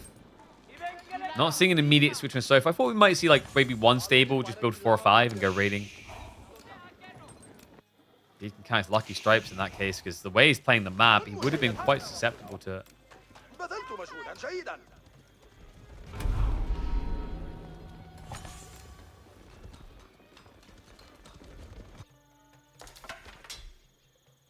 Double lock-in. What does Numu look to do here? Interesting that we're getting him adding in even more jabs. I wondered if like archers would have felt a bit better, but he's just playing the classic jab counters. Archers and spears counter Lancer. Technically, the archers and Marlians is pretty effective due to the poisoned arrows. Might be that he doesn't see as much value in it due to the existence of the dervish healers.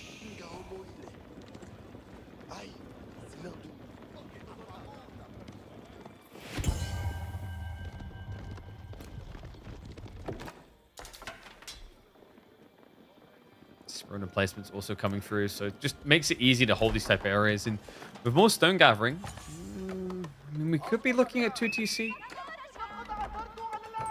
Wouldn't be the oddest idea when you know you're up against Fulani.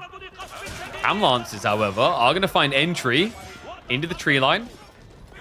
Next with 1 or 2 worker kills. Spends most of the rest of the time just dealing with Donzos. Heal and heal as well, love that. He's just keeping an eye on the health bars and pulling away the injured. 1 at a time.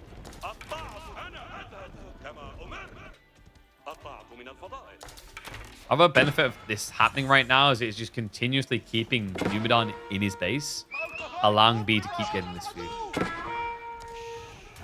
Smart usage of the Civ, understanding the healing. Charge in. Wait, Shiv's out. Oh, Numu. That's a great grab. A little bit costly, but it gets rid of the threat entirely. At least on this wave. It ended up costing him, I think, 3 more workers, though, for that. You can, to a certain extent, get away with that because you have got Fulani, but remember, your opponent has got the Golden Age buff. He's also got 5 relics. And there's always this creeping risk he might go for 2 TC. For the time being, though, it is going to just be mass Spring Odin placements now coming through.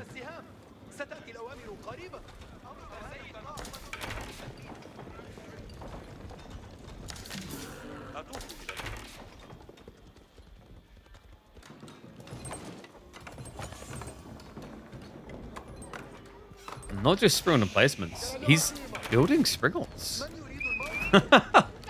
Bit of a mixed bag against Javelins. Very good against Donzos, but Javelins can snipe them out quite quickly.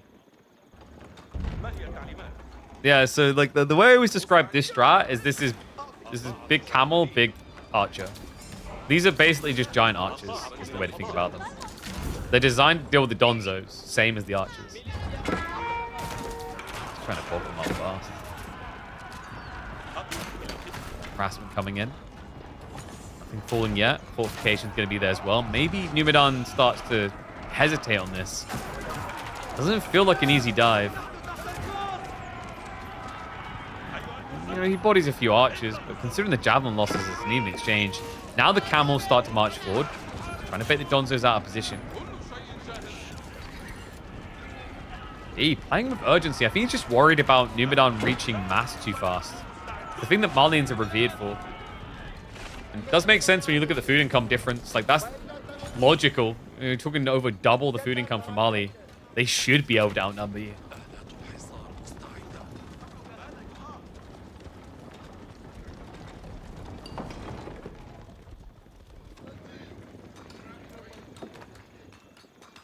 Nubu now with a lot of golden food, by the way. He's not going Imperial, is he?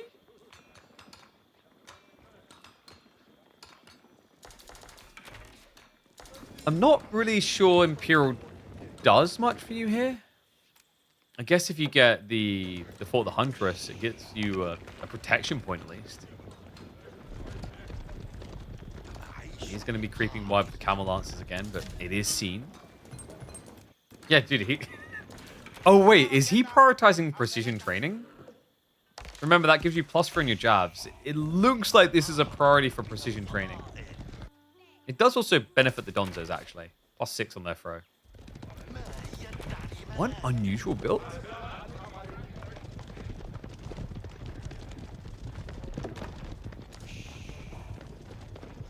We'll give you a clean answer to the Archer Mass. Even the camels can start to get erased by elite javelins at that stage. And also the way that B's played, like it's 2 TC now, so he's not rushing an Imperial Age. It's very difficult to rush it with Vibids anyway.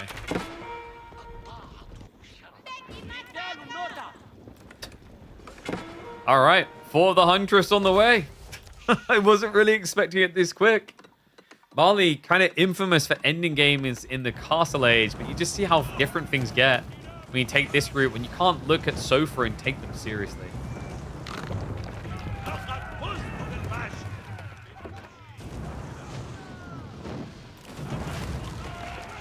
Cam Lance is just going to milk the flanks. I think at this point, B's probably getting a bit suspicious about what's actually happening. He'll have full confirmation soon, though. Problem is, what do you do then?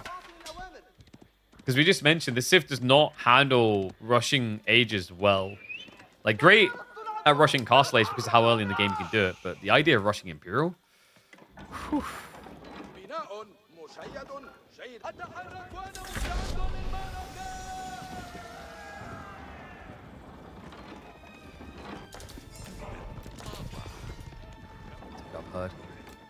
Gulam switch? Okay. I can see the merit of it against Donzo Jav. He's probably expecting Numidan to be going for a timing attack here with the elite techs. And you can see he's already posturing as well. Starts to move upfield a little.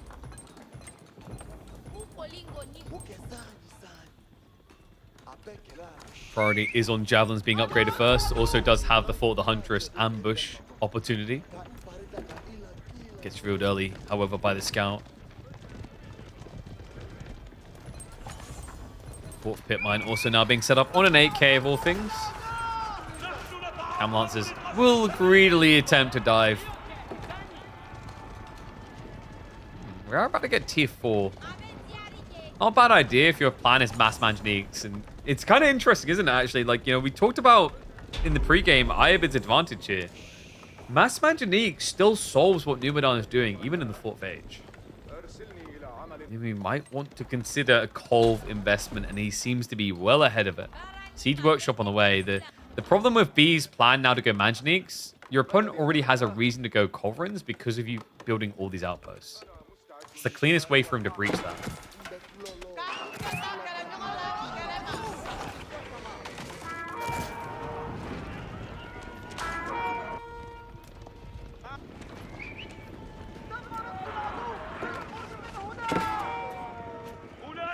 Lancers do connect on the back here. Now, hold on. He can dive into the base. This is, what, the entire army? Yeah, he's not holding much back. So Camel Lancers now cutting the reinforcements. Oh, what a strike by B. And Numu's actually reacting to it. He's bringing the whole army back. Not just that, B, he did see the siege workshop, so he knows what the goal is next. I don't know why I said Culverins. Bombard's now coming out from Numu.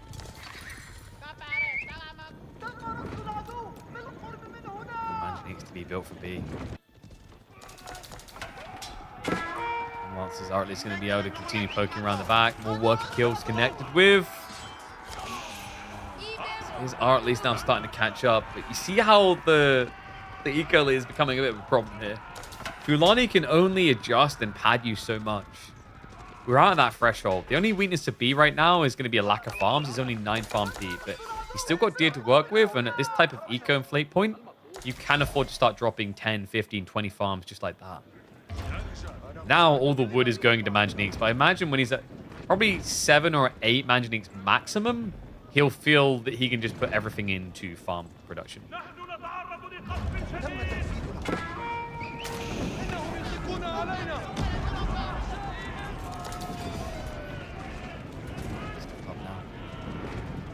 Second bombard. Numu, he's going to want to have 3 of these bombards. If you have 3, you can insta-kill a Manganique. 2 gives your opponent an opportunity to pull away. This is it again. There are at least Donzos waiting for him this time. Textiles means he can't fish much. But the main engagement may be the big problem. Manganiques looking to scud their way in. This gets a trickle of damage in. Bombards do get a single snipe. Manganiques now loading their shots. I want to consider a backup. Repair crew's going to be there, though. He brought villagers to the front line. Numidan, though, now has the 3rd bombard. The ability to kill that he's been needing. Another Manganique down. Scud launch does continue. It's spread damage, remember, but a full retreat now. B, he was thinking about Imperial before. I think now it becomes an inevitability. You want to look for the tech now before the lead gets bigger for Numu in terms of eco, military advantages. Like eco... direct village account, there won't be. But in terms of things like, for example, the food gathering tech 3, that's where you might be a bit worried. And this is a big one as well. Elite army tactics now on the way.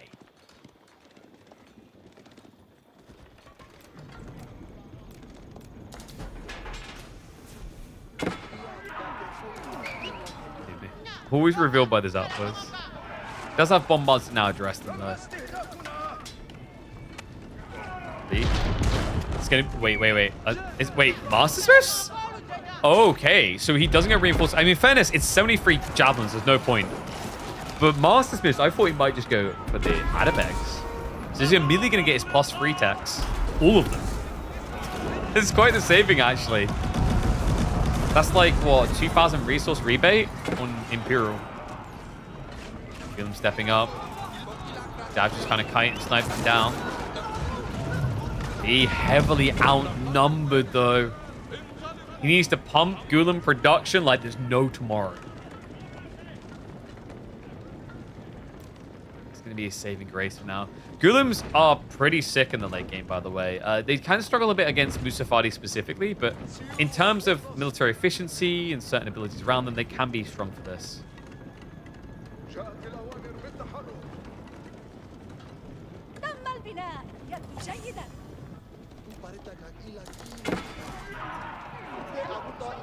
Gulam's beat Musafadi? Yeah, but the thing is, you should never be on equal count mathematically, like economically. Right, that's the way the Musafadi tend to win. Challenge here is it is a 40 worker lead. That's where you have the big hurdle to tackle. Like, can you actually get enough Muso out? Also, you need to start losing javelins to even begin doing that, is the other issue. Smith just 30 seconds out. We need time for the elite upgrades after that too, but he has at least got the gold ready for it. Numidan tries to press in for a win.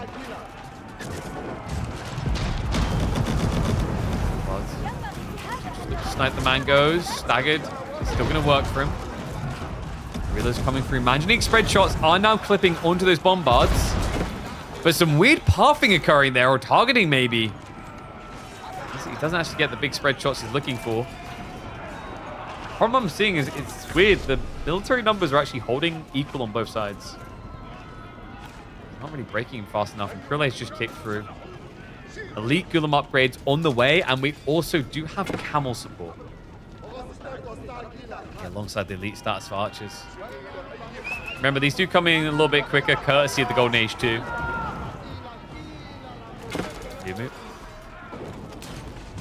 Actually, these shots coming through. Interesting choice to go for the snipe. Actually works out nicely. Just high base damage, not just a 1 damage hit. And Lancers trying to forward this a bit. Gulam spam continues. Elite status just a few seconds away. Even Taipan's on the way. That's going to be huge for B. Remember, he has 5 relics. Just needs to keep blowing army, though. That's the challenge. Archers now getting sniped. Bombards at this stage would probably benefit from just going for the landmark snipe. He values them more for sniping out the archers. I think maybe he's done it here. It's just so many bombards. Remember, these are just giant archers in a different way. Able to insta-snipe down the backliners. I think this is done, guys. Nimu. Bit of a wacky game and a weird way to have to go, but good old jab spam. Even without the Farimba to get him across the line. Primary TC now being assaulted. Keeps enough javelins back to guard. Sends a second group to go hunting. Has found the economy. Numenor going to be moving up to match point first, unless B can somehow pull off a divine intervention. Clusters being set up to try and help that. But I think the bigger problem now for Numenor, or B rather, is going to be Rax production. Even if he could afford it, I don't feel like he's got enough pump coming out. No, you're just going to get sniped on arrival.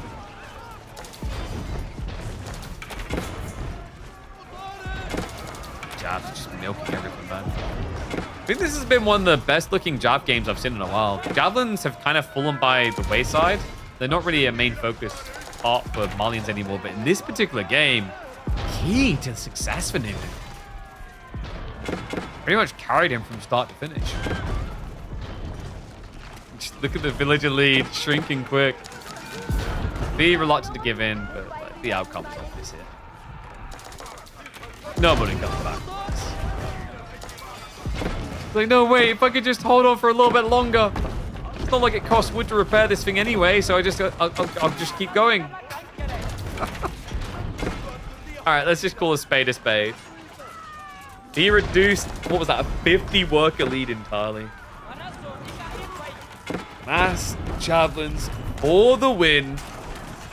Marlin, he would actually trounced the Ibis. Rare statement, for sure.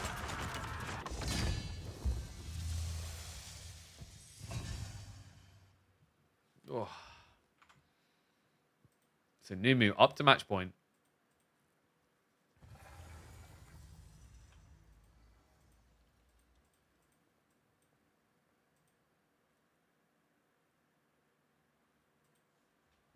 Even Marine Lord lost with Iowa against Mali.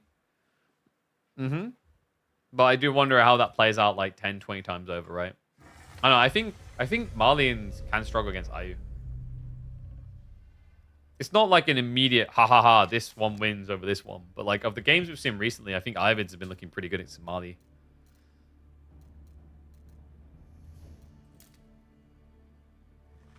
Are Culverins as good as Bombards there? Yes, no, it's like different variants. Culverins are better than Bombards in general. Cannons versus Culverins is the interesting comparison. Because I think cannons are like a good generic approach to most threats. But obviously you don't have them, you have crappy Bombards. All right, Shushi versus French Dry Arabia next. Let me mark this one up.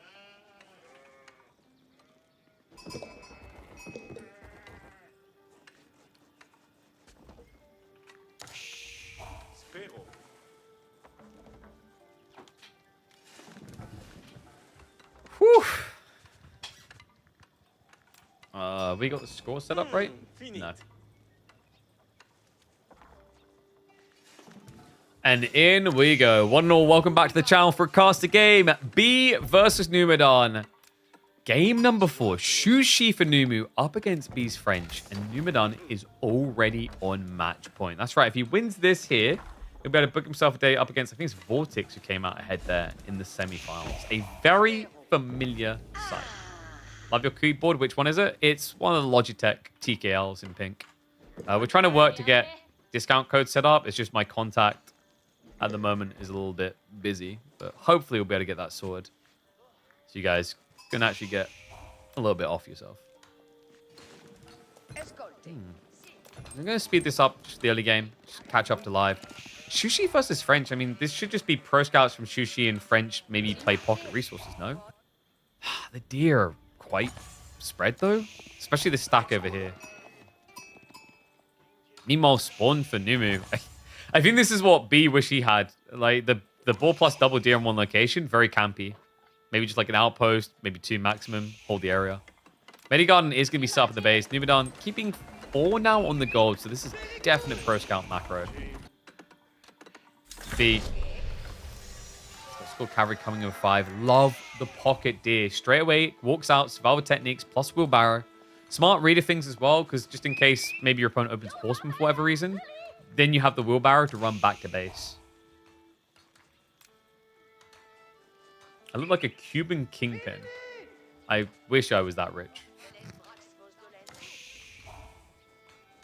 Like, what do I need to do to achieve that? Someone buy me cigars. Wait, no, I don't smoke.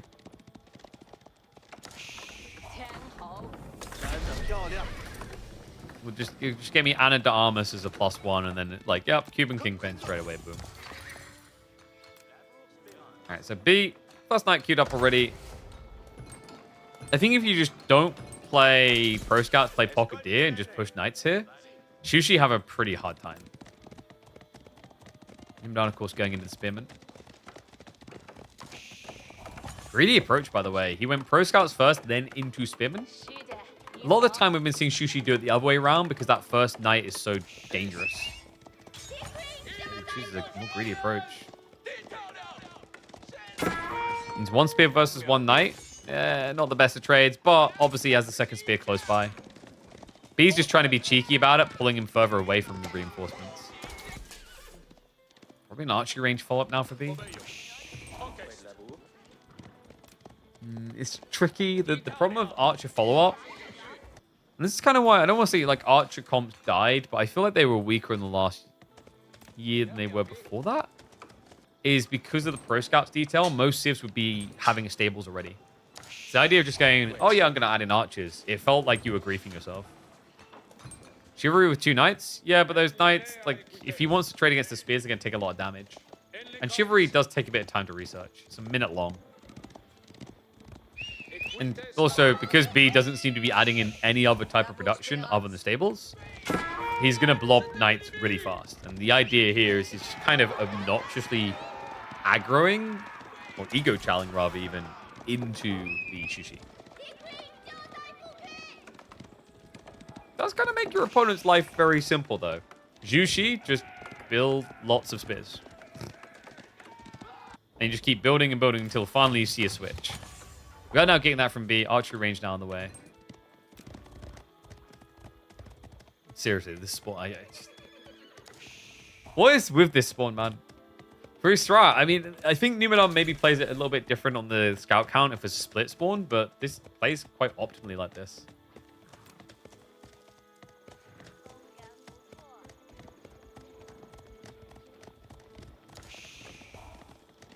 Yeah, the funny thing about this shirt, actually, now that I think about it, is I'm pretty sure it's like, even if it seems like it's Cuban or Caribbeans, if I'm not mistaken. No, maybe it is. No, I am right. I was about to say, I think the pattern might be... Actually, no, it's not. No. I thought it was the Sacred Pairs, Paisley, which is like, you know, an Indian originating pattern that British people snatched. We saw the Raj were doing, we're like, oh, we like that pattern. And then we named it Paisley for some reason.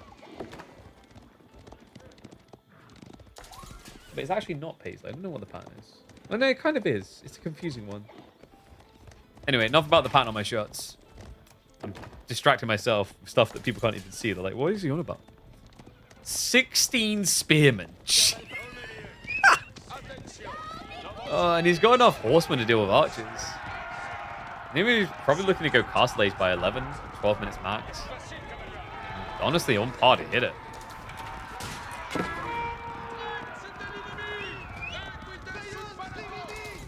Is it double archery now? There we go. I was about to say, it kind of has to be. When you see this many spearmen in solo archer range, it's not going to do it.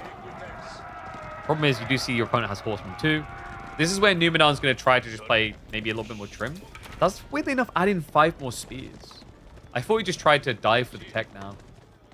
I guess he saw the knight count. He's like, okay, this guy's a psychopath. It's only going to be knights to get more spears. In fairness, Nimu doesn't know what his opponent's building, remember. The way that you play pro scouts like this, it's all been focused on gathering the deer up. He hasn't looked in the base and seen this.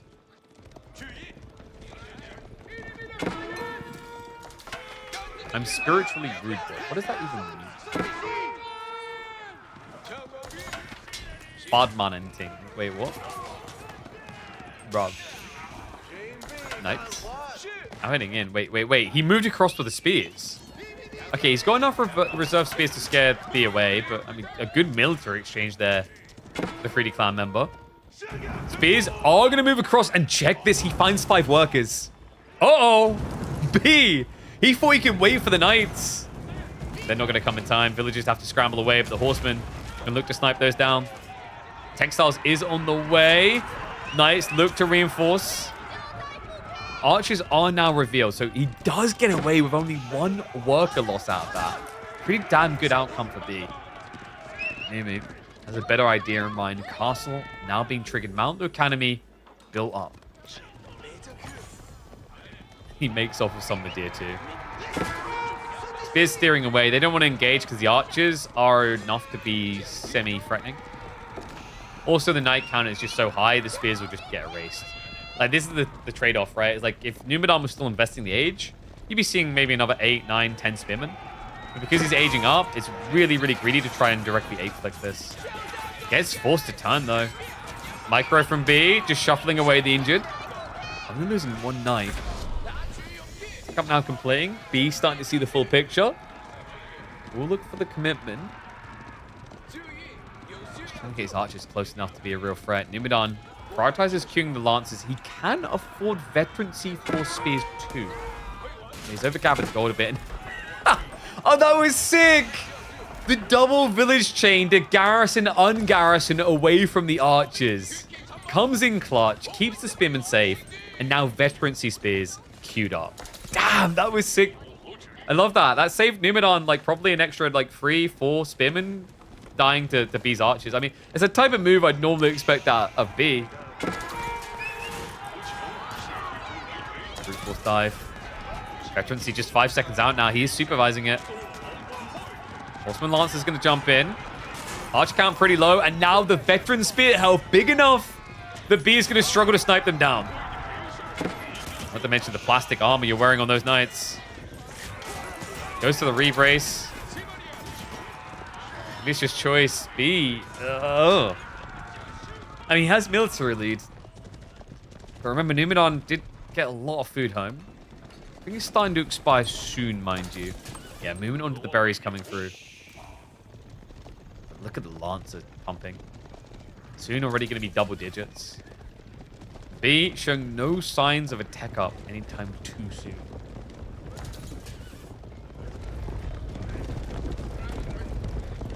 Not just that. Numenor, no hesitation. Starts marching across the map. This is really risky, actually. You didn't kill your opponent's knights, and you just pulled most of your defense force. He could continue to pump spearmen, but with only 1 Rax, it's not going to be that fast. He's also at the same time going for a monk pull. It's a lot of greed, actually. Good eyeballs. B with the outpost does see it early. Done. Looking to camp that back gold. Actually, a really good time for it. Look at this. Whoa, whoa, whoa. Hold on. If he sees that, he will. Knights. They do take the charge here. Numu, interesting, he's backing off. Guess he's worried about reinforcements because technically that's a fight you win right here. The problem is Numidan, we just said he's on berries, he's running out of food. He's not even maxing out on more spearmen. He's not really in a position where he can afford to lose lances right now. He's looking for a cutoff. Knights just to the north. Numu completely unaware. He's going to get the revelation. Charge comes through. Tries to steer back past them.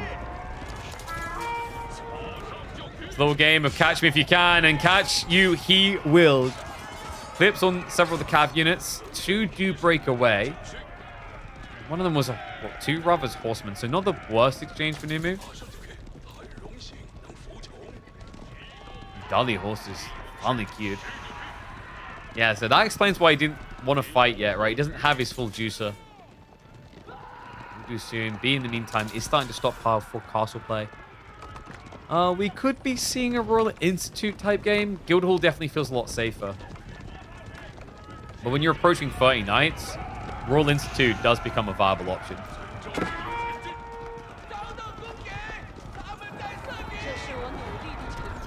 Still just carrying the spears to save what little's left. Yeah, there's no reproduction into them though. Like, there's just enough archers to keep them honest about it. Nice. Diving in. Has to hold the choke point. Archers go for snipe on the workers. B does start the retreat. Archers could be sacked here, actually. I think Jimmy might be capable of taking that fight. It's just he wouldn't be able to attack afterwards. Oh my god, B. Freaking hell. Creeps over to the enemy side for the ball.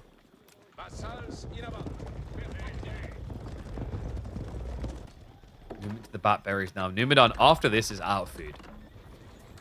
So we're either going to get Poor Man's Farms or he's going to need to go Song Dynasty. Either way, it's slowing down the control on the game that he was looking for. Like, the possibility of it getting smaller and smaller now.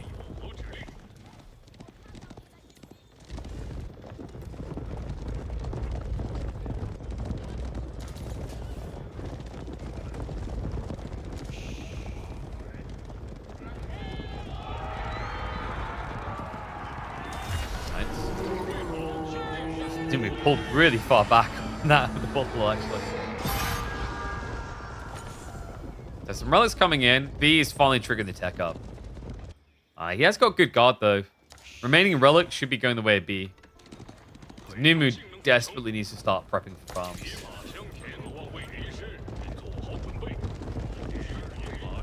B doesn't mess around. Of course he doesn't. Well, that's just not true. He has some strats that seem like Memery 101, but makes them work. More often than not.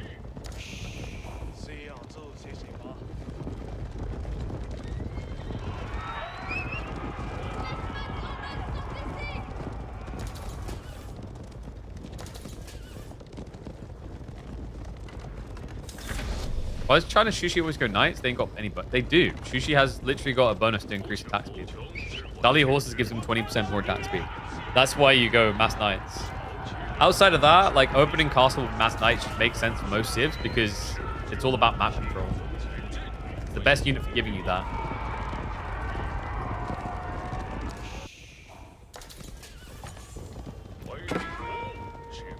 Numidan has mirrored the knight count now, but it's come at a cost with this Guildhall now in. I don't think Numidan can just slow roll this now. With it being Guildhall, the clock begins to tick against you.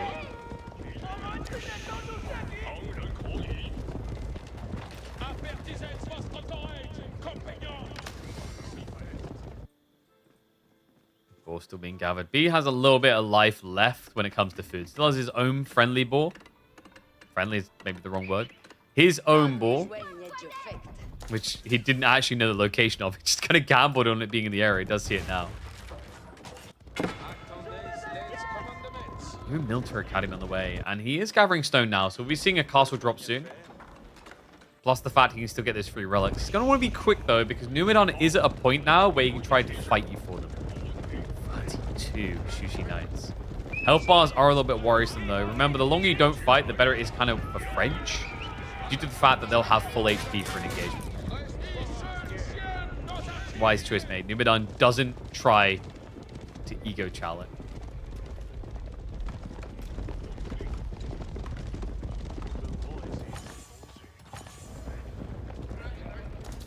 Military Academy plus the Cantor Saddles. B now even with an Arbor Trace switch up, which is being mirrored by Numidan's own play into crossbows. So they both have had the same idea at the same time. Still wondering though, where the hell is the song? Not like the sing-along song, the Song Dynasty.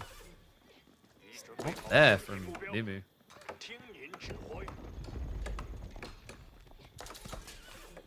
And he's doing everything he can to resist the farm transition, because it does feel like it would just kill your game here. You need it, surely. The berry's now being munched, and more people now into wood. So yeah, this is where you're going to see him spiral into mass farms. 30 woodworkers. Even gathering stone, I actually like this. You know, when you go farms, you're quite vulnerable, so you might as well set up a castle to try and hold safe in the back.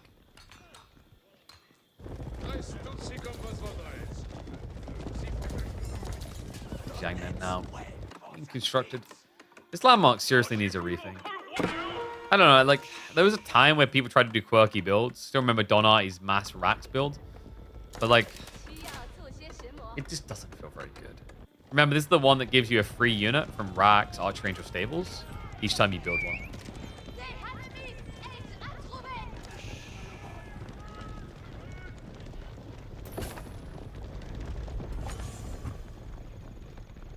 Now, this has just been a lot of staring. I feel like I'm just going to start using the fast forward. They're just looking at each other a bunch. And wait. Okay, so this is the key moment. Granaries are coming in. These guild halls should be not that great. Yeah, 520. But he has the right idea. He's starting to march forward. He knew the timing had to be soon. Lance's overreaction on the flank there offers an opening.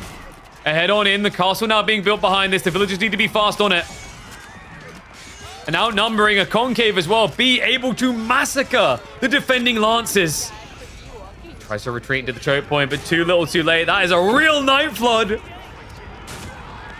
An absolute nightmare. B does retreat due to the castle. Respects the power of it. You see exactly why with the hand cannon slits. But Numidan was moments away from losing the game there. God, that bait and switch on the flank. Just a handful of knights dragging what felt like a third of the defending lancers. Cost him dearly. Comes out now 20 knights down compared to B. Obviously, with the granaries, he can afford to replace those losses. No farms yet out of B. And the Guildhall still has got some ways to go before he has that pull. He's going to drop his own castle over on the gold, actually. It's his second castle of the game for B already. I think we know where the third one would go. Maybe just jam it on the 8k your opponent's looking for.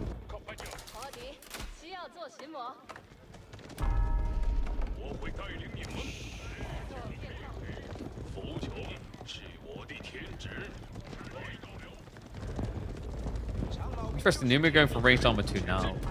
Back to was Spearman, actually. I guess he just doesn't feel like he can match the knights, which does make sense. Granary count is decent, not crazy. He's up at 29.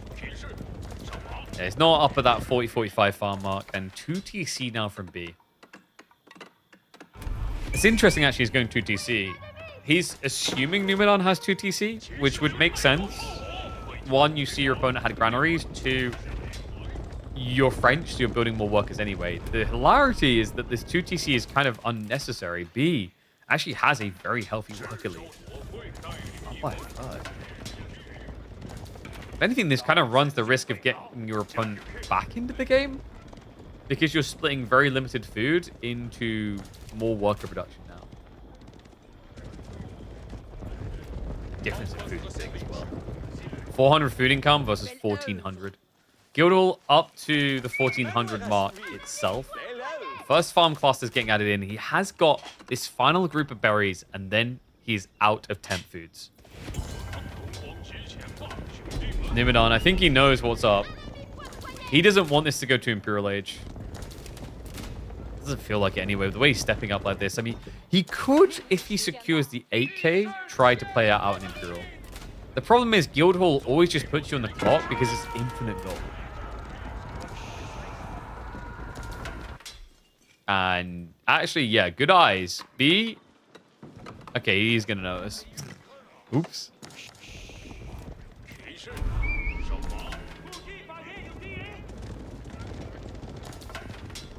Numu has to be looking to go soon. I don't think Numu can wait too long on this. Guildhall is going to be ready for a pull in about the next 2 minutes. And if he gets a drop on the 8k vein, Numidon just doesn't have the gold to drag this out, really. Not with a civ like Shushi. I mean, maybe that's unfair, actually. With Mountain Academy, you can get the extra taxmen. So within a certain margin, you can pull it more. But even taxes have their limitations. So Numu's going to move first. Castle drop coming in.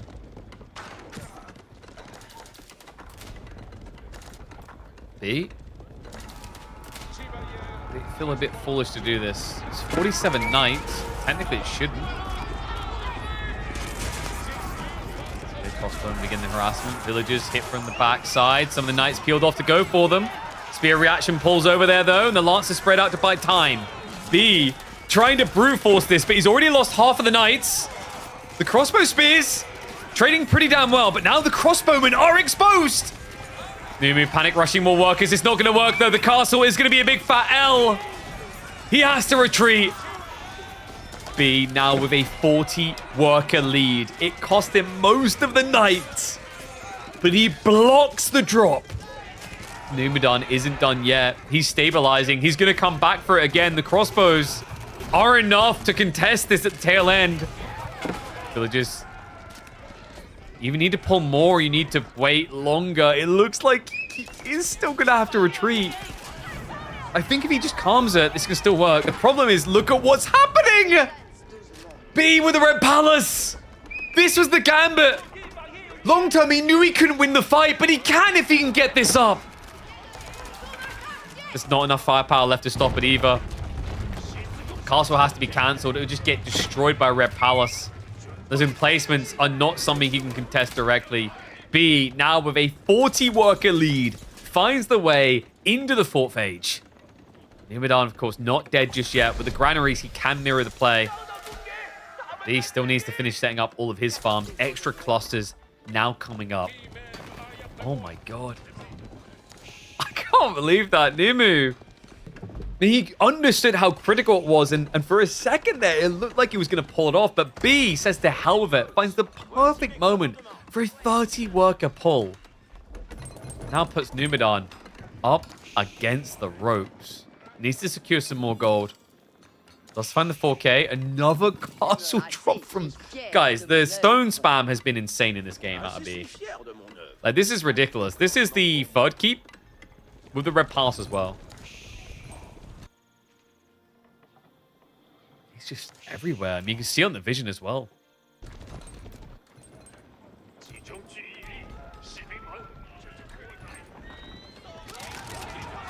Emu now just reblobbing.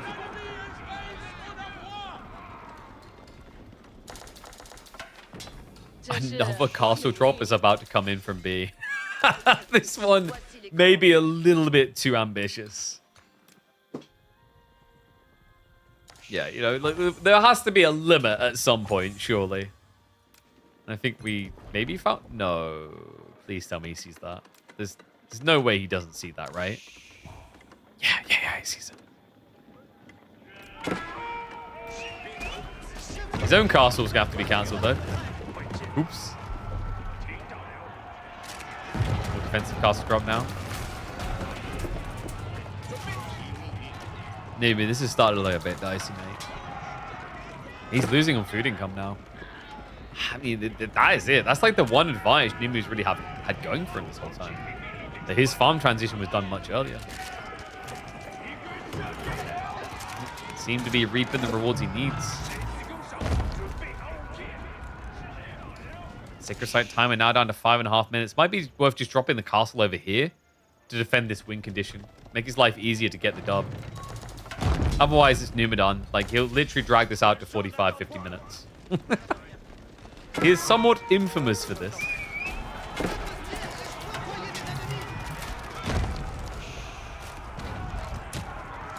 Cannons start to reveal. Newman with the double treb. He's directly trying to get control of the Red Palace gold.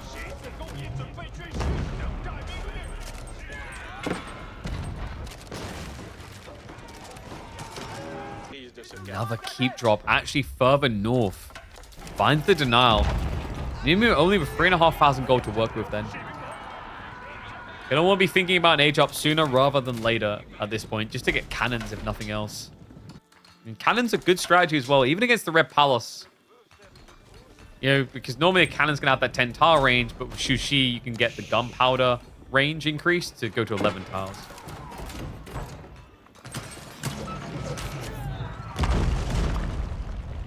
Will be a shift full to the east.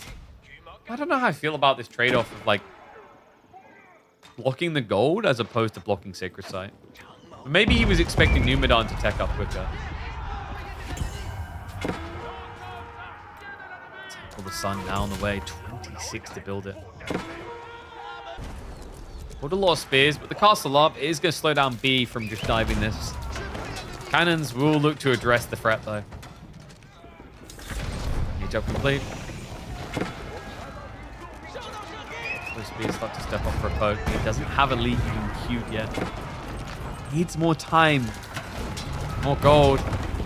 But he ain't going to be giving it. That's it. Like, that has to be, man. Numadon, he may have gotten the age up, but the idea of getting these elite techs in, let alone universities after that, it's a mountainous climb. One that just does not seem realistic anymore. Numadon does waste time with crossbows trying to snipe cannons. Actually, he's quite happy with that.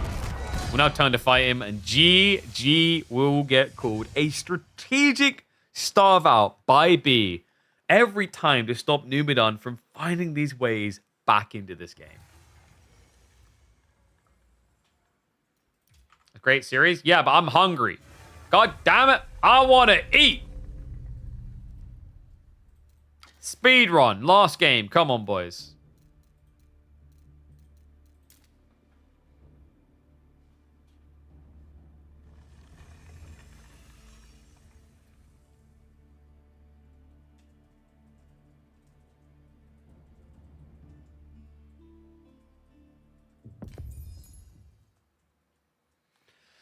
All right.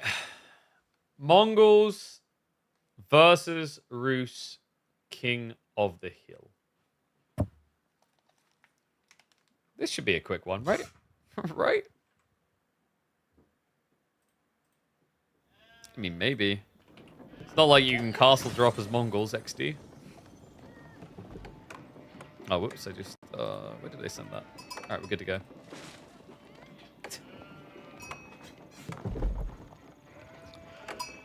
It's time to find out if it's called King of the Hill or Khan of the Hill. Welcome back to the channel, folks. Time for the deciding game number 5 between B and Numadon, and we head into King of the Hill for it. Rus, the strong boy pick, the traditional classic, but B spins a different yarn. He dances his own tail for life as he goes for a Mongol pick. What an unorthodox choice here. Kind of cool to see, though. Maybe just kind of a different approach to what you're normally going to see on this map. You can go for emplacements, you can hog the Sacred Site, but you can't go for that infamous castle drop that historically has dominated King of the Hill in the past.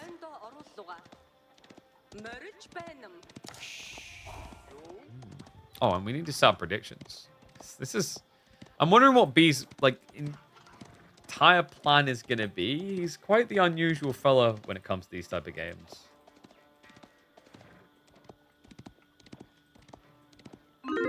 Maybe like 1 or 2 Magadai just to kind of poke raid to begin with.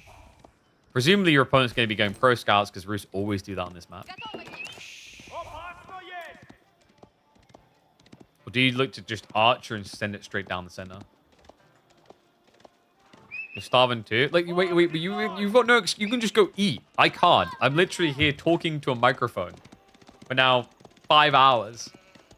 I don't have that luxury, damn it. Shakes fist.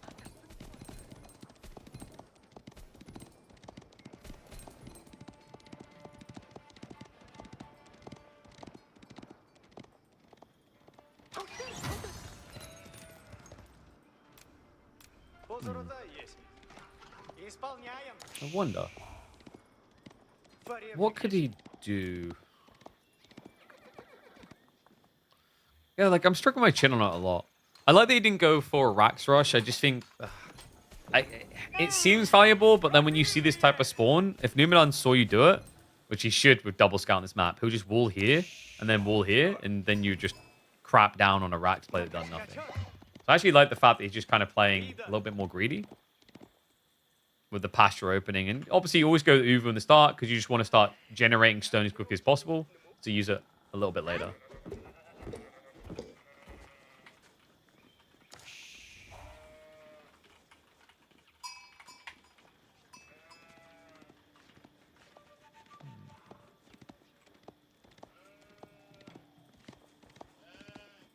Golden Gate. Just the normal. Man, I'm starting to think Kremlin might need a bit of a redesign at this stage.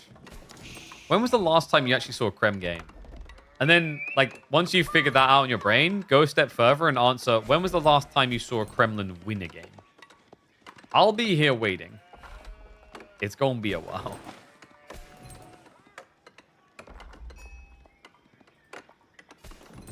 KT Fortress spam on this map. It was a cool idea. We saw it attempted by Anatand in the EGC finals. Didn't work, though. It was a cool idea. The problem was his opponent perfectly understood the timing and just blocked him straight away. I think it was Vortex versus Anna, if I remember correctly.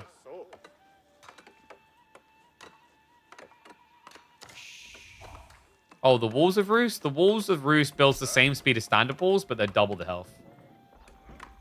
Which also makes them much harder to kill as they're being constructed. It's kind of ridiculous. Kremlin should unlock cannon placements for wood. That's kind of an interesting idea. It doesn't make it toxic early on, but gives it a lashback later on. I'm not entirely against that. That's a cool little buff. Like, I wish we had more of these type of buffs where you just take feudal landmarks and give them a comeuppance later on. Like, for a perfect example of this would be Japan. You know, you get a constant value as the game goes on from your feudal Kura storehouse because it will give you passive wood. Koka's like, I'm not going to use this anymore. The longest time I've said, like, Koka Township should be, in Imperial Age, you can build Shinobi out of all your castles. Maybe even actually just out of Raxes. I don't think that feels too cheesy at that stage in the game because your opponent should have a lot of military too. Stable's constructed. Looks like we are going to be getting Keshiks. Should be a decent timing as well, actually. So, next minute, we should be seeing... Well, minute like 20, we should be seeing 5 Keshiks total. Which is a nice way of screwing around with the Pro Scouts plan of Numenon, maybe even forcing the Spearman, which has been a more normal play at the moment for the Roost, but instead, Numu sticks to Knights.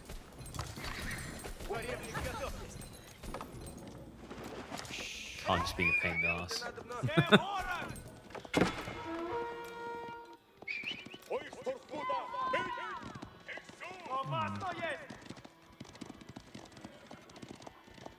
I guess my big concern here is, like, if you're just looking to open Knights, how are you not going to get outnumbered by Keshiks?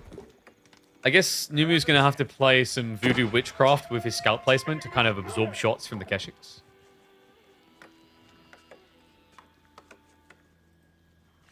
I've got Pro Scouts complete already. Gold Gen is pretty nice also already at the stage. He's getting, what is that? 59 gold per minute out of 3 hunting cabins. I mean, this is why Roost have been such a great pick on this map. The tree lines are eternal. Just so much wood to stack on top.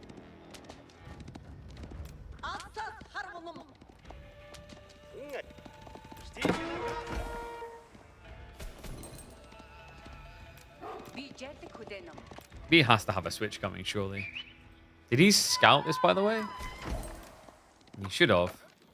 Punts out the Falcon, does get eyeballs on the Wooded Fortress, sees the archery range, sees the Knights already, so he knows the full comp. And guys, it is indeed going to be Magadai, which is a little bit intriguing here, considering the way that your opponent has laid himself with the Wooden Fortress now.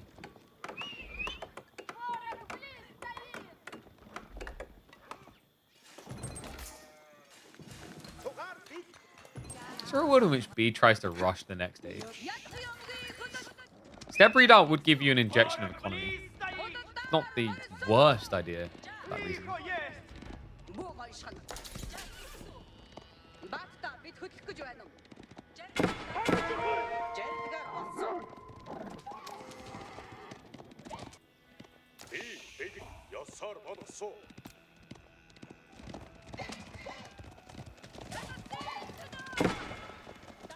And the first pack of D already coming home. East side one is at least being blocked out. I think this is ideal for Numidan though. If you just force B to be a bit spread, you can actually win in the fights. Just be careful about engaging in these type of ways. They waste a lot of shots on the Khan that he doesn't even finish off.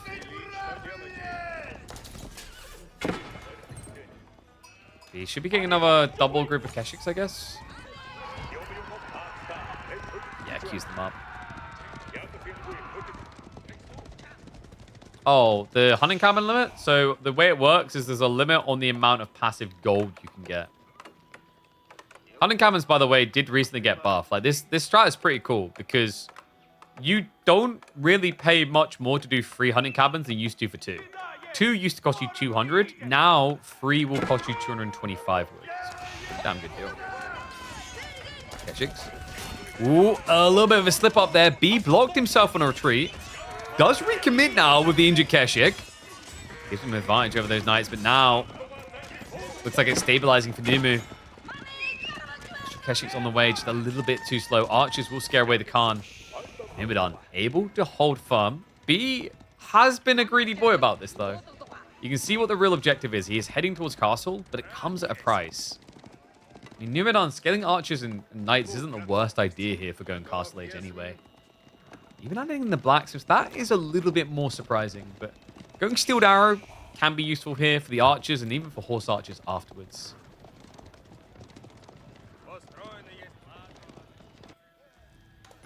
Has to be step redoubt. Is there a world in which B goes for a fast imp build? That feels really greedy, no? He's got 9 sheep, though. The 4 behind fast imp, he's got 3 pastures on a Uvu. And your opponent's probably thinking about the Sacred Site. So you could thread the needle. I think it'd be way too risky, though. Oh, no. It's a Kurotai build. Okay, now we are cooking in a very intriguing direction.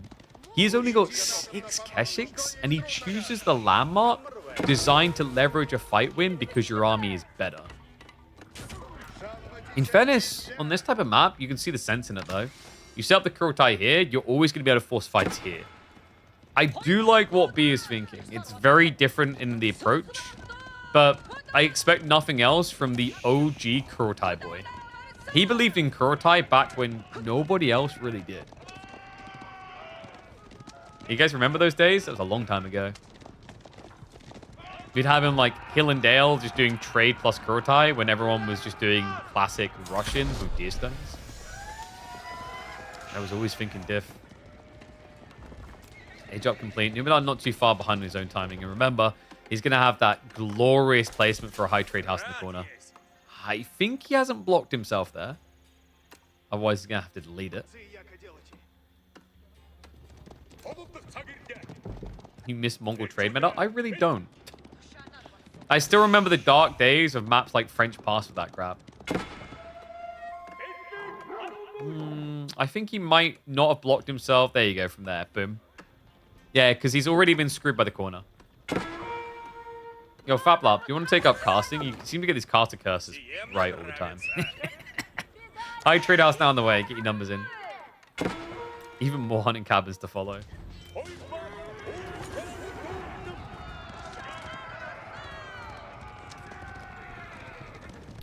Getting unusual though, right? Like just going Kurotai mass Keshik only. I thought maybe he'd be going crossbows, for example, or maybe even like men at arms. Probably men at arms.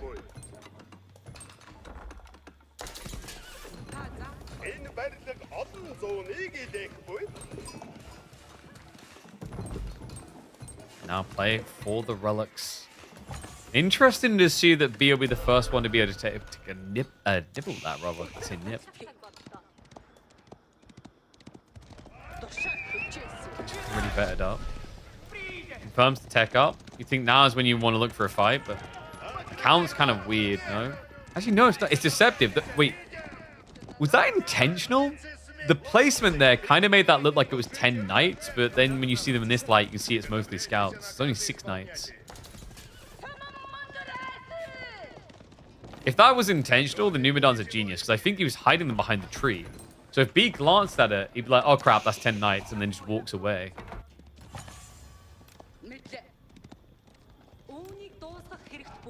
Speed arrow activated. B just trying to get back around towards the central sacred site. It is a rush timer here. Do or die by the site. Okay, I don't think anyone had this on the list of like details. The Mongols would beat Rus to the monk timing. High trade house, 223 doulas. That's a lot of doulas. That's enough to even corrupt Nelson Mandula. Oof. Adding all the extra passive gold as well, it's kind of nuts, actually. 423 passive gold income per minute. No one on the gold vein. Keshik's now with the commitment. The Krotai, man! We need the Krotai! He's going to keep brute forcing it anyway. Archers are targeting down the injured. There are, though, injured now. Yeah, B realizes he needed to pull away a bit earlier than last time. Because you want to head back to the Krotai now and heal. Fresh Knights will just scare away the chasers. Is he just gonna... Okay, this guy has definitely been watching the Vortex games we've been casting recently. We've been seeing this out of Vortex and Luciferon, just raw Keshik only spam strats. And they've been surprisingly effective. So we're getting treated to it again. Yumu's going to creep in for a decap. B back off entirely? Wait, what?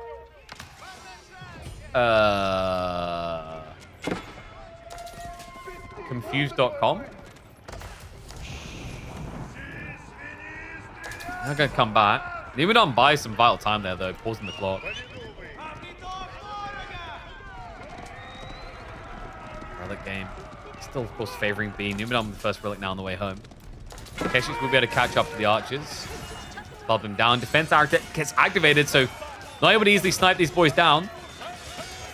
Remember, these are full castle-age knights now, which B just learned the hard way. He just doesn't have the full numbers. Half his Keshiks are just not here because they're, what, steering east-west or just trying to get back. These are kind of a combo. They were guarding the outside relics in conjunction with trying to arrive. He does have the Krotai buff this time. So we'll be able to hold on? Should be able to hold on, but the Knights just keep rooting him back. Now with the Warrior Monk as well. Remember, that's going to give him a damage buff, an armor buff. He's just doing such a good job. Nimu is just going after one Keshik at a time instead of spreading the damage too much.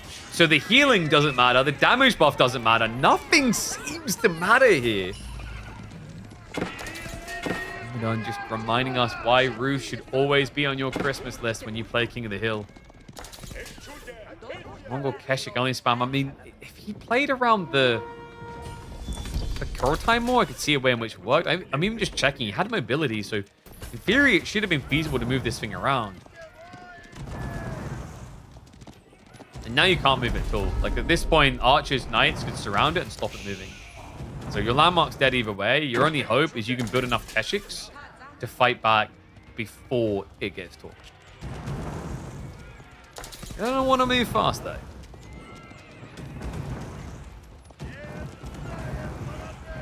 If I had to guess why Numu went archers over crossbows, it's going to be food demand. His food would run out much quicker with that composition. And also, he'd be forced to start actively gathering gold. Because remember, with archers, it's primarily going to be wood, whereas with crossbows, it's primarily food. Flash again, defense arrow that gets activated. Kurtai is clipping on the edge of range, but it's still not going to be enough. Nimu continues to just push him away. Sacred Site timer now counting down for the sweep. You can't lose much more like this. I think we've got probably one more fight loss that B can tolerate before it's too much. In theory, Pro Scout should be running out. We do have some farms getting littered in. Bullseye tries to sneak out, does get set ablaze.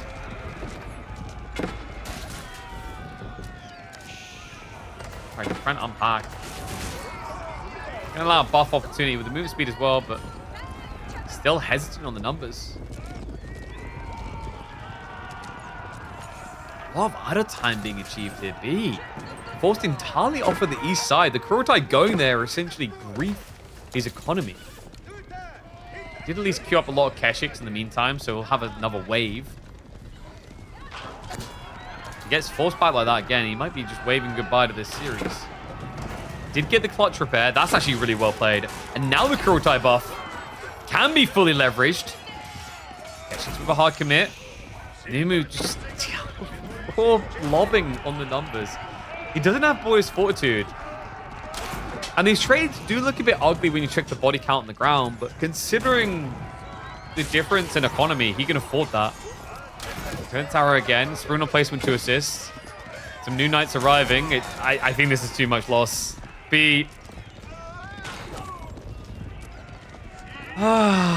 Gold is going to become a problem now, isn't it? For a guy who's just doing mass care kicks, he's not going to be able to actually touch the gold veins much longer. This annoying outpost now being targeted down. Splits the knights between two sides. This is the one way B could maybe win a fight, but without the Keshik buff now, it's not good enough. Arch is now finding the gold workers as B greedily tries to hang around. Kurotai is going to pack up and run the villagers as well. That's going to be -5. Keshiks get forced to re-engage again. Kurotai will just look to deploy. Not going to be able to. The knights stick on top of it. We're at the TC now. He's still not leaving. This is over. Surely this is done. He does get it through to deploy again. But we're under TC, and Numeron is like a rabid dog. He just will not stop frothing at the mouth. Keshik count, non-existent. Like, how do we go from, what was that, 6 Keshiks down to 1, and then 10 knights remaining?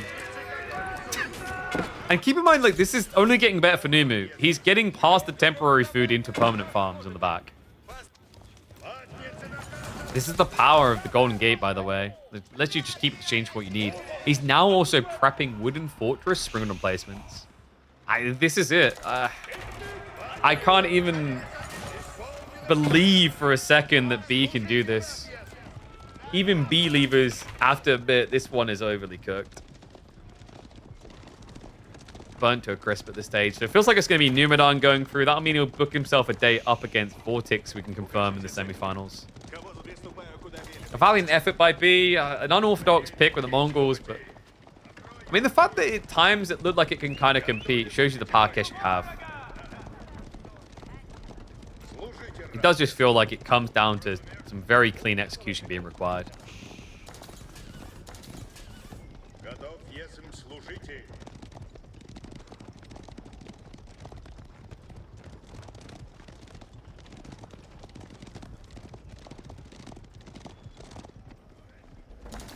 I think we're just in run down the clock mode now. Mass Wooden Fortresses. These things are so toxic. Actually, I take it back. You shouldn't be allowed to build cannon emplacements in these if you go for Kremlin. Good God. On this map, you're a monster.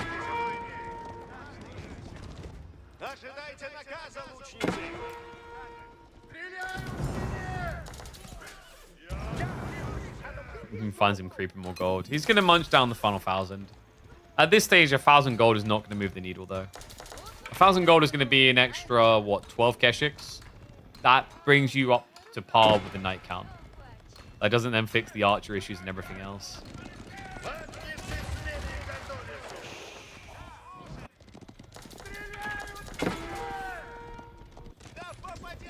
And no, Numenon has not had Boy's Fortitude this whole game. He's literally now coming in at 21.5 points.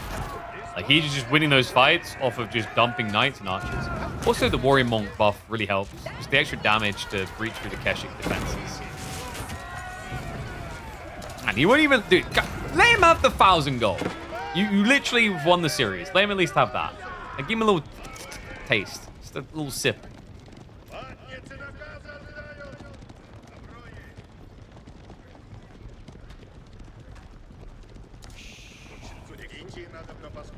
All right, boys. Let's hurry up. Daddy wants to go eat some food. Papa's hungry right now. I'm actually really freaking hungry. Holy crap.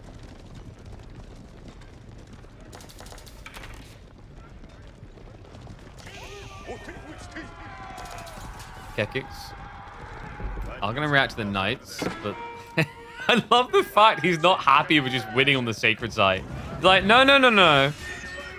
KP said he needs to go eat. When he commands, we oblige. Villages. Oh, God. Yep, that's going to do it. Yep. Get out of here. Imagine you're being like, oh, I'll just sneak in with 1 or 2 Keshiks. Oh, no. Mass Springled. Ah! That was actually a pretty good fight for the Keshiks. It's just, I feel like Numu could hit delete on his army, and it would still be a close game right now because of the timer plus the outpost setup. Like, do not underestimate how toxic these things are at 42 damage per strike. Numu has farms. Numu has a bulk load of farms. He's up to 24 already. Just so organic with all these hunting cabins as well. You build them for the gold, and then you build around them to save on the mills. I'm going to just pop dead. And that is going to be the end of the road. No Khan of the Hill here. It shall remain a Sodom. As Roos, as all too often, are kings of this hill. The landmarks did. B is just like, whatever. Let's click everything everywhere. We might as well. Numu doing really well. He's a threat, man. I wouldn't be surprised to see him take a game from Vortex, which is so difficult for anyone right now. All right. I am hungry. Very hungry, actually. Oh, G's to the G, though. Numidon does take it 3-2 in the end. He's through to semifinals up against Vortex, which will be played on Thursday.